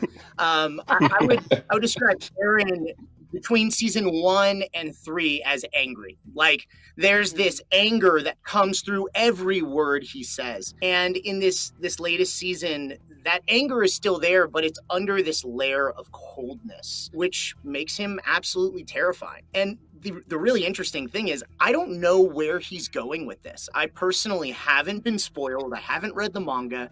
I love to immerse myself in the shows I'm working on, live kind of in that moment in real time, and then let whatever comes out of my body kind of come out into the show. So it's really exciting to be able to collaborate with Mike in this big change of the character after being angry Aaron for so long to now play this new version of him. It's been really fun. How about you, Trina? Playing Mikasa has been amazing. Her growth over the seasons has really been so interesting to be able to put out into the world. Similar to Bryce, I haven't been spoiled. I don't read ahead, and Mike McFarland, the director of the English dub, is amazing. And being able to experience with Mikasa in that moment and really portray her evolution has been awesome. She certainly hasn't been through as much change as Aaron, and her some things that kind of came out in the final season, part 1, about Mikasa's origin story has shifted her, the portrayal of her and my perception of her over time. But I'm really looking forward to how everything ends. I'm really looking forward to seeing where everyone ends up. In my heart of hearts, I really want like Eren and Mikasa and Armin to just get matching townhomes somewhere and like just be friends and just hang out. I know that's not gonna happen, but I hope for them that it'll be a happy ending. It won't, probably. I think that's all we can do is hope, especially if we're not manga readers, so we haven't spoiled ourselves. Like I stick with the anime. That's how I was introduced to the series. So I stick with the anime. I don't want to be spoiled. But Josh, I feel like Armin, like the core of Armin has remained the same, but he's also seen some evolution. I feel like the core struggle for Armin in the first season was just overcoming his own feeling of inadequacy, his own feeling of like he really wasn't useful. He was afraid. Everyone saw him as a little fragile daffodil, and so did he. But he goes through that. He grows as a character there. He starts to grow more in terms of, instead of becoming a warrior, he becomes more of a leader. And then for every season after that, his primary struggle seemed to be trying to reconcile being a leader and having to help make some of these plans that often got people killed, and the moral and ethical things, struggles and questions that came along with every new piece of information or every new answer to a mystery that came along. Kind of revealed more and more that there was a human element behind the Titans, and therefore there was a lot of moral and ethical questions and conundrums to be navigated, and Armin's kind of the one that generally is the one who's asking those questions out loud and very visibly struggling with them, and that's where his growth has usually come from. We have some fan questions, and a lot of these are fun, so I want you all to feel free to have, I mean, you can interpret them however you want, but again, these are coming from the fans of the anime series. This first one is actually for you, Josh. It's from Kriv the Potato on Twitter, asking the question, why do you think, I know, interesting name, right? Why do you think Armin's colossal titan doesn't have a nose? So he doesn't have to smell all the bodies he makes when he transforms. Oh. Yeah. Sorry for the dark answer, but yeah, man, if I was Armin, I wouldn't want to smell that either. This next question is for the entire cast. This is from the Cactus Man 17 on YouTube. What do you think your character tastes like when eaten by a Titan? Do you think they prefer grill or skillet? Or should they be dry rubbed, marinated, or smoked first? With Eren, you could taste the anger coming through his pores. There would have a unique, very angry taste. I don't know what that taste would be, but it would just taste like anger. I really, really love food, like probably too much. And I'm fortunate enough to have a partner that's a chef. And I love the question because I was like, okay, so there's 5 flavor elements to any well-balanced dish, right? So there's sweet, sour, salty, bitter, and umami. Mikasa is not very sweet, so we would definitely need, just to warm up everyone's palate, like maybe a little bit more sugar. She's pretty salty. She's a little bit bitter. So if I was going to make Mikasa a dish, I would probably make her a pickle. I would add some sugar because she already has enough salt. So like equal parts salt and sugar, and then some vinegar for the sour, and then a little Parmesan rind in there to add the umami. So I would make Mikasa something that's been pickled, like kimchi. I should have mentioned kimchi pickle recommendations are always done by Trina. Like if you ever want to know a restaurant or the best thing to eat, like you just ask Trina and she always will tell you the very best. How about Armin? Ever since the last fight with Bertolt, he's just been crispy, deep fried. He has no flavor left at all. Oh my God, you guys were Korean barbecue. That's where we are. There we go. We're totally Korean barbecue. Yes, that's it. Now, this is a serious question. Why do you think Eren sacrificed everything instead of just talking to his friends about what he saw when he kissed Historia's hand? I'm not sure. And it's kind of tough following Eren's decision making, because I wouldn't say Eren makes the best decisions. Very early on in the show, we noticed that Eren was very quick to go kill things and attack things, and one thing that kind of, I think everyone in the cast started doing, Aaron would say something, then immediately after we'd portray Armin going, Aaron, no! So I'd be like, let me kill them. Aaron, no! Just over and over and over. He makes bad decisions. So I feel like that's probably another bad one. He could have talked about it, but it's hard for him to control his feelings. So yeah, we'll see how it plays out. I don't know. Maybe it was the right decision and I just don't know yet. Josh, Trina, Bryce. Now, before we wrap, is there anything you'd like to say to the fans of the series, like any parting words as we continue down this road in part 2 of the final season? Just thanks for all the support. The past, 2 years now have been so challenging for everyone, and everyone has fought some kind of Titan in their life the past 2 years. I know I have. And I feel like if I could have any parting words about Attack on Titan and about the final season part 2, it would be thematically there are so many beautiful things about Attack on Titan, and I would encourage people to find the positive and find the good, and just to be kind. And that's what I would, if I had a closing word, it's to be kind, just to everyone as much as you can. I'd like to say just thank you guys for watching. I know I am extremely excited to record this final season. It is, it's going to be good. How are your vocal cords, Bryce? Like seriously. I'm conditioned. I'm ready to go.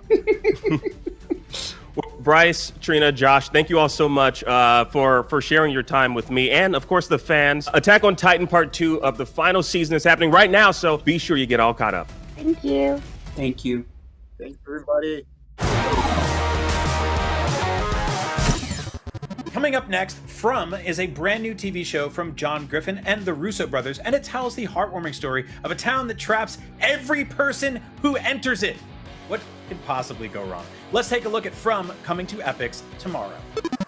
Hi, and thanks for joining IGN Fan Fest today. I'm Harold Perrineau, star of From, a new horror series on Epix. You might remember me from Lost, and I'm excited to share that the executive producers of Lost and I are back together again to bring you this series that unravels the mysteries of a nightmarish town that traps all those who enter. I'm excited to bring to you today an exclusive clip. And don't forget to watch the premiere of From, airing tomorrow, February 20th, on Epix at 9 p.m. Eastern and Pacific, or on the Epix app. Take a look.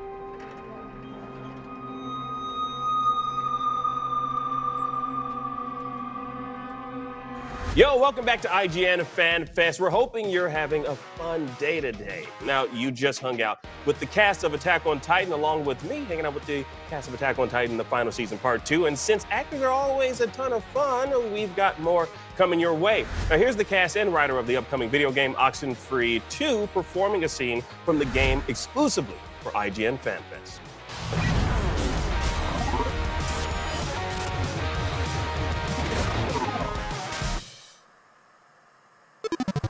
What's up, everybody? My name is Joshua Yale, and here on IGN, we've got a special treat for you. If you're a fan of the moody mystery game OXENFREE, then you've probably been eagerly awaiting the sequel. Well, we're going to give you a unique preview of the game with the lead writer and 2 voice actors. We're going to perform right here, right now, a scene from OXENFREE II, Lost Signals. And so I want you to meet our very special guests.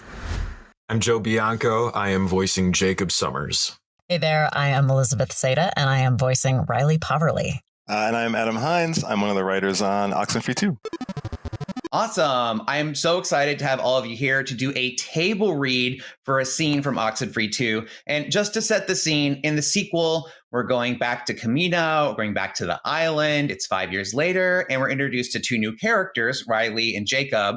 And I know the plot is shrouded in mystery, but what can y'all tell us about this scene and the characters to help set up this performance? Thank you. Yeah. So OXENFREE II, obviously the sequel to OXENFREE I. In OXENFREE I, a bunch of teens had unwittingly started to tap into the other side of time streams and accidentally kind of tripped and opened up a giant portal. Thankfully, they escaped with their lives. But now OXENFREE II, those events have kind of started a chain reaction and a ripple effect. And there are some weird anomalies going on now in the town of Kamina. There's some weird instrumental oddities where just the TVs are turning on and off and radios are on the fritz, and no one really knows where these interfering signals are coming from. So the town has kind of hired these environmental researchers to find out what is going on. And Riley, who is actually a person who's from Kamina, she's returning to her hometown. She is one of those environmental researchers. So her whole job is to plant transmitters around the Kamina coastline to figure out and try and track and trace where these weird, strange signals are coming from. So along the way, she runs into Jacob, who's an old acquaintance from her high school, and they kind of figure out along the course of the evening that there's actually a cult in the town. This cult is called Parentage, and they are deliberately trying to tap into the portal and the alternate timelines that the teenagers from OXENFREE I just accidentally opened up. So they are kind of doing this nefarious scheme for their own ends. And Riley and Jacob discover to counteract that, they do have to plant these transmitters in these very specific places to restrict what the field of effect the cult can have on the radios and the signals.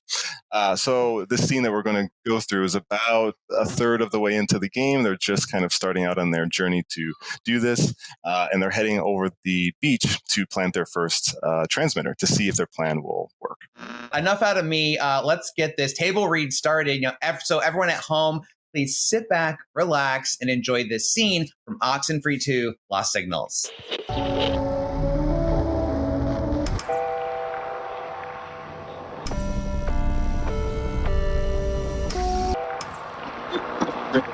Jacob and Riley are hiking up and over a hill. They spot a beach nearby and a cove. Something seems to remind Jacob of something. So, embarrassing confession. Before my truck broke down, I was headed to the library to return a book I was a month late in returning. I'm talking 30 proper days, and I never even finished it. Not a good book? It's mindless brain candy. Fun, but no real vitamins and minerals, But really, I could have waited another 30 because Kamina PL got rid of their late fees last September. I mean, is it weird that I don't mind paying late fees? I get that getting rid of them promotes library usage, which is a big plus, but I mean, there has to be consequences. Life is nothing but late fees. You know what? At this point, you might as well keep it. Make the library really learn the lesson. Whoa, getting systemic. Maybe you're onto something. But my guilt will eventually eat my feet. I'll return it. They arrive at the beach. Okay. I think the best place to put the transmitter will be just up over that cave wall there. Titiga Falls is close, lots of open air. Got it. I keep thinking about what they could be doing. What they could be trying to do. Parentage. The cult, just with all of this. You gotta figure, or at least I'm figuring, there's two possibilities. Either they're a bunch of underbaked human beings making underbaked life choices, Or, Honestly, Jacob, it doesn't really matter what they want. well, what if whatever they're trying to do is the right thing to do? What if they're bringing about a benevolent ancient deity that will end world hunger and create a new renewable energy source? Hell no. Absolutely not. There has never, ever been a cult that was right, Jacob. It never happens. It's part of being in a cult. You're nuts. Jacob says nothing. The wind picks up. Riley turns to see if Jacob has taken offense at her comment, but he's nowhere to be seen. Jacob? Jacob? Riley's walkie beeps. Red Rover. Who wants to come over? Who is speaking? Who? Are you an owl? Just follow along. Sticks and stones can break my bones. And so can rocks, and so can blocks. Bloody and red, they'll kill me dead. No more night, no more light. No more light, no more. Riley spots a standing floor lamp on the beach. It's glowing, but it's not obvious to Riley how it could even be plugged in. The lamp? There's footsteps here. Eeper weeper chimney sweeper. Had a wife but couldn't keep her. Had another, didn't love her. Up the chimney he did shove her. Body of the woman was found after neighbors complained about a strange smell emanating from the house every time before. Time distorts. Things move around. Riley quickly discovers a chimney near the cliffside. Are you talking about the chimney? Winner! Hickory dickory dock. Who is that hiding behind the rock? Riley spots a sizable boulder. With a little effort, she moves it out of the way and climbs into a newly opened cave. Riley squeezes through, hoping to find Jacob soon. Ladybird, fly away home. Your children are under the brindle stone. Come find me. Riley crawls through the cavern until finding a single old shoe buried in sand. She gently brushes the tiny pebbles off. Shoe? What? What is left? Do you see? Riley blinks and is back on the beach. Riley? Hey, you back with us? You okay? Yeah. I'm fine, I guess. I'm here. I'm okay. Okay. Good. You were just staring out into the ocean, didn't blink for a solid minute. I didn't?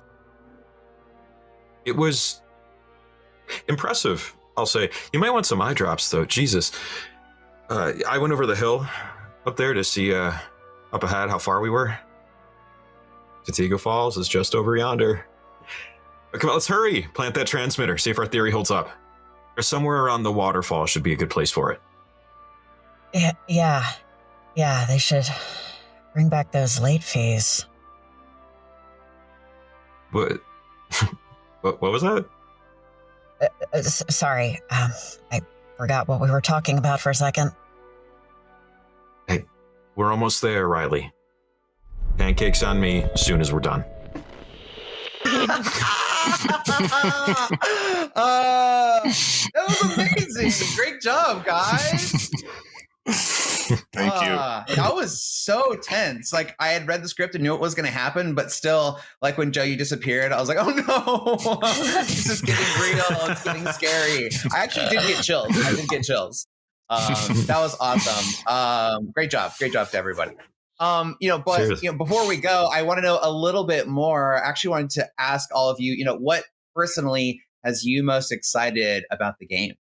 So as voice actors, you get the stuff that you work on and you get a general idea about what's going on. And while I think we all have a pretty good idea about what OXENFREE II, The Lost Signals, is going to be about. I haven't heard. I mean, this is my first time meeting Liz, was rehearsing for this. I can't wait to hear every other character, how they weave into the plot. And by recording the lines you recorded and being told the things that you only really need to know, I feel like I only know 1/100th of this whole entire world. And I am stoked to see the rest of it. Yeah, I'll piggyback on that. Totally true. It's such a funny experience as the voice actor because we have these branching scripts and we only know a small fraction of it. Likewise, great meeting Joe. Obviously, getting to work with the Adams was great, the writers.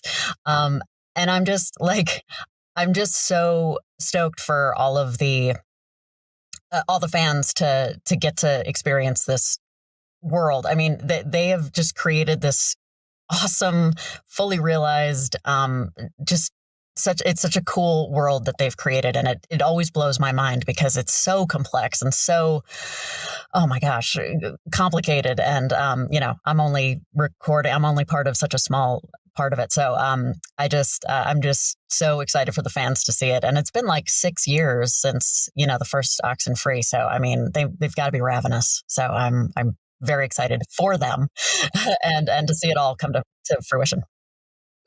Thanks. Yeah, for the actors, it's very tough because it's these spaghetti scripts that I'm like, well, this will lead to this later, and so you got to be kind of happier here. And so, yeah, all the kudos in the world that they can sound like human beings actually saying these lines as if they're coming up in their brains at the time that they're saying them.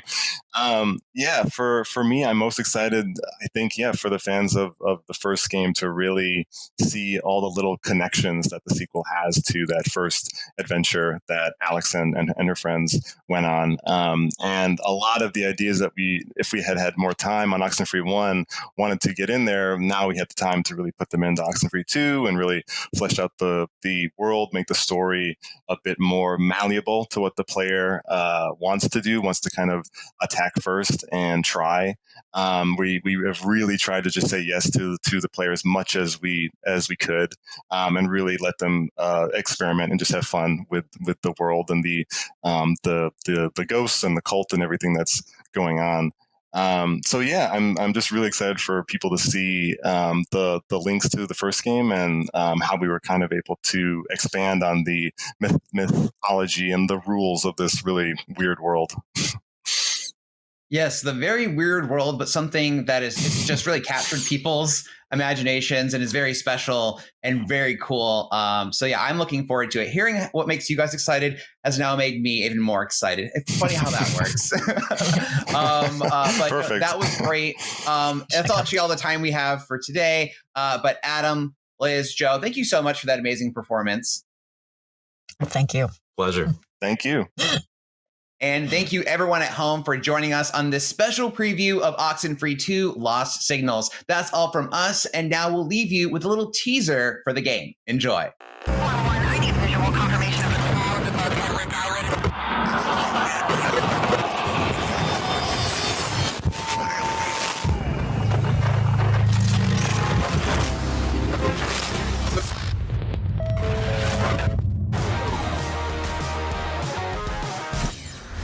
You're watching IGN's Fan Fest. Looking back, we've really come so far today. We saw some S-tier wardrobe change, you saw some new looks at Halo, the series, Teenage Mutant Ninja Turtles, Shredder's Revenge, Lego Star Wars, the Skywalker Saga, and we even got to talk to Ryan Reynolds and Jamie Lee Curtis. Oh, love those. But the best is yet to come, because in just a minute, we're talking to the cast of The Legend of Vox Machina and their hit D&D web series turned Amazon Prime Video animated show. That's wild. That is wild. And right after that, we're checking in with Robert Eggers for his violent new Nordic revenge movie, The Northman, which I cannot wait for. And last but not least, we're talking to the cast of Sonic the Hedgehog 2, the upcoming sequel to the greatest video game movie ever made. FanFest comes to a close in just a bit, but first, we're going to take a very quick break. So stick around, because we'll be right back after this. Gotta go fast. Is it weird to say I would like to thank you on behalf of all the fans for farting out these characters? I'm very happy y'all did that. You're welcome. The first time anyone's thanked me for farting, so. Oh, okay. Well, there you go. Not my first time. IGN Fan Fest is presented by Elden Ring. Explore a new world created by Hidetaka Miyazaki and George R.R. Martin. Available on PlayStation, Xbox, and Steam on February 25th. If you're not following IGN on social media, what are you waiting for? We're constantly updating our feeds to bring you the latest news, gameplay, custom original content, memes, the best user-generated videos and art, and a whole lot more. Be part of the conversation throughout the year. Follow IGN on Instagram, Twitter, Facebook, TikTok, and Snapchat. Competition brings out the best in all of us. Well, mostly. Oh, that's a controller break. That's unfortunate. Welcome to IGN Compete, where we bring you the stories behind the esports headlines. Reigning world champions! From the triumphs Daryl takes the game to the hardships It's not heavy. to the miracle moments that will go down in history. I just can't believe it! It's crazy. It's all here on IGN Compete. God, I'm in disbelief! In a world with non-stop news about Marvel, DC, Star Wars, you need a show with accurate reporting, hard-hitting commentary, and me, Akeem Lawanson, host of IGN's news show, The Fix Entertainment. Whether it's the latest superhero scoop, film fiasco, or anime announcement, I'll be here covering all the breaking movie, TV, and streaming news that matters most to you. Make sure to catch The Fix Entertainment on IGN for your fix of entertainment news. Let's drop it. Everybody loves watching a speedrun of their favorite game, but what if you got a chance to peek into the mind of the developers behind those games as they watch their hard work get completely destroyed right in front of them? What is happening right now? That's exactly what happens on every episode of Devs React to Speedruns. We invite you to ride along with the developers as they watch, react, and enjoy some of the craziest gameplay by the most skilled speedrunners on the planet. Tune in every Saturday for a brand new episode. Welcome back to IGN's Fan Fest. The amazing, talented, weird, and hilarious stars of Critical Role, the Scrappy Dungeons and Dragons role-playing series turned massive multimedia empire are embarking on their wildest journey yet. A brand new animated series on Amazon Prime Video called The Legend of Vox Machina. But enough from me. Let's check in with the amazing voices behind The Legend of Vox Machina. Hello everyone, I'm Stella Chung, and today I am joined by the lovely cast of Vox Machina. Hello everyone, how you doing? Hello. How are you? How you doing? Good to be here.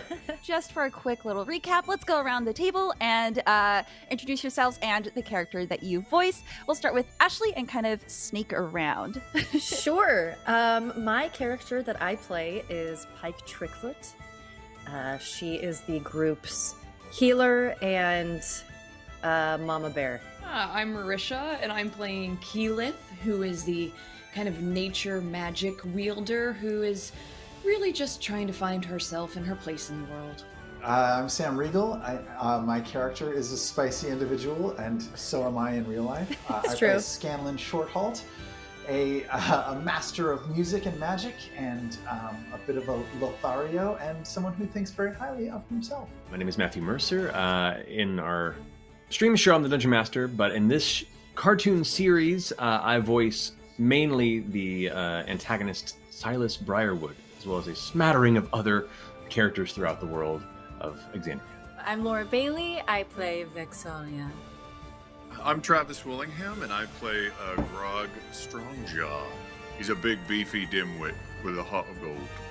Hi, I'm Liam O'Brien. I play Vaxil Dan in The Legend of Vox Machina. My name is Taliesin Jaffe, and I play Percival DeRollo, and I'm refined, an aristocrat, and a bit of a temper. So how is going from Kickstarter to a major streaming network, Amazon, change the story or your approach to storytelling? That's a good question.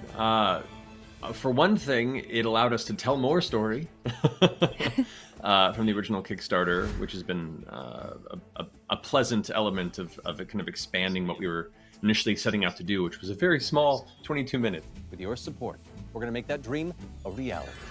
And also it's allowed us to just bring in a whole nother level of creative talent to help collaborate on this. and still see through our creative vision. Like, a lot of times when you think that transition would mean giving up that vision, thankfully that has not been the case. So I would say not a whole lot has changed beyond just the scope of what we're capable of doing, which has been quite fun. Kind of echoing Matt, I'm a big believer in that a good story should be able to work in any medium that you want to tell it. So of course there was adaptation and things that we had to adjust when you're taking 400 hours worth of content and putting it into a 12 episode season, but the story is still there, and I think we were able to do a pretty good job at capturing it and really just kind of capturing the essence of, what did we say, the reasonably mediocre Vox Machina. Hi, this is a question for Taliesin. My question is outside of watching Whitestone come alive, what has been the best part of seeing the series animated for you? There's so much. I will say the thing that really hit me the hardest first was the very first piece of concept art, or I think it's actually production art of Whitestone. Seeing this beautiful vista of it with the castle and the village and the tree, the sun tree, and that blew my mind, and I'm still stuck on it, and I keep that image on my laptop and just stare longingly on occasion. that was amazing. When you're sitting at the table and you're doing stuff where you're like, oh man, in my head this looks so badass, you finally get to show it, and we get to see it animated, and we can feel cool for a minute. we kind of farted out these characters, and they turned into an amazing story that now we get to share with everybody. But at its heart, it's just a bunch of friends making each other laugh. So I don't know. We didn't set out to do this, but we did, and it feels really cool. Is it weird to say I would like to thank you on behalf of all the fans for farting out these characters? Very happy y'all did that. The first time anyone's thanked me for farting, so. Oh, okay. Well, there you go. Not my first time.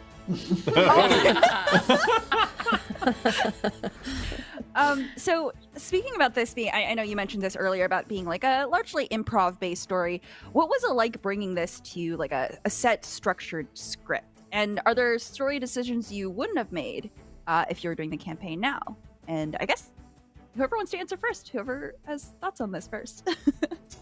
Yeah. I mean, we obviously taking a campaign that had hundreds and hundreds of hours of playing content and boiling it down into a 22-minute episodic series. We had to leave a lot of stuff out of the animated series. Any scenes of us shopping or buying weapons or preparing our outfits were all gone. And we also, combined characters and changed up the timeline a little bit just to kind of simplify things and keep the story moving. In all, I think like all of the main story beats of at least the Briarwood arc, which we're telling in season 1, I think all of those story beats, fans who watched campaign 1 will definitely recognize. Like we'll hit all the same big benchmark moments that happen in the campaign, but how we get there is slightly different, and how and the repercussions of those events are slightly different. If we had to go back and redo the campaign, though, I don't think that we would do anything differently. At least not for me. Matt probably, as the world builder, might know things that even we don't about, like, oh, I wish I changed this backstory because it would have woven into this differently.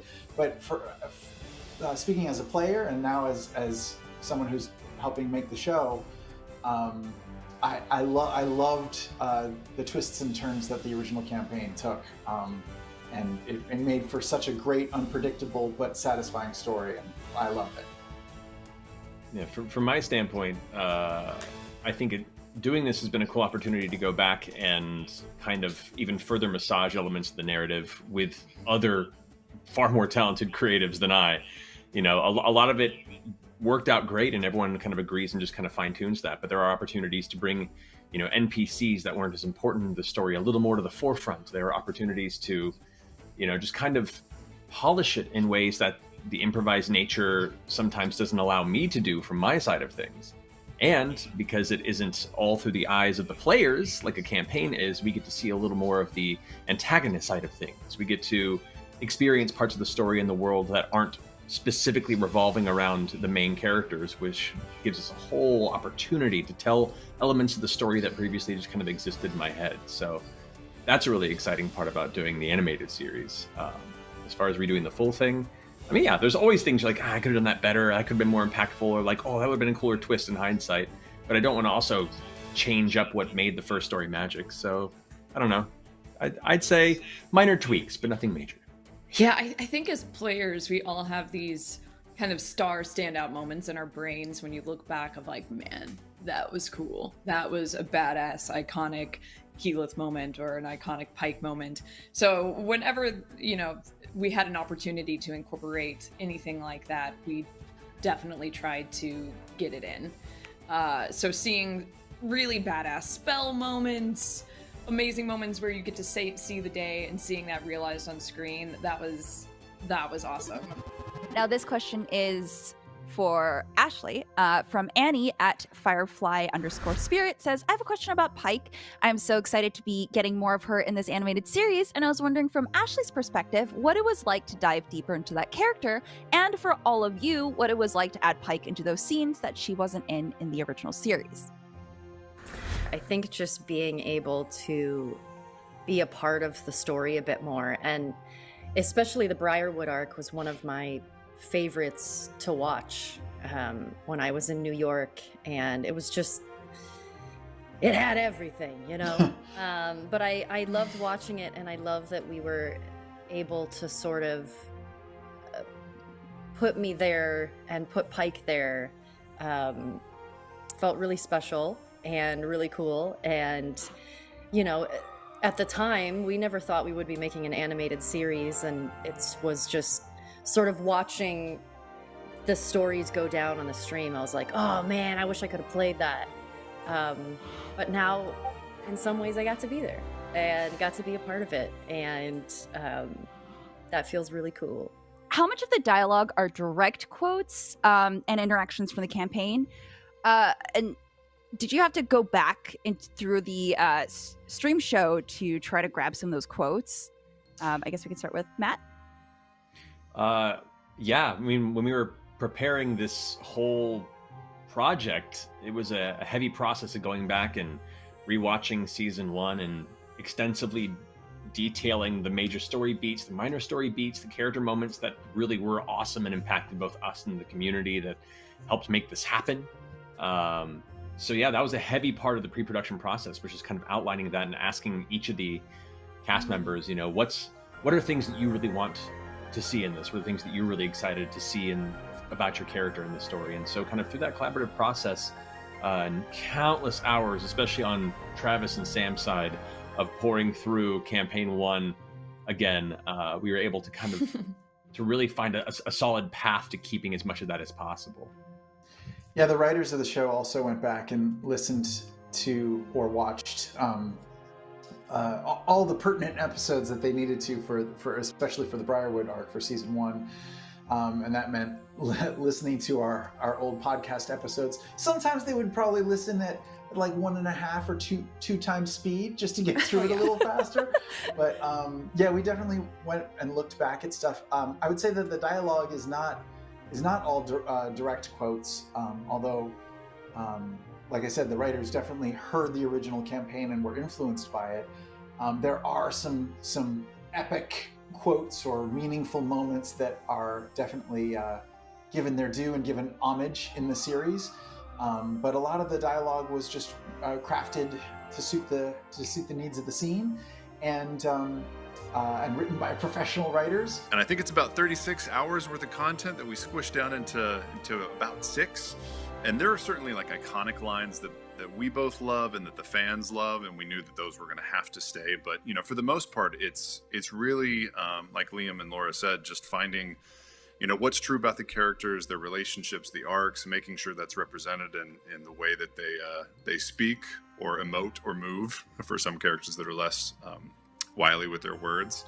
And we made sure that there were definitely some iconic moments that stayed, though, because we knew that's what the fans wanted, but also what we wanted. Those poor writers just had to deal with, all 7 of us being like, but don't forget, Keyleth is also like this, and Keyleth and Vax's relationship, that's important, you can't forget it. So we just information downloaded in these poor writers. As DM, you usually play all the NPCs, you do the voices, you get very into character. So what was it like to see your NPCs voiced by others, and did you choose who would voice them? Honestly, that was one of the coolest parts of this whole production process, was helping cast whoever was going to be taking these characters over. It wasn't me casting them, it was a group effort, with Sam and Travis, helming a lot of the audition process, but I was brought in for each of these major casting choices, for my opinion, and to ensure that we were all on the same page. And that was one of the coolest things, was to select each of these incredible performers to bring these characters that I love so much, that each of them has a little part of me in it, and bring them to life in ways that I never possibly could. So yeah, that was super exciting. And God, we got some really, really good people on this, and I can't wait for people to check it out. Aaron P. Tutt at Aaron P. Tutt on Twitter says, so my question is for Travis, and it is, who is Grog's greatest enemy, and why is it Kern the Hammer? Oh, yes. Going back to the old days. Well, lip wounds from fighting are a very rare thing, but Kern the Hammer and I definitely share a history in the Trial Forge in Vasselheim. Yeah, it's got to be either Kern the Hammer or, Vox Machina's favorite shared enemy, a good old door. Hi. So, if you had to swap characters and portray any member of Vox Machina that wasn't your own, which one would you pick and why? Thank you so much for everything. Okay, because I've always loved rogues, I would pick Vax. Just because of the gameplay and the just fun being in and out and sneaky. It's a tough draw between either Grog or Scanlan for me, and both kind of for the same quality, which is they kind of get to say whatever they want, and no one will really bat an eyelash at them. Maybe Scanlan a little bit more than Grog, because he gets to say all the stuff that if I said, I would be canceled. So yeah. That is true. I think I would check out Percy, just because I don't really get to play just as a voice actor or actor in real life. I don't get to play sort of studly, bitter, disturbed characters like that, who always have the right thing to say, know what to say at the right time, and I don't know. He just seems so cool to me, and so put together. And I just don't get to do that ever, so I'd love to explore that. I'd probably vote Vex, personally. Kind of like, as that confident, badass kind of feminine hero, like that's something I never get to portray, and can aspire to a certain degree to want to be closer to. So yeah, I would pick Keyleth. Ooh. Just 'cause I like to, for once, play into my natural anxiety and social awkwardness. This is hard. Being able to. I don't know. That would feel really good. I think I would want all the elegance and charm of my twin. Oh, goddamn, Mr. Lay, darling. Sorry. Okay. Yeah. Sorry. So Liam, you would pick Vex? Yes, my twinny, because I lack a certain amount of confidence in real life, and I aspire to just languidly swimming through the world. As wonderful as my twin is, darling, I would choose Grog. Because I think there's so much joy in playing a character that has no filter, and Grog can just, the first thing that comes into his brain comes out of his mouth, and that's so much fun. Plus, I haven't gotten to tank it in a long time, and I quite enjoy destroying things. Being a tank is fun. I think for me, it would definitely be Scanlan. Just because I would want to get naked as often as possible for no reason at all, and then sing to people to make it better. Can't really go wrong with that. Hi, Critical Role. So my question is, when you first created Vox Machina, you and the rest of the critters, we were all experiencing these character stories for the very first time. And my question is, what was it like in this process, going back and revisiting these characters and their stories, but knowing how everything ends and how these characters' stories evolve and turn out? It was kind of wonderful to come back to Vox Machina in their little tiny shoes that they started in. And it was interesting because a lot of times, you know, when you're playing a character, you don't know where their arc is going to take them. And having all of that information only brings so much more depth to the performance that we're able to give in the animated series. So it felt like coming home to be able to see them again in that way. What was it like to revisit Grog? Oh, it's like a resort vacation. There's no responsibilities. He can't really say anything wrong, but he will. It really is just the most fun, like Laura said, just taking the filter from brain to mouth and just throwing it in the trash. Plus, you know, one of the great things about recording this was, you know, we were definitely involved in, you know, all of the scripts and every facet of production, but getting everybody together in those recording booths, or even when we were recording remotely, and just being able to vibe and ad-lib and just make it up as we go, because we know these characters so well, was the best. And I think being able to play fast and loose with these personalities is something that we had all missed quite a bit. What was it like going back to Vax? It just felt like getting into a warm bath with your sister hiding just beneath the surface. Oh boy! Oh boy! Spoilers. So Taliesin, how about you? What was it like for you? It was very much like opening a photo album and being reminded that you and all your friends were idiots. And it's amazing you survived. We were squishy idiots, my God. It's mostly been a wonderful trip down a series of events that should have killed us and didn't, and it's still shocking every time I see one. Hi everyone, my name's Anna. My question is for everyone, but what is your personal thought process in creating a character? Whether for the party, it's creating that new character for the one shot or the campaign, or for like Matt, the DM, what is your thought process on creating a new NPC that they'll get to meet? And how do you make them memorable? Building a memorable character for these characters, I think the secret ingredient was time. Because honestly, when we first started playing these characters, they were not memorable.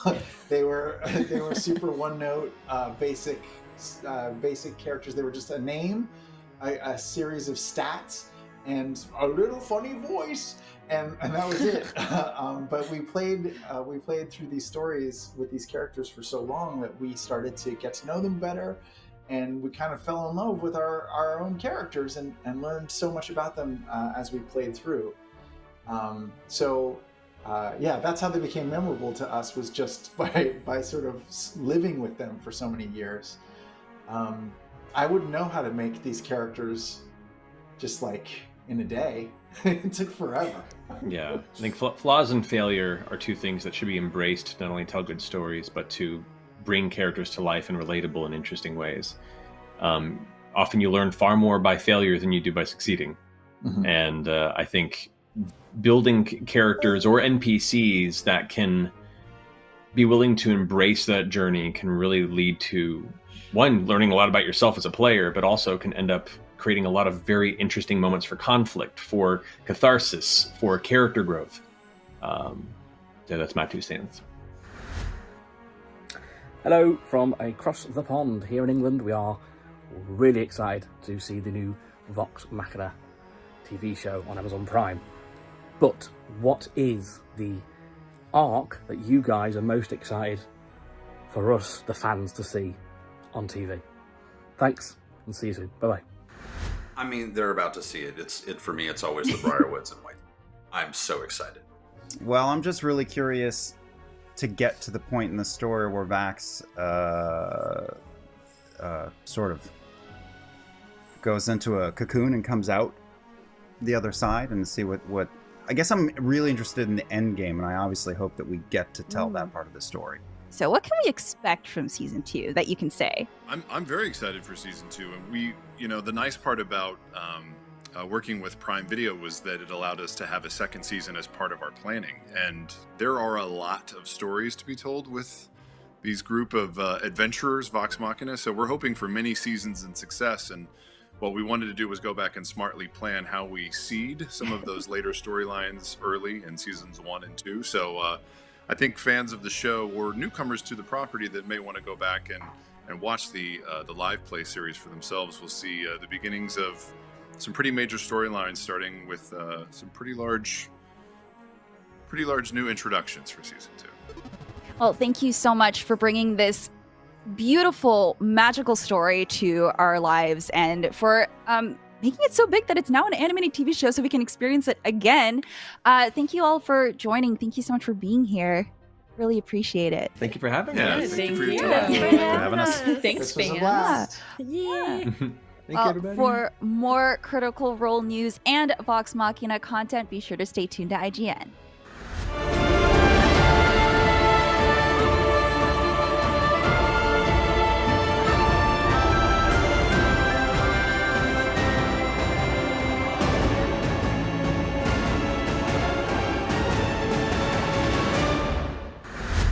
Welcome back to IGN Fan Fest. If you're a big fan of awesome modern horror movies, the name Robert Eggers is definitely one you know well. The director of 2015's The Witch and 2019's The Lighthouse has a brand new movie coming your way, and it's easily his biggest and boldest yet. Let's see what Robert Eggers has to say about his Nordic revenge saga, The Northman, along with some exclusive looks at the film.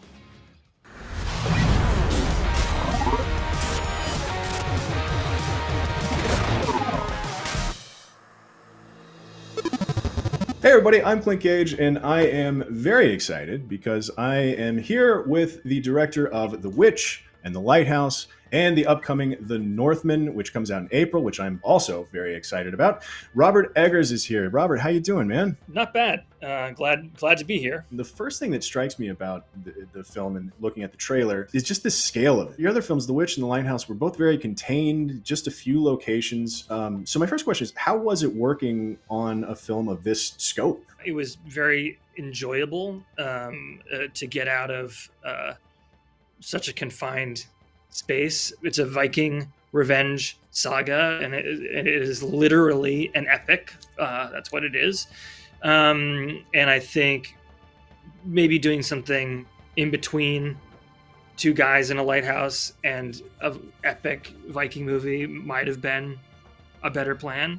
We made 3 villages and multiple Viking ships, and I'm sure I could give you a chainmail count that would be horrifying. Which brings us to a couple of fan questions that we got from IGN users on our message boards. First one is, how important do you think historical accuracy is to filming events from the past? Well, it's not important to filmmaking at all, really. And you can make a great period story without being accurate. You know, Coppola's Dracula is one of the best designed movies, in my opinion, but it's not accurate at all. But this is something that I like for whatever reason. One of the things that it does is that it cuts out a lot of decision making, because everyone knows what the bar is. It's accuracy. For the most part, I think that if I was going to be super strict, there was things that I would not have done. But you need to have a little bit of variety in the look of things. Virtually no Viking helmets from the period have been discovered.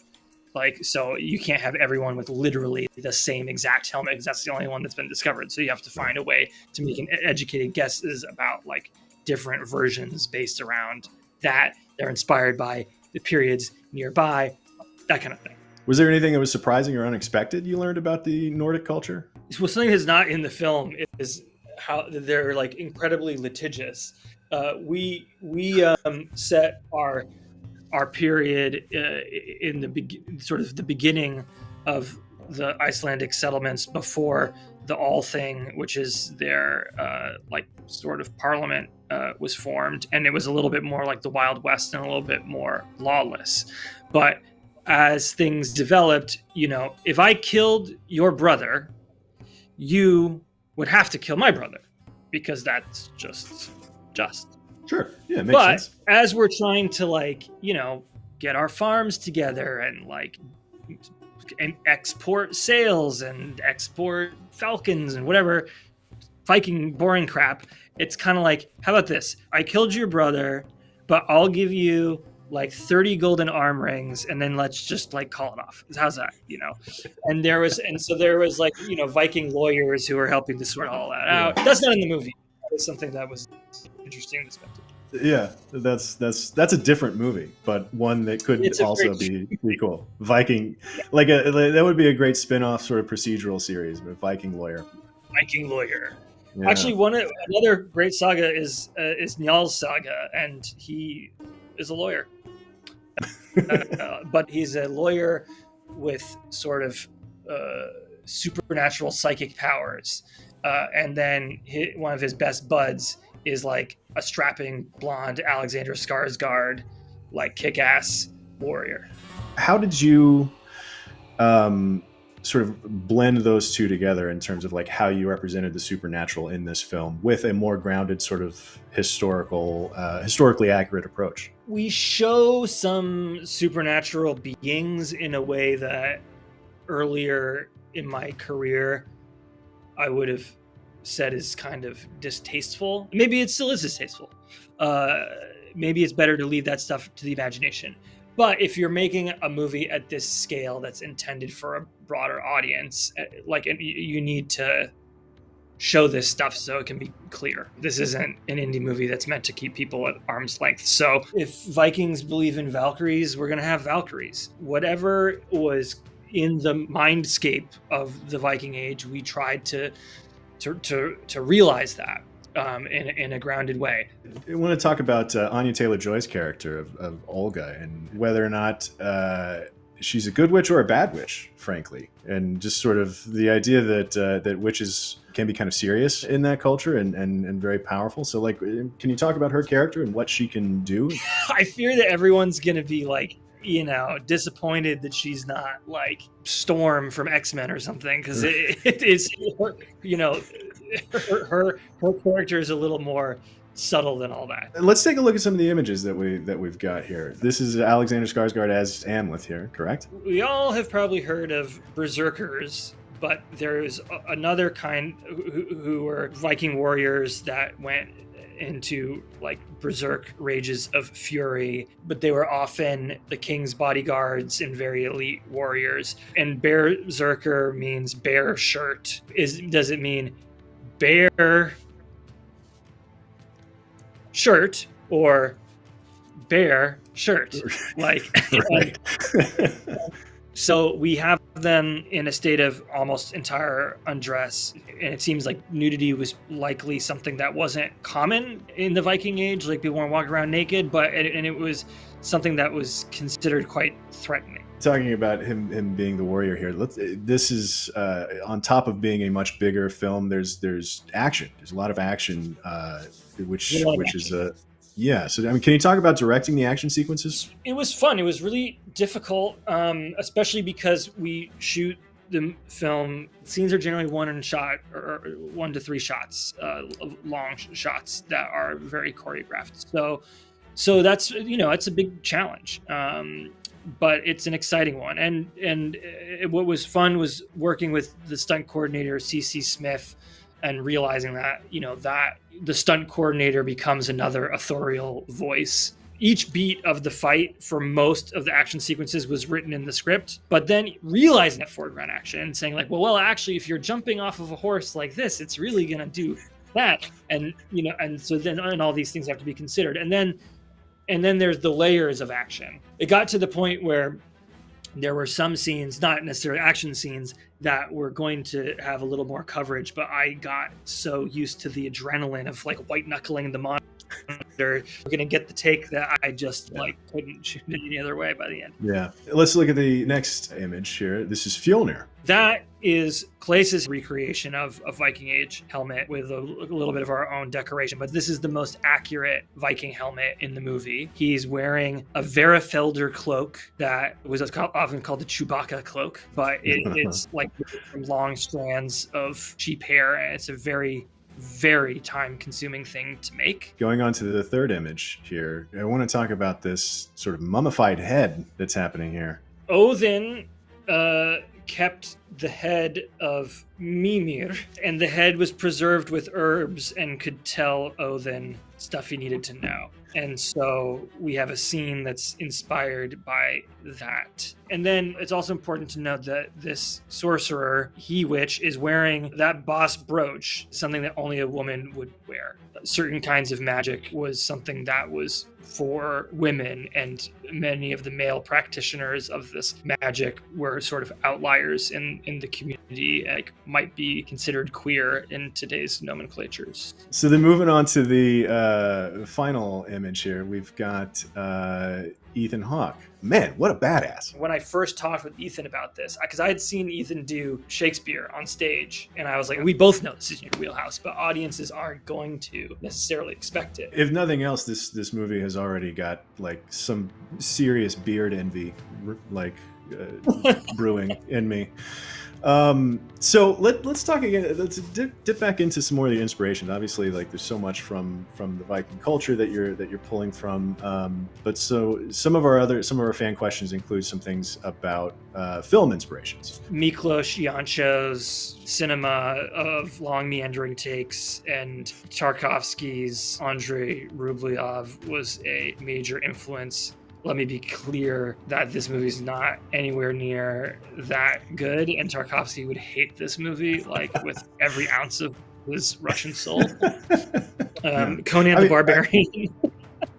I watched Conan way too many times, way too young, and the cut doesn't happen in the film the way that it does in the trailer, but in the trailer there's like the kid rowing to Alex rowing, that is like exact quote of like Conan and the Wheel of Pain, you know? That rowboat's got real Wheel of Pain vibes. There's another question from the username is just BIC. I'm not exactly sure what that is. Make a refined ballpoint pens. Yes, exactly. Are you a guy that makes playlists when you're writing or developing? Because he wants to know if you listened to any folk or Viking metal during prep. It's such a long playlist that I like broke my composer's computer. This genre of like neo-folk Viking inspired music has for the most part, aside from some of the instruments, has very little to do with what Viking Age music probably actually was. Right. But yeah, I didn't really listen to a lot of metal growing up, but the Northman was so stressful that I listened to so much metal and to make this film and like post-production. I gotta say the score is really pretty cool. Right. And by the way, I don't need to hear the score like ever again. Like, you know, like I don't want to see this movie. I'm so sick of it all. But they're working on the original soundtrack release, like the digital and vinyl, and I listened to the mastered Final Fight. Ooh, it sounds so good. That's great. Robert, thank you so much for being here. Is there anything else you want to add about the film? Anything else that you want to point out that we should be looking forward to? I hope this brave experiment worked. Thank you so much for being here. Really looking forward to it. Northman is out in the States here April 22nd.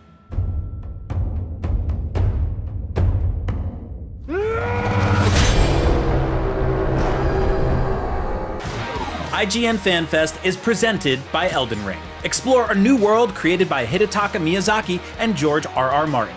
Available on PlayStation, Xbox, and Steam on February 25th. Everybody loves watching a speedrun of their favorite game, but what if you got a chance to peek into the mind of the developers behind those games as they watch their hard work get completely destroyed right in front of them? What is happening right now? That's exactly what happens on every episode of Devs React to Speedruns. We invite you to ride along with the developers as they watch, react, and enjoy some of the craziest gameplay by the most skilled speedrunners on the planet. Tune in every Saturday for a brand new episode.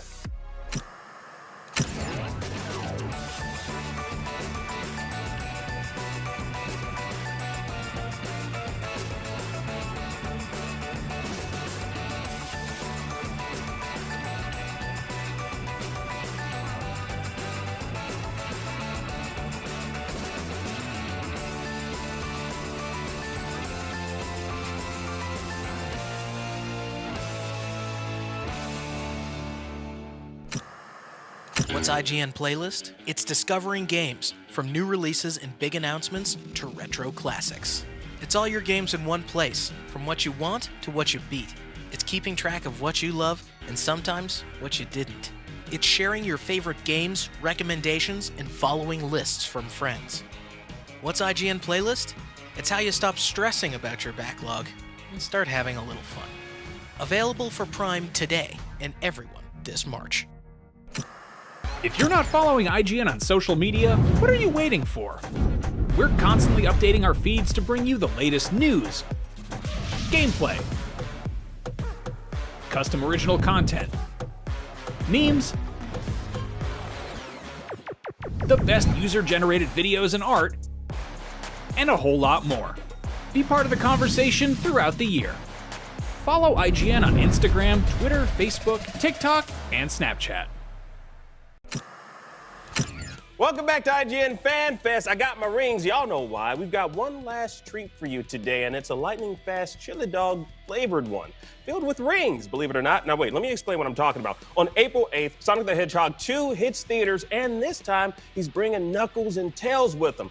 Well, I mean, technically, Tails showed up in the first movie at the end of the movie. Spoiler alert. And Robotnik is actually the one bringing Knuckles. But either way, let's talk to the cast and director of Sonic the Hedgehog 2 and find out how they're packing that many iconic animals and rings into one movie.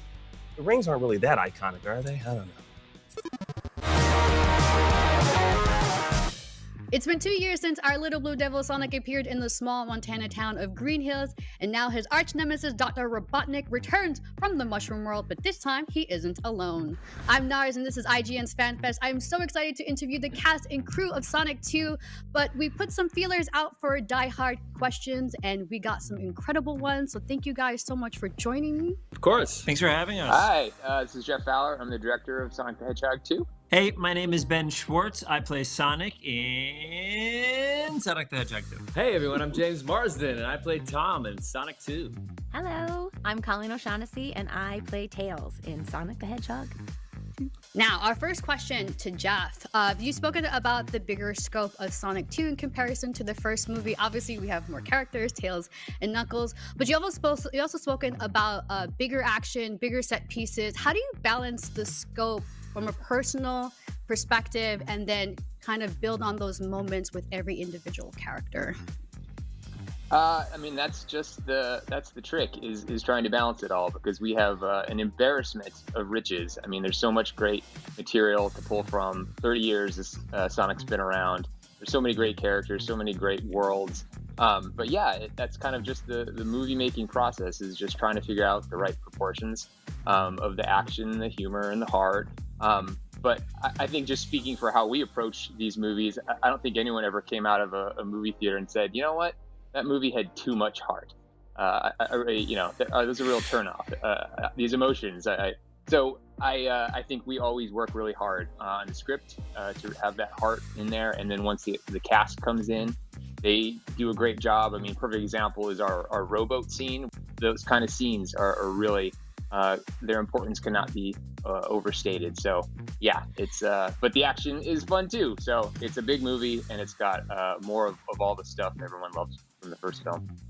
Now, Ben, without giving away any spoilers, have those changes impacted how Sonic is portrayed, or would you say there's like significant character development in Sonic from 1 and 2?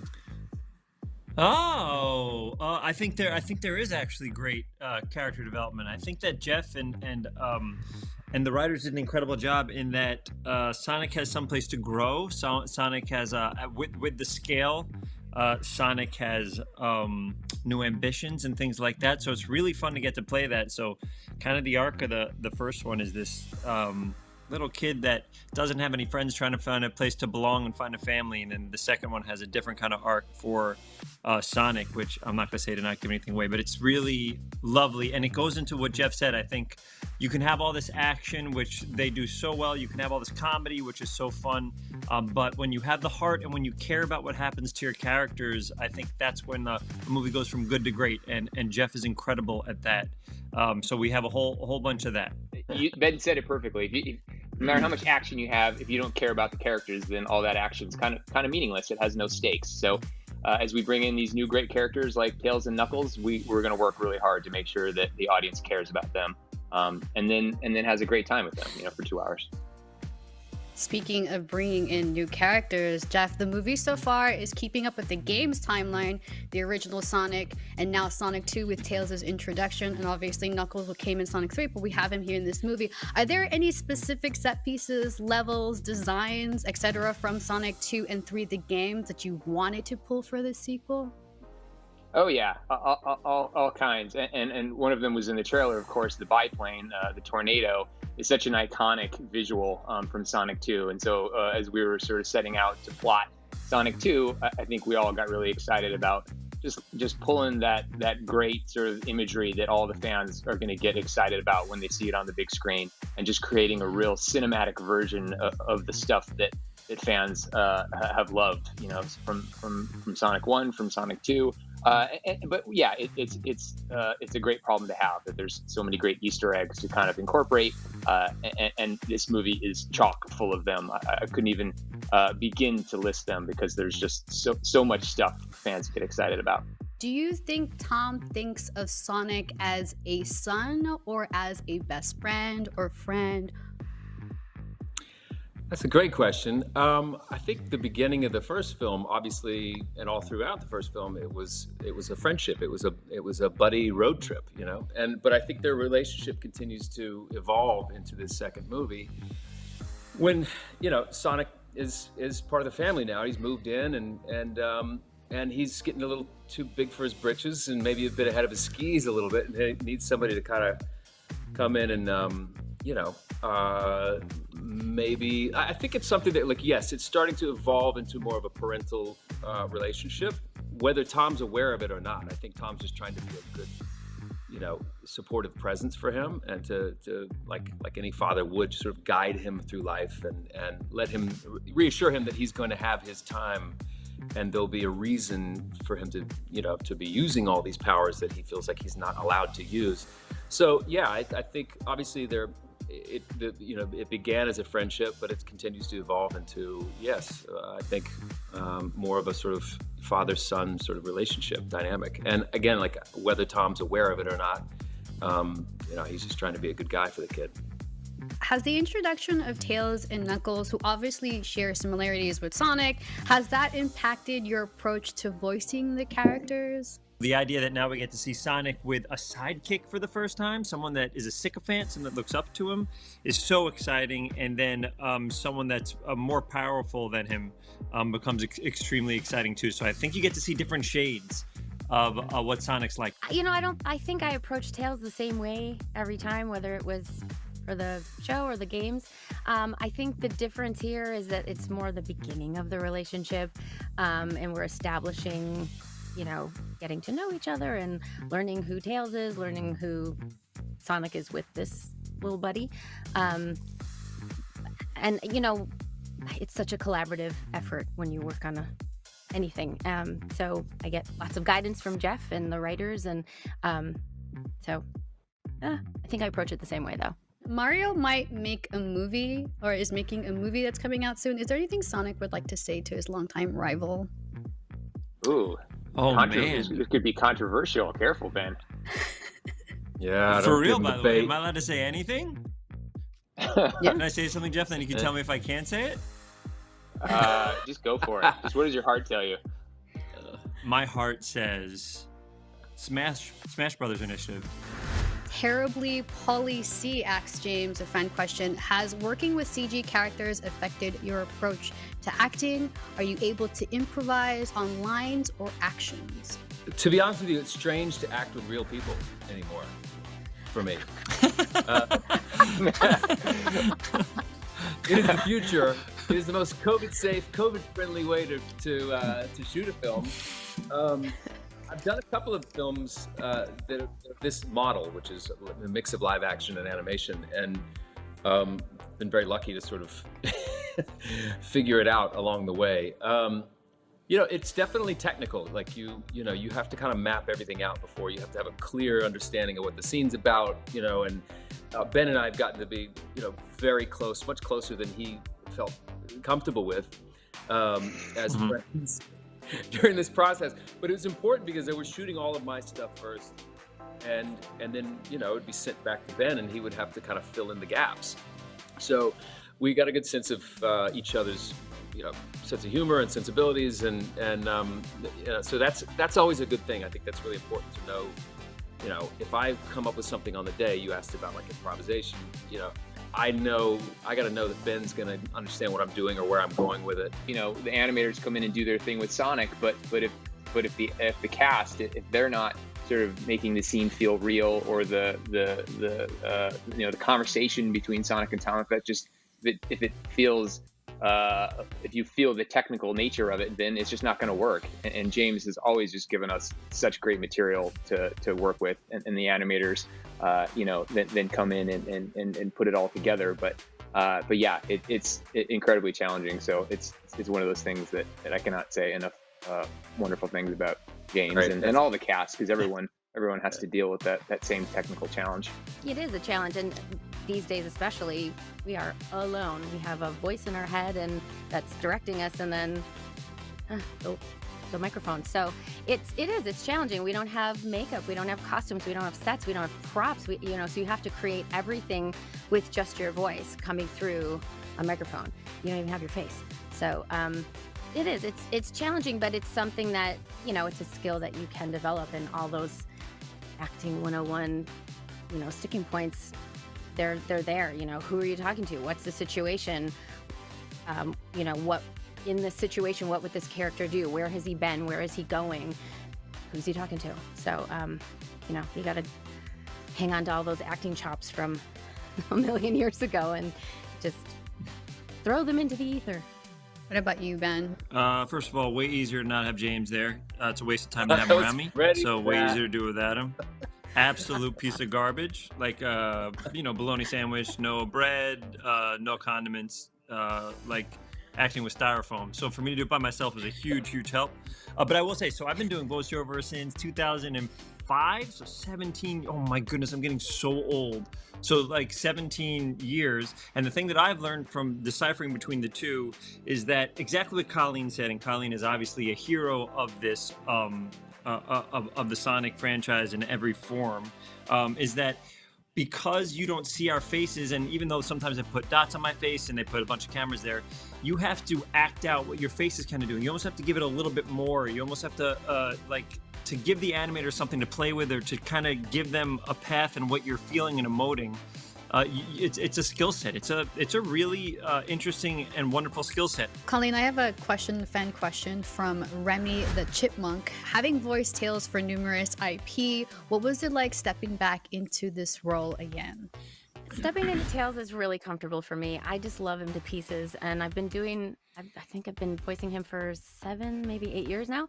So I can easily step into those shoes. This was definitely a different experience as far as, it was a more grounded performance. There are definite moments in the film that are different than what Tales has experienced before. But I feel very comfortable. I just love him so much. He's this little piece of me right here that I can just, pick him up and off we go. Stacey wants to know, how did you land the role of Sonic? It kind of started at the very beginning. I had a meeting with Tim Miller, who's a producer on this movie. I had it with something else. And right next to him at Blur was Jeff Fowler. And they said, we're going to go out with go out with Sonic because it didn't have a home yet, and they were telling me about it, and I told them how much I love voiceover, and told them about the stuff I was doing, and they said maybe one day we'll have you help out a little bit, and so they called me to do just a test scene, which is a 5-minute scene that Jeff was gonna direct, that was eventually gonna go out to all the studios, and then if the studios liked it, they would hopefully say we do Sonic. And it was kind of like a freebie deal, and that I was told that it doesn't mean you're going to be the person, just would you help us out and do us a favor. And I love the IP so much, and I love the character so much that I said yes, of course. And we did it, and Jeff did an incredible job making that test video, and if it wasn't incredible, he wouldn't have been able to do it. And then Paramount bought it, and then I think they went through the process of maybe going through the very famous people of who maybe could take on Sonic, and they kept going back to that. They kept going back to that test scene, right, Jeff? Yep. And then we had it right. And then we had it right from the start. And when I did it, he loved the way I delivered it and felt like that's the way that Sonic in the film should be delivered. And then I remember I waited, like 8 months or something, and then I got a phone call from Jeff. I know exactly the street I was on in Burbank. I was just doing a VO thing, and I was coming off, and he told me while I was walking down. I know the sidewalk I was on when he finally said, "You're gonna be Sonic," and I was like, I did that ER move at the beginning of ER where he goes on his knee and he goes like this from the opening sequence in ER. I was so excited. There was no money at the beginning. It was just a favor, but I believed in Jeff and I loved the project so much that I would do whatever they wanted. And it ended up that they had given me an incredible opportunity afterwards. So our final fan question comes from Elfon TV, and Elfon wants to ask Jeff, are we going to see a Sonic 3? Nothing would make me happier. We have such a great time making these movies. I think everyone just loves the world, loves the characters. But right now we're just, we're kind of going one movie at a time. So fingers crossed, everybody comes out and has a great time with this sequel. And then, hopefully we'll get to do more. Now, you may have noticed that we're missing the two villains of the Sonic sequel, Dr. Robotnik and Knuckles. They couldn't be here for the panel, but Jim Carrey and Idris Elba want to answer your fan questions, so here's what they had to say. IGN, what's up? It's Idris Elba, and this is from Blair Witch Hunt. And their question was, what personal touches did I bring to my character Knuckles? Well, the personal touches that I try to bring is, I guess, a sense of humor. He's, you know me, I'm known for being hilarious, but Knuckles definitely isn't. So, in the recording of my character, I would just bring some oddities to him in his personality. He was like, he didn't think he was saying funny stuff, but we would just encourage him to say stuff that just sounded funny and sounded so serious. So there's like one scene, I can't tell you too much about it, but he talks about ice cream. And he talks about ice cream pretty seriously. Anyway, that was sort of my personal touch, is trying to bring and inject a little humor. Thanks for that question. Much love. Can't wait to see the movie. I have a question here from someone in the ether. Why do you think Dr. Robotnik's character is such a good fit for you? How does he compare to other wacky characters you've played in your career? I think Robotnik is the perfect fit for me because I am a master of playing people who are filled with self-loathing and who compensate for it with a veneer of total confidence and even an air of superiority. And so when I get that call, I'll be there. Yes, sir. I'll be in the way bad guys yell when they're being thwarted. I'll be in the way kids laugh when they want a new Jim Carrey movie and they hear Sonic 2's on the TV. And when the people are eating the popcorn they made and playing video games in the circle of friends they built online, I'll be there too. Scene. Well, that just about wraps us up here at IGN Fan Fest. That was a gigantic jam-packed day full of cool stuff. So thank you all so much for joining us today. And thank you to every single actor, studio, game developer, publisher, and the craft services table. Really, they just killed it today. No, we don't have one of those. We had to make our own food downstairs in the microwave. Wait a minute, you ate? I didn't eat at all yet, Brian. I don't know what you're talking about. It's been 4 hours of me just sitting here changing my clothing for interviews. But you know what? I'm so happy to be here. More importantly, though, I'm happy that y'all were here. A huge, gigantic thank you to each and every one of you fans that were watching along with us at home, sitting at home, watching us here home alone. It's been amazing. And also, thank you for sending in your fan questions. Thank you for watching with your fan eyeballs. Thank you for probably typing in the chat. I see y'all typing right now in the fan chat with your fan hands. That's so amazing. You know, Fan Fest is for you, the fans, and we love that you are here with us, making this a fantastic day. Fans? Yeah, that's right. And if you loved anything you saw today and want more of it, I lost my voice, so here we go. Great news! IGN will continue to have tons more coverage of all the greatest video game movies and TV shows that you love, and we'll be putting out clips of all your favorite Fan Fest moments today for you to rewatch and share. Hot dog! This is totally normal. What is happening? Normal. I didn't know. Voice. It's Brian, fine. It's so Brian, fine. This is normal. This is Nars's real voice. This is my real voice. What are you talking doing this about? all day. I didn't know you were capable of that. It's, you know, nothing wrong with it. It's just a surprising to me. Either way, and yes, and we've identified all the different fan body parts that were used to enjoy the show today. So the wheels properly came off the car as we were driving at 90 miles an hour towards the finish line. So from all of us here on the show and the dozens of us working behind the scenes to bring this all together here at IGN, thank you so much for rocking with us for IGN Fan Fest 2022, and we'll see you soon. We'll see you soon. Bye. We'll see you soon. That's right. Why are we not doing that voice? That's how we talk at the end of 4-hour shows. Thanks for watching. We'll see you next time. See you next time. We pity no fools. All right. Hey, how's it going? You're currently watching IGN Fan Fest. I'm Brian, and that's my Brian impression. Well, let's take a look at From coming to Epics tomorrow. Seemed wonderful. Oh wait, I picked up on that script part too.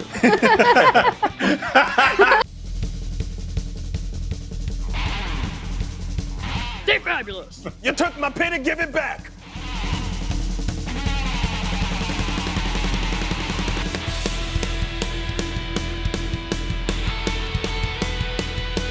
And then we're talking to the thing that broke, my teleprompter. It stopped working. Oh no.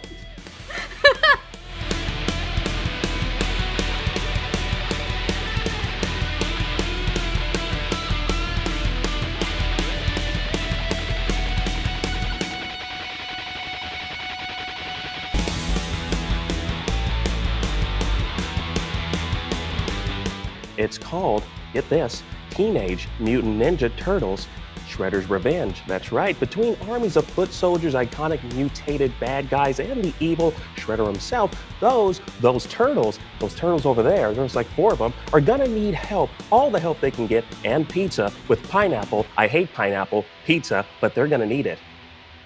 Wait a minute, we're not recording, are we? In a world with non-stop news about Marvel, DC, Star Wars, you need a show with accurate reporting, hard-hitting commentary, and me, Akeem Lawanson, host of IGN's news show, The Fix Entertainment. Whether it's the latest superhero scoop, film fiasco, or anime announcement, I'll be here covering all the breaking movie, TV, and streaming news that matters most to you. Make sure to catch The Fix Entertainment on IGN for your fix of entertainment news. Let's drop it. What's IGN Playlist? It's discovering games, from new releases and big announcements to retro classics. It's all your games in one place, from what you want to what you beat. It's keeping track of what you love and sometimes what you didn't. It's sharing your favorite games, recommendations, and following lists from friends. What's IGN Playlist? It's how you stop stressing about your backlog and start having a little fun. Available for Prime today and everyone this March. IGN is your go-to for the latest and best in games, movies, and television. And with over 50 million IGN subscribers, you're in good company. Oh, we're shooting turkeys. Thanks to your help, we've raised over $100,000 for charity. Brought you and creators the world over together for events like Gamescom and DC Fandom. Brenton Thwaites here. I play Dick Grayson. And made your voices heard. You voted almost 30 million times in our best video game of all time and Super Movie Madness tournaments, and posted over 40 million times on IGN's message boards. The chat must flow. Catch our unending stream of up-to-date news and so much more over at IGN.com or subscribe to IGN on YouTube. And check out IGN Games and IGN Movies and TV for deep dives into your preferred pop culture. Plus, IGN guides to get help on veritably any game from our team of experts. No matter where you are, IGN.com, YouTube, Twitter, Facebook, or Instagram, IGN has you covered.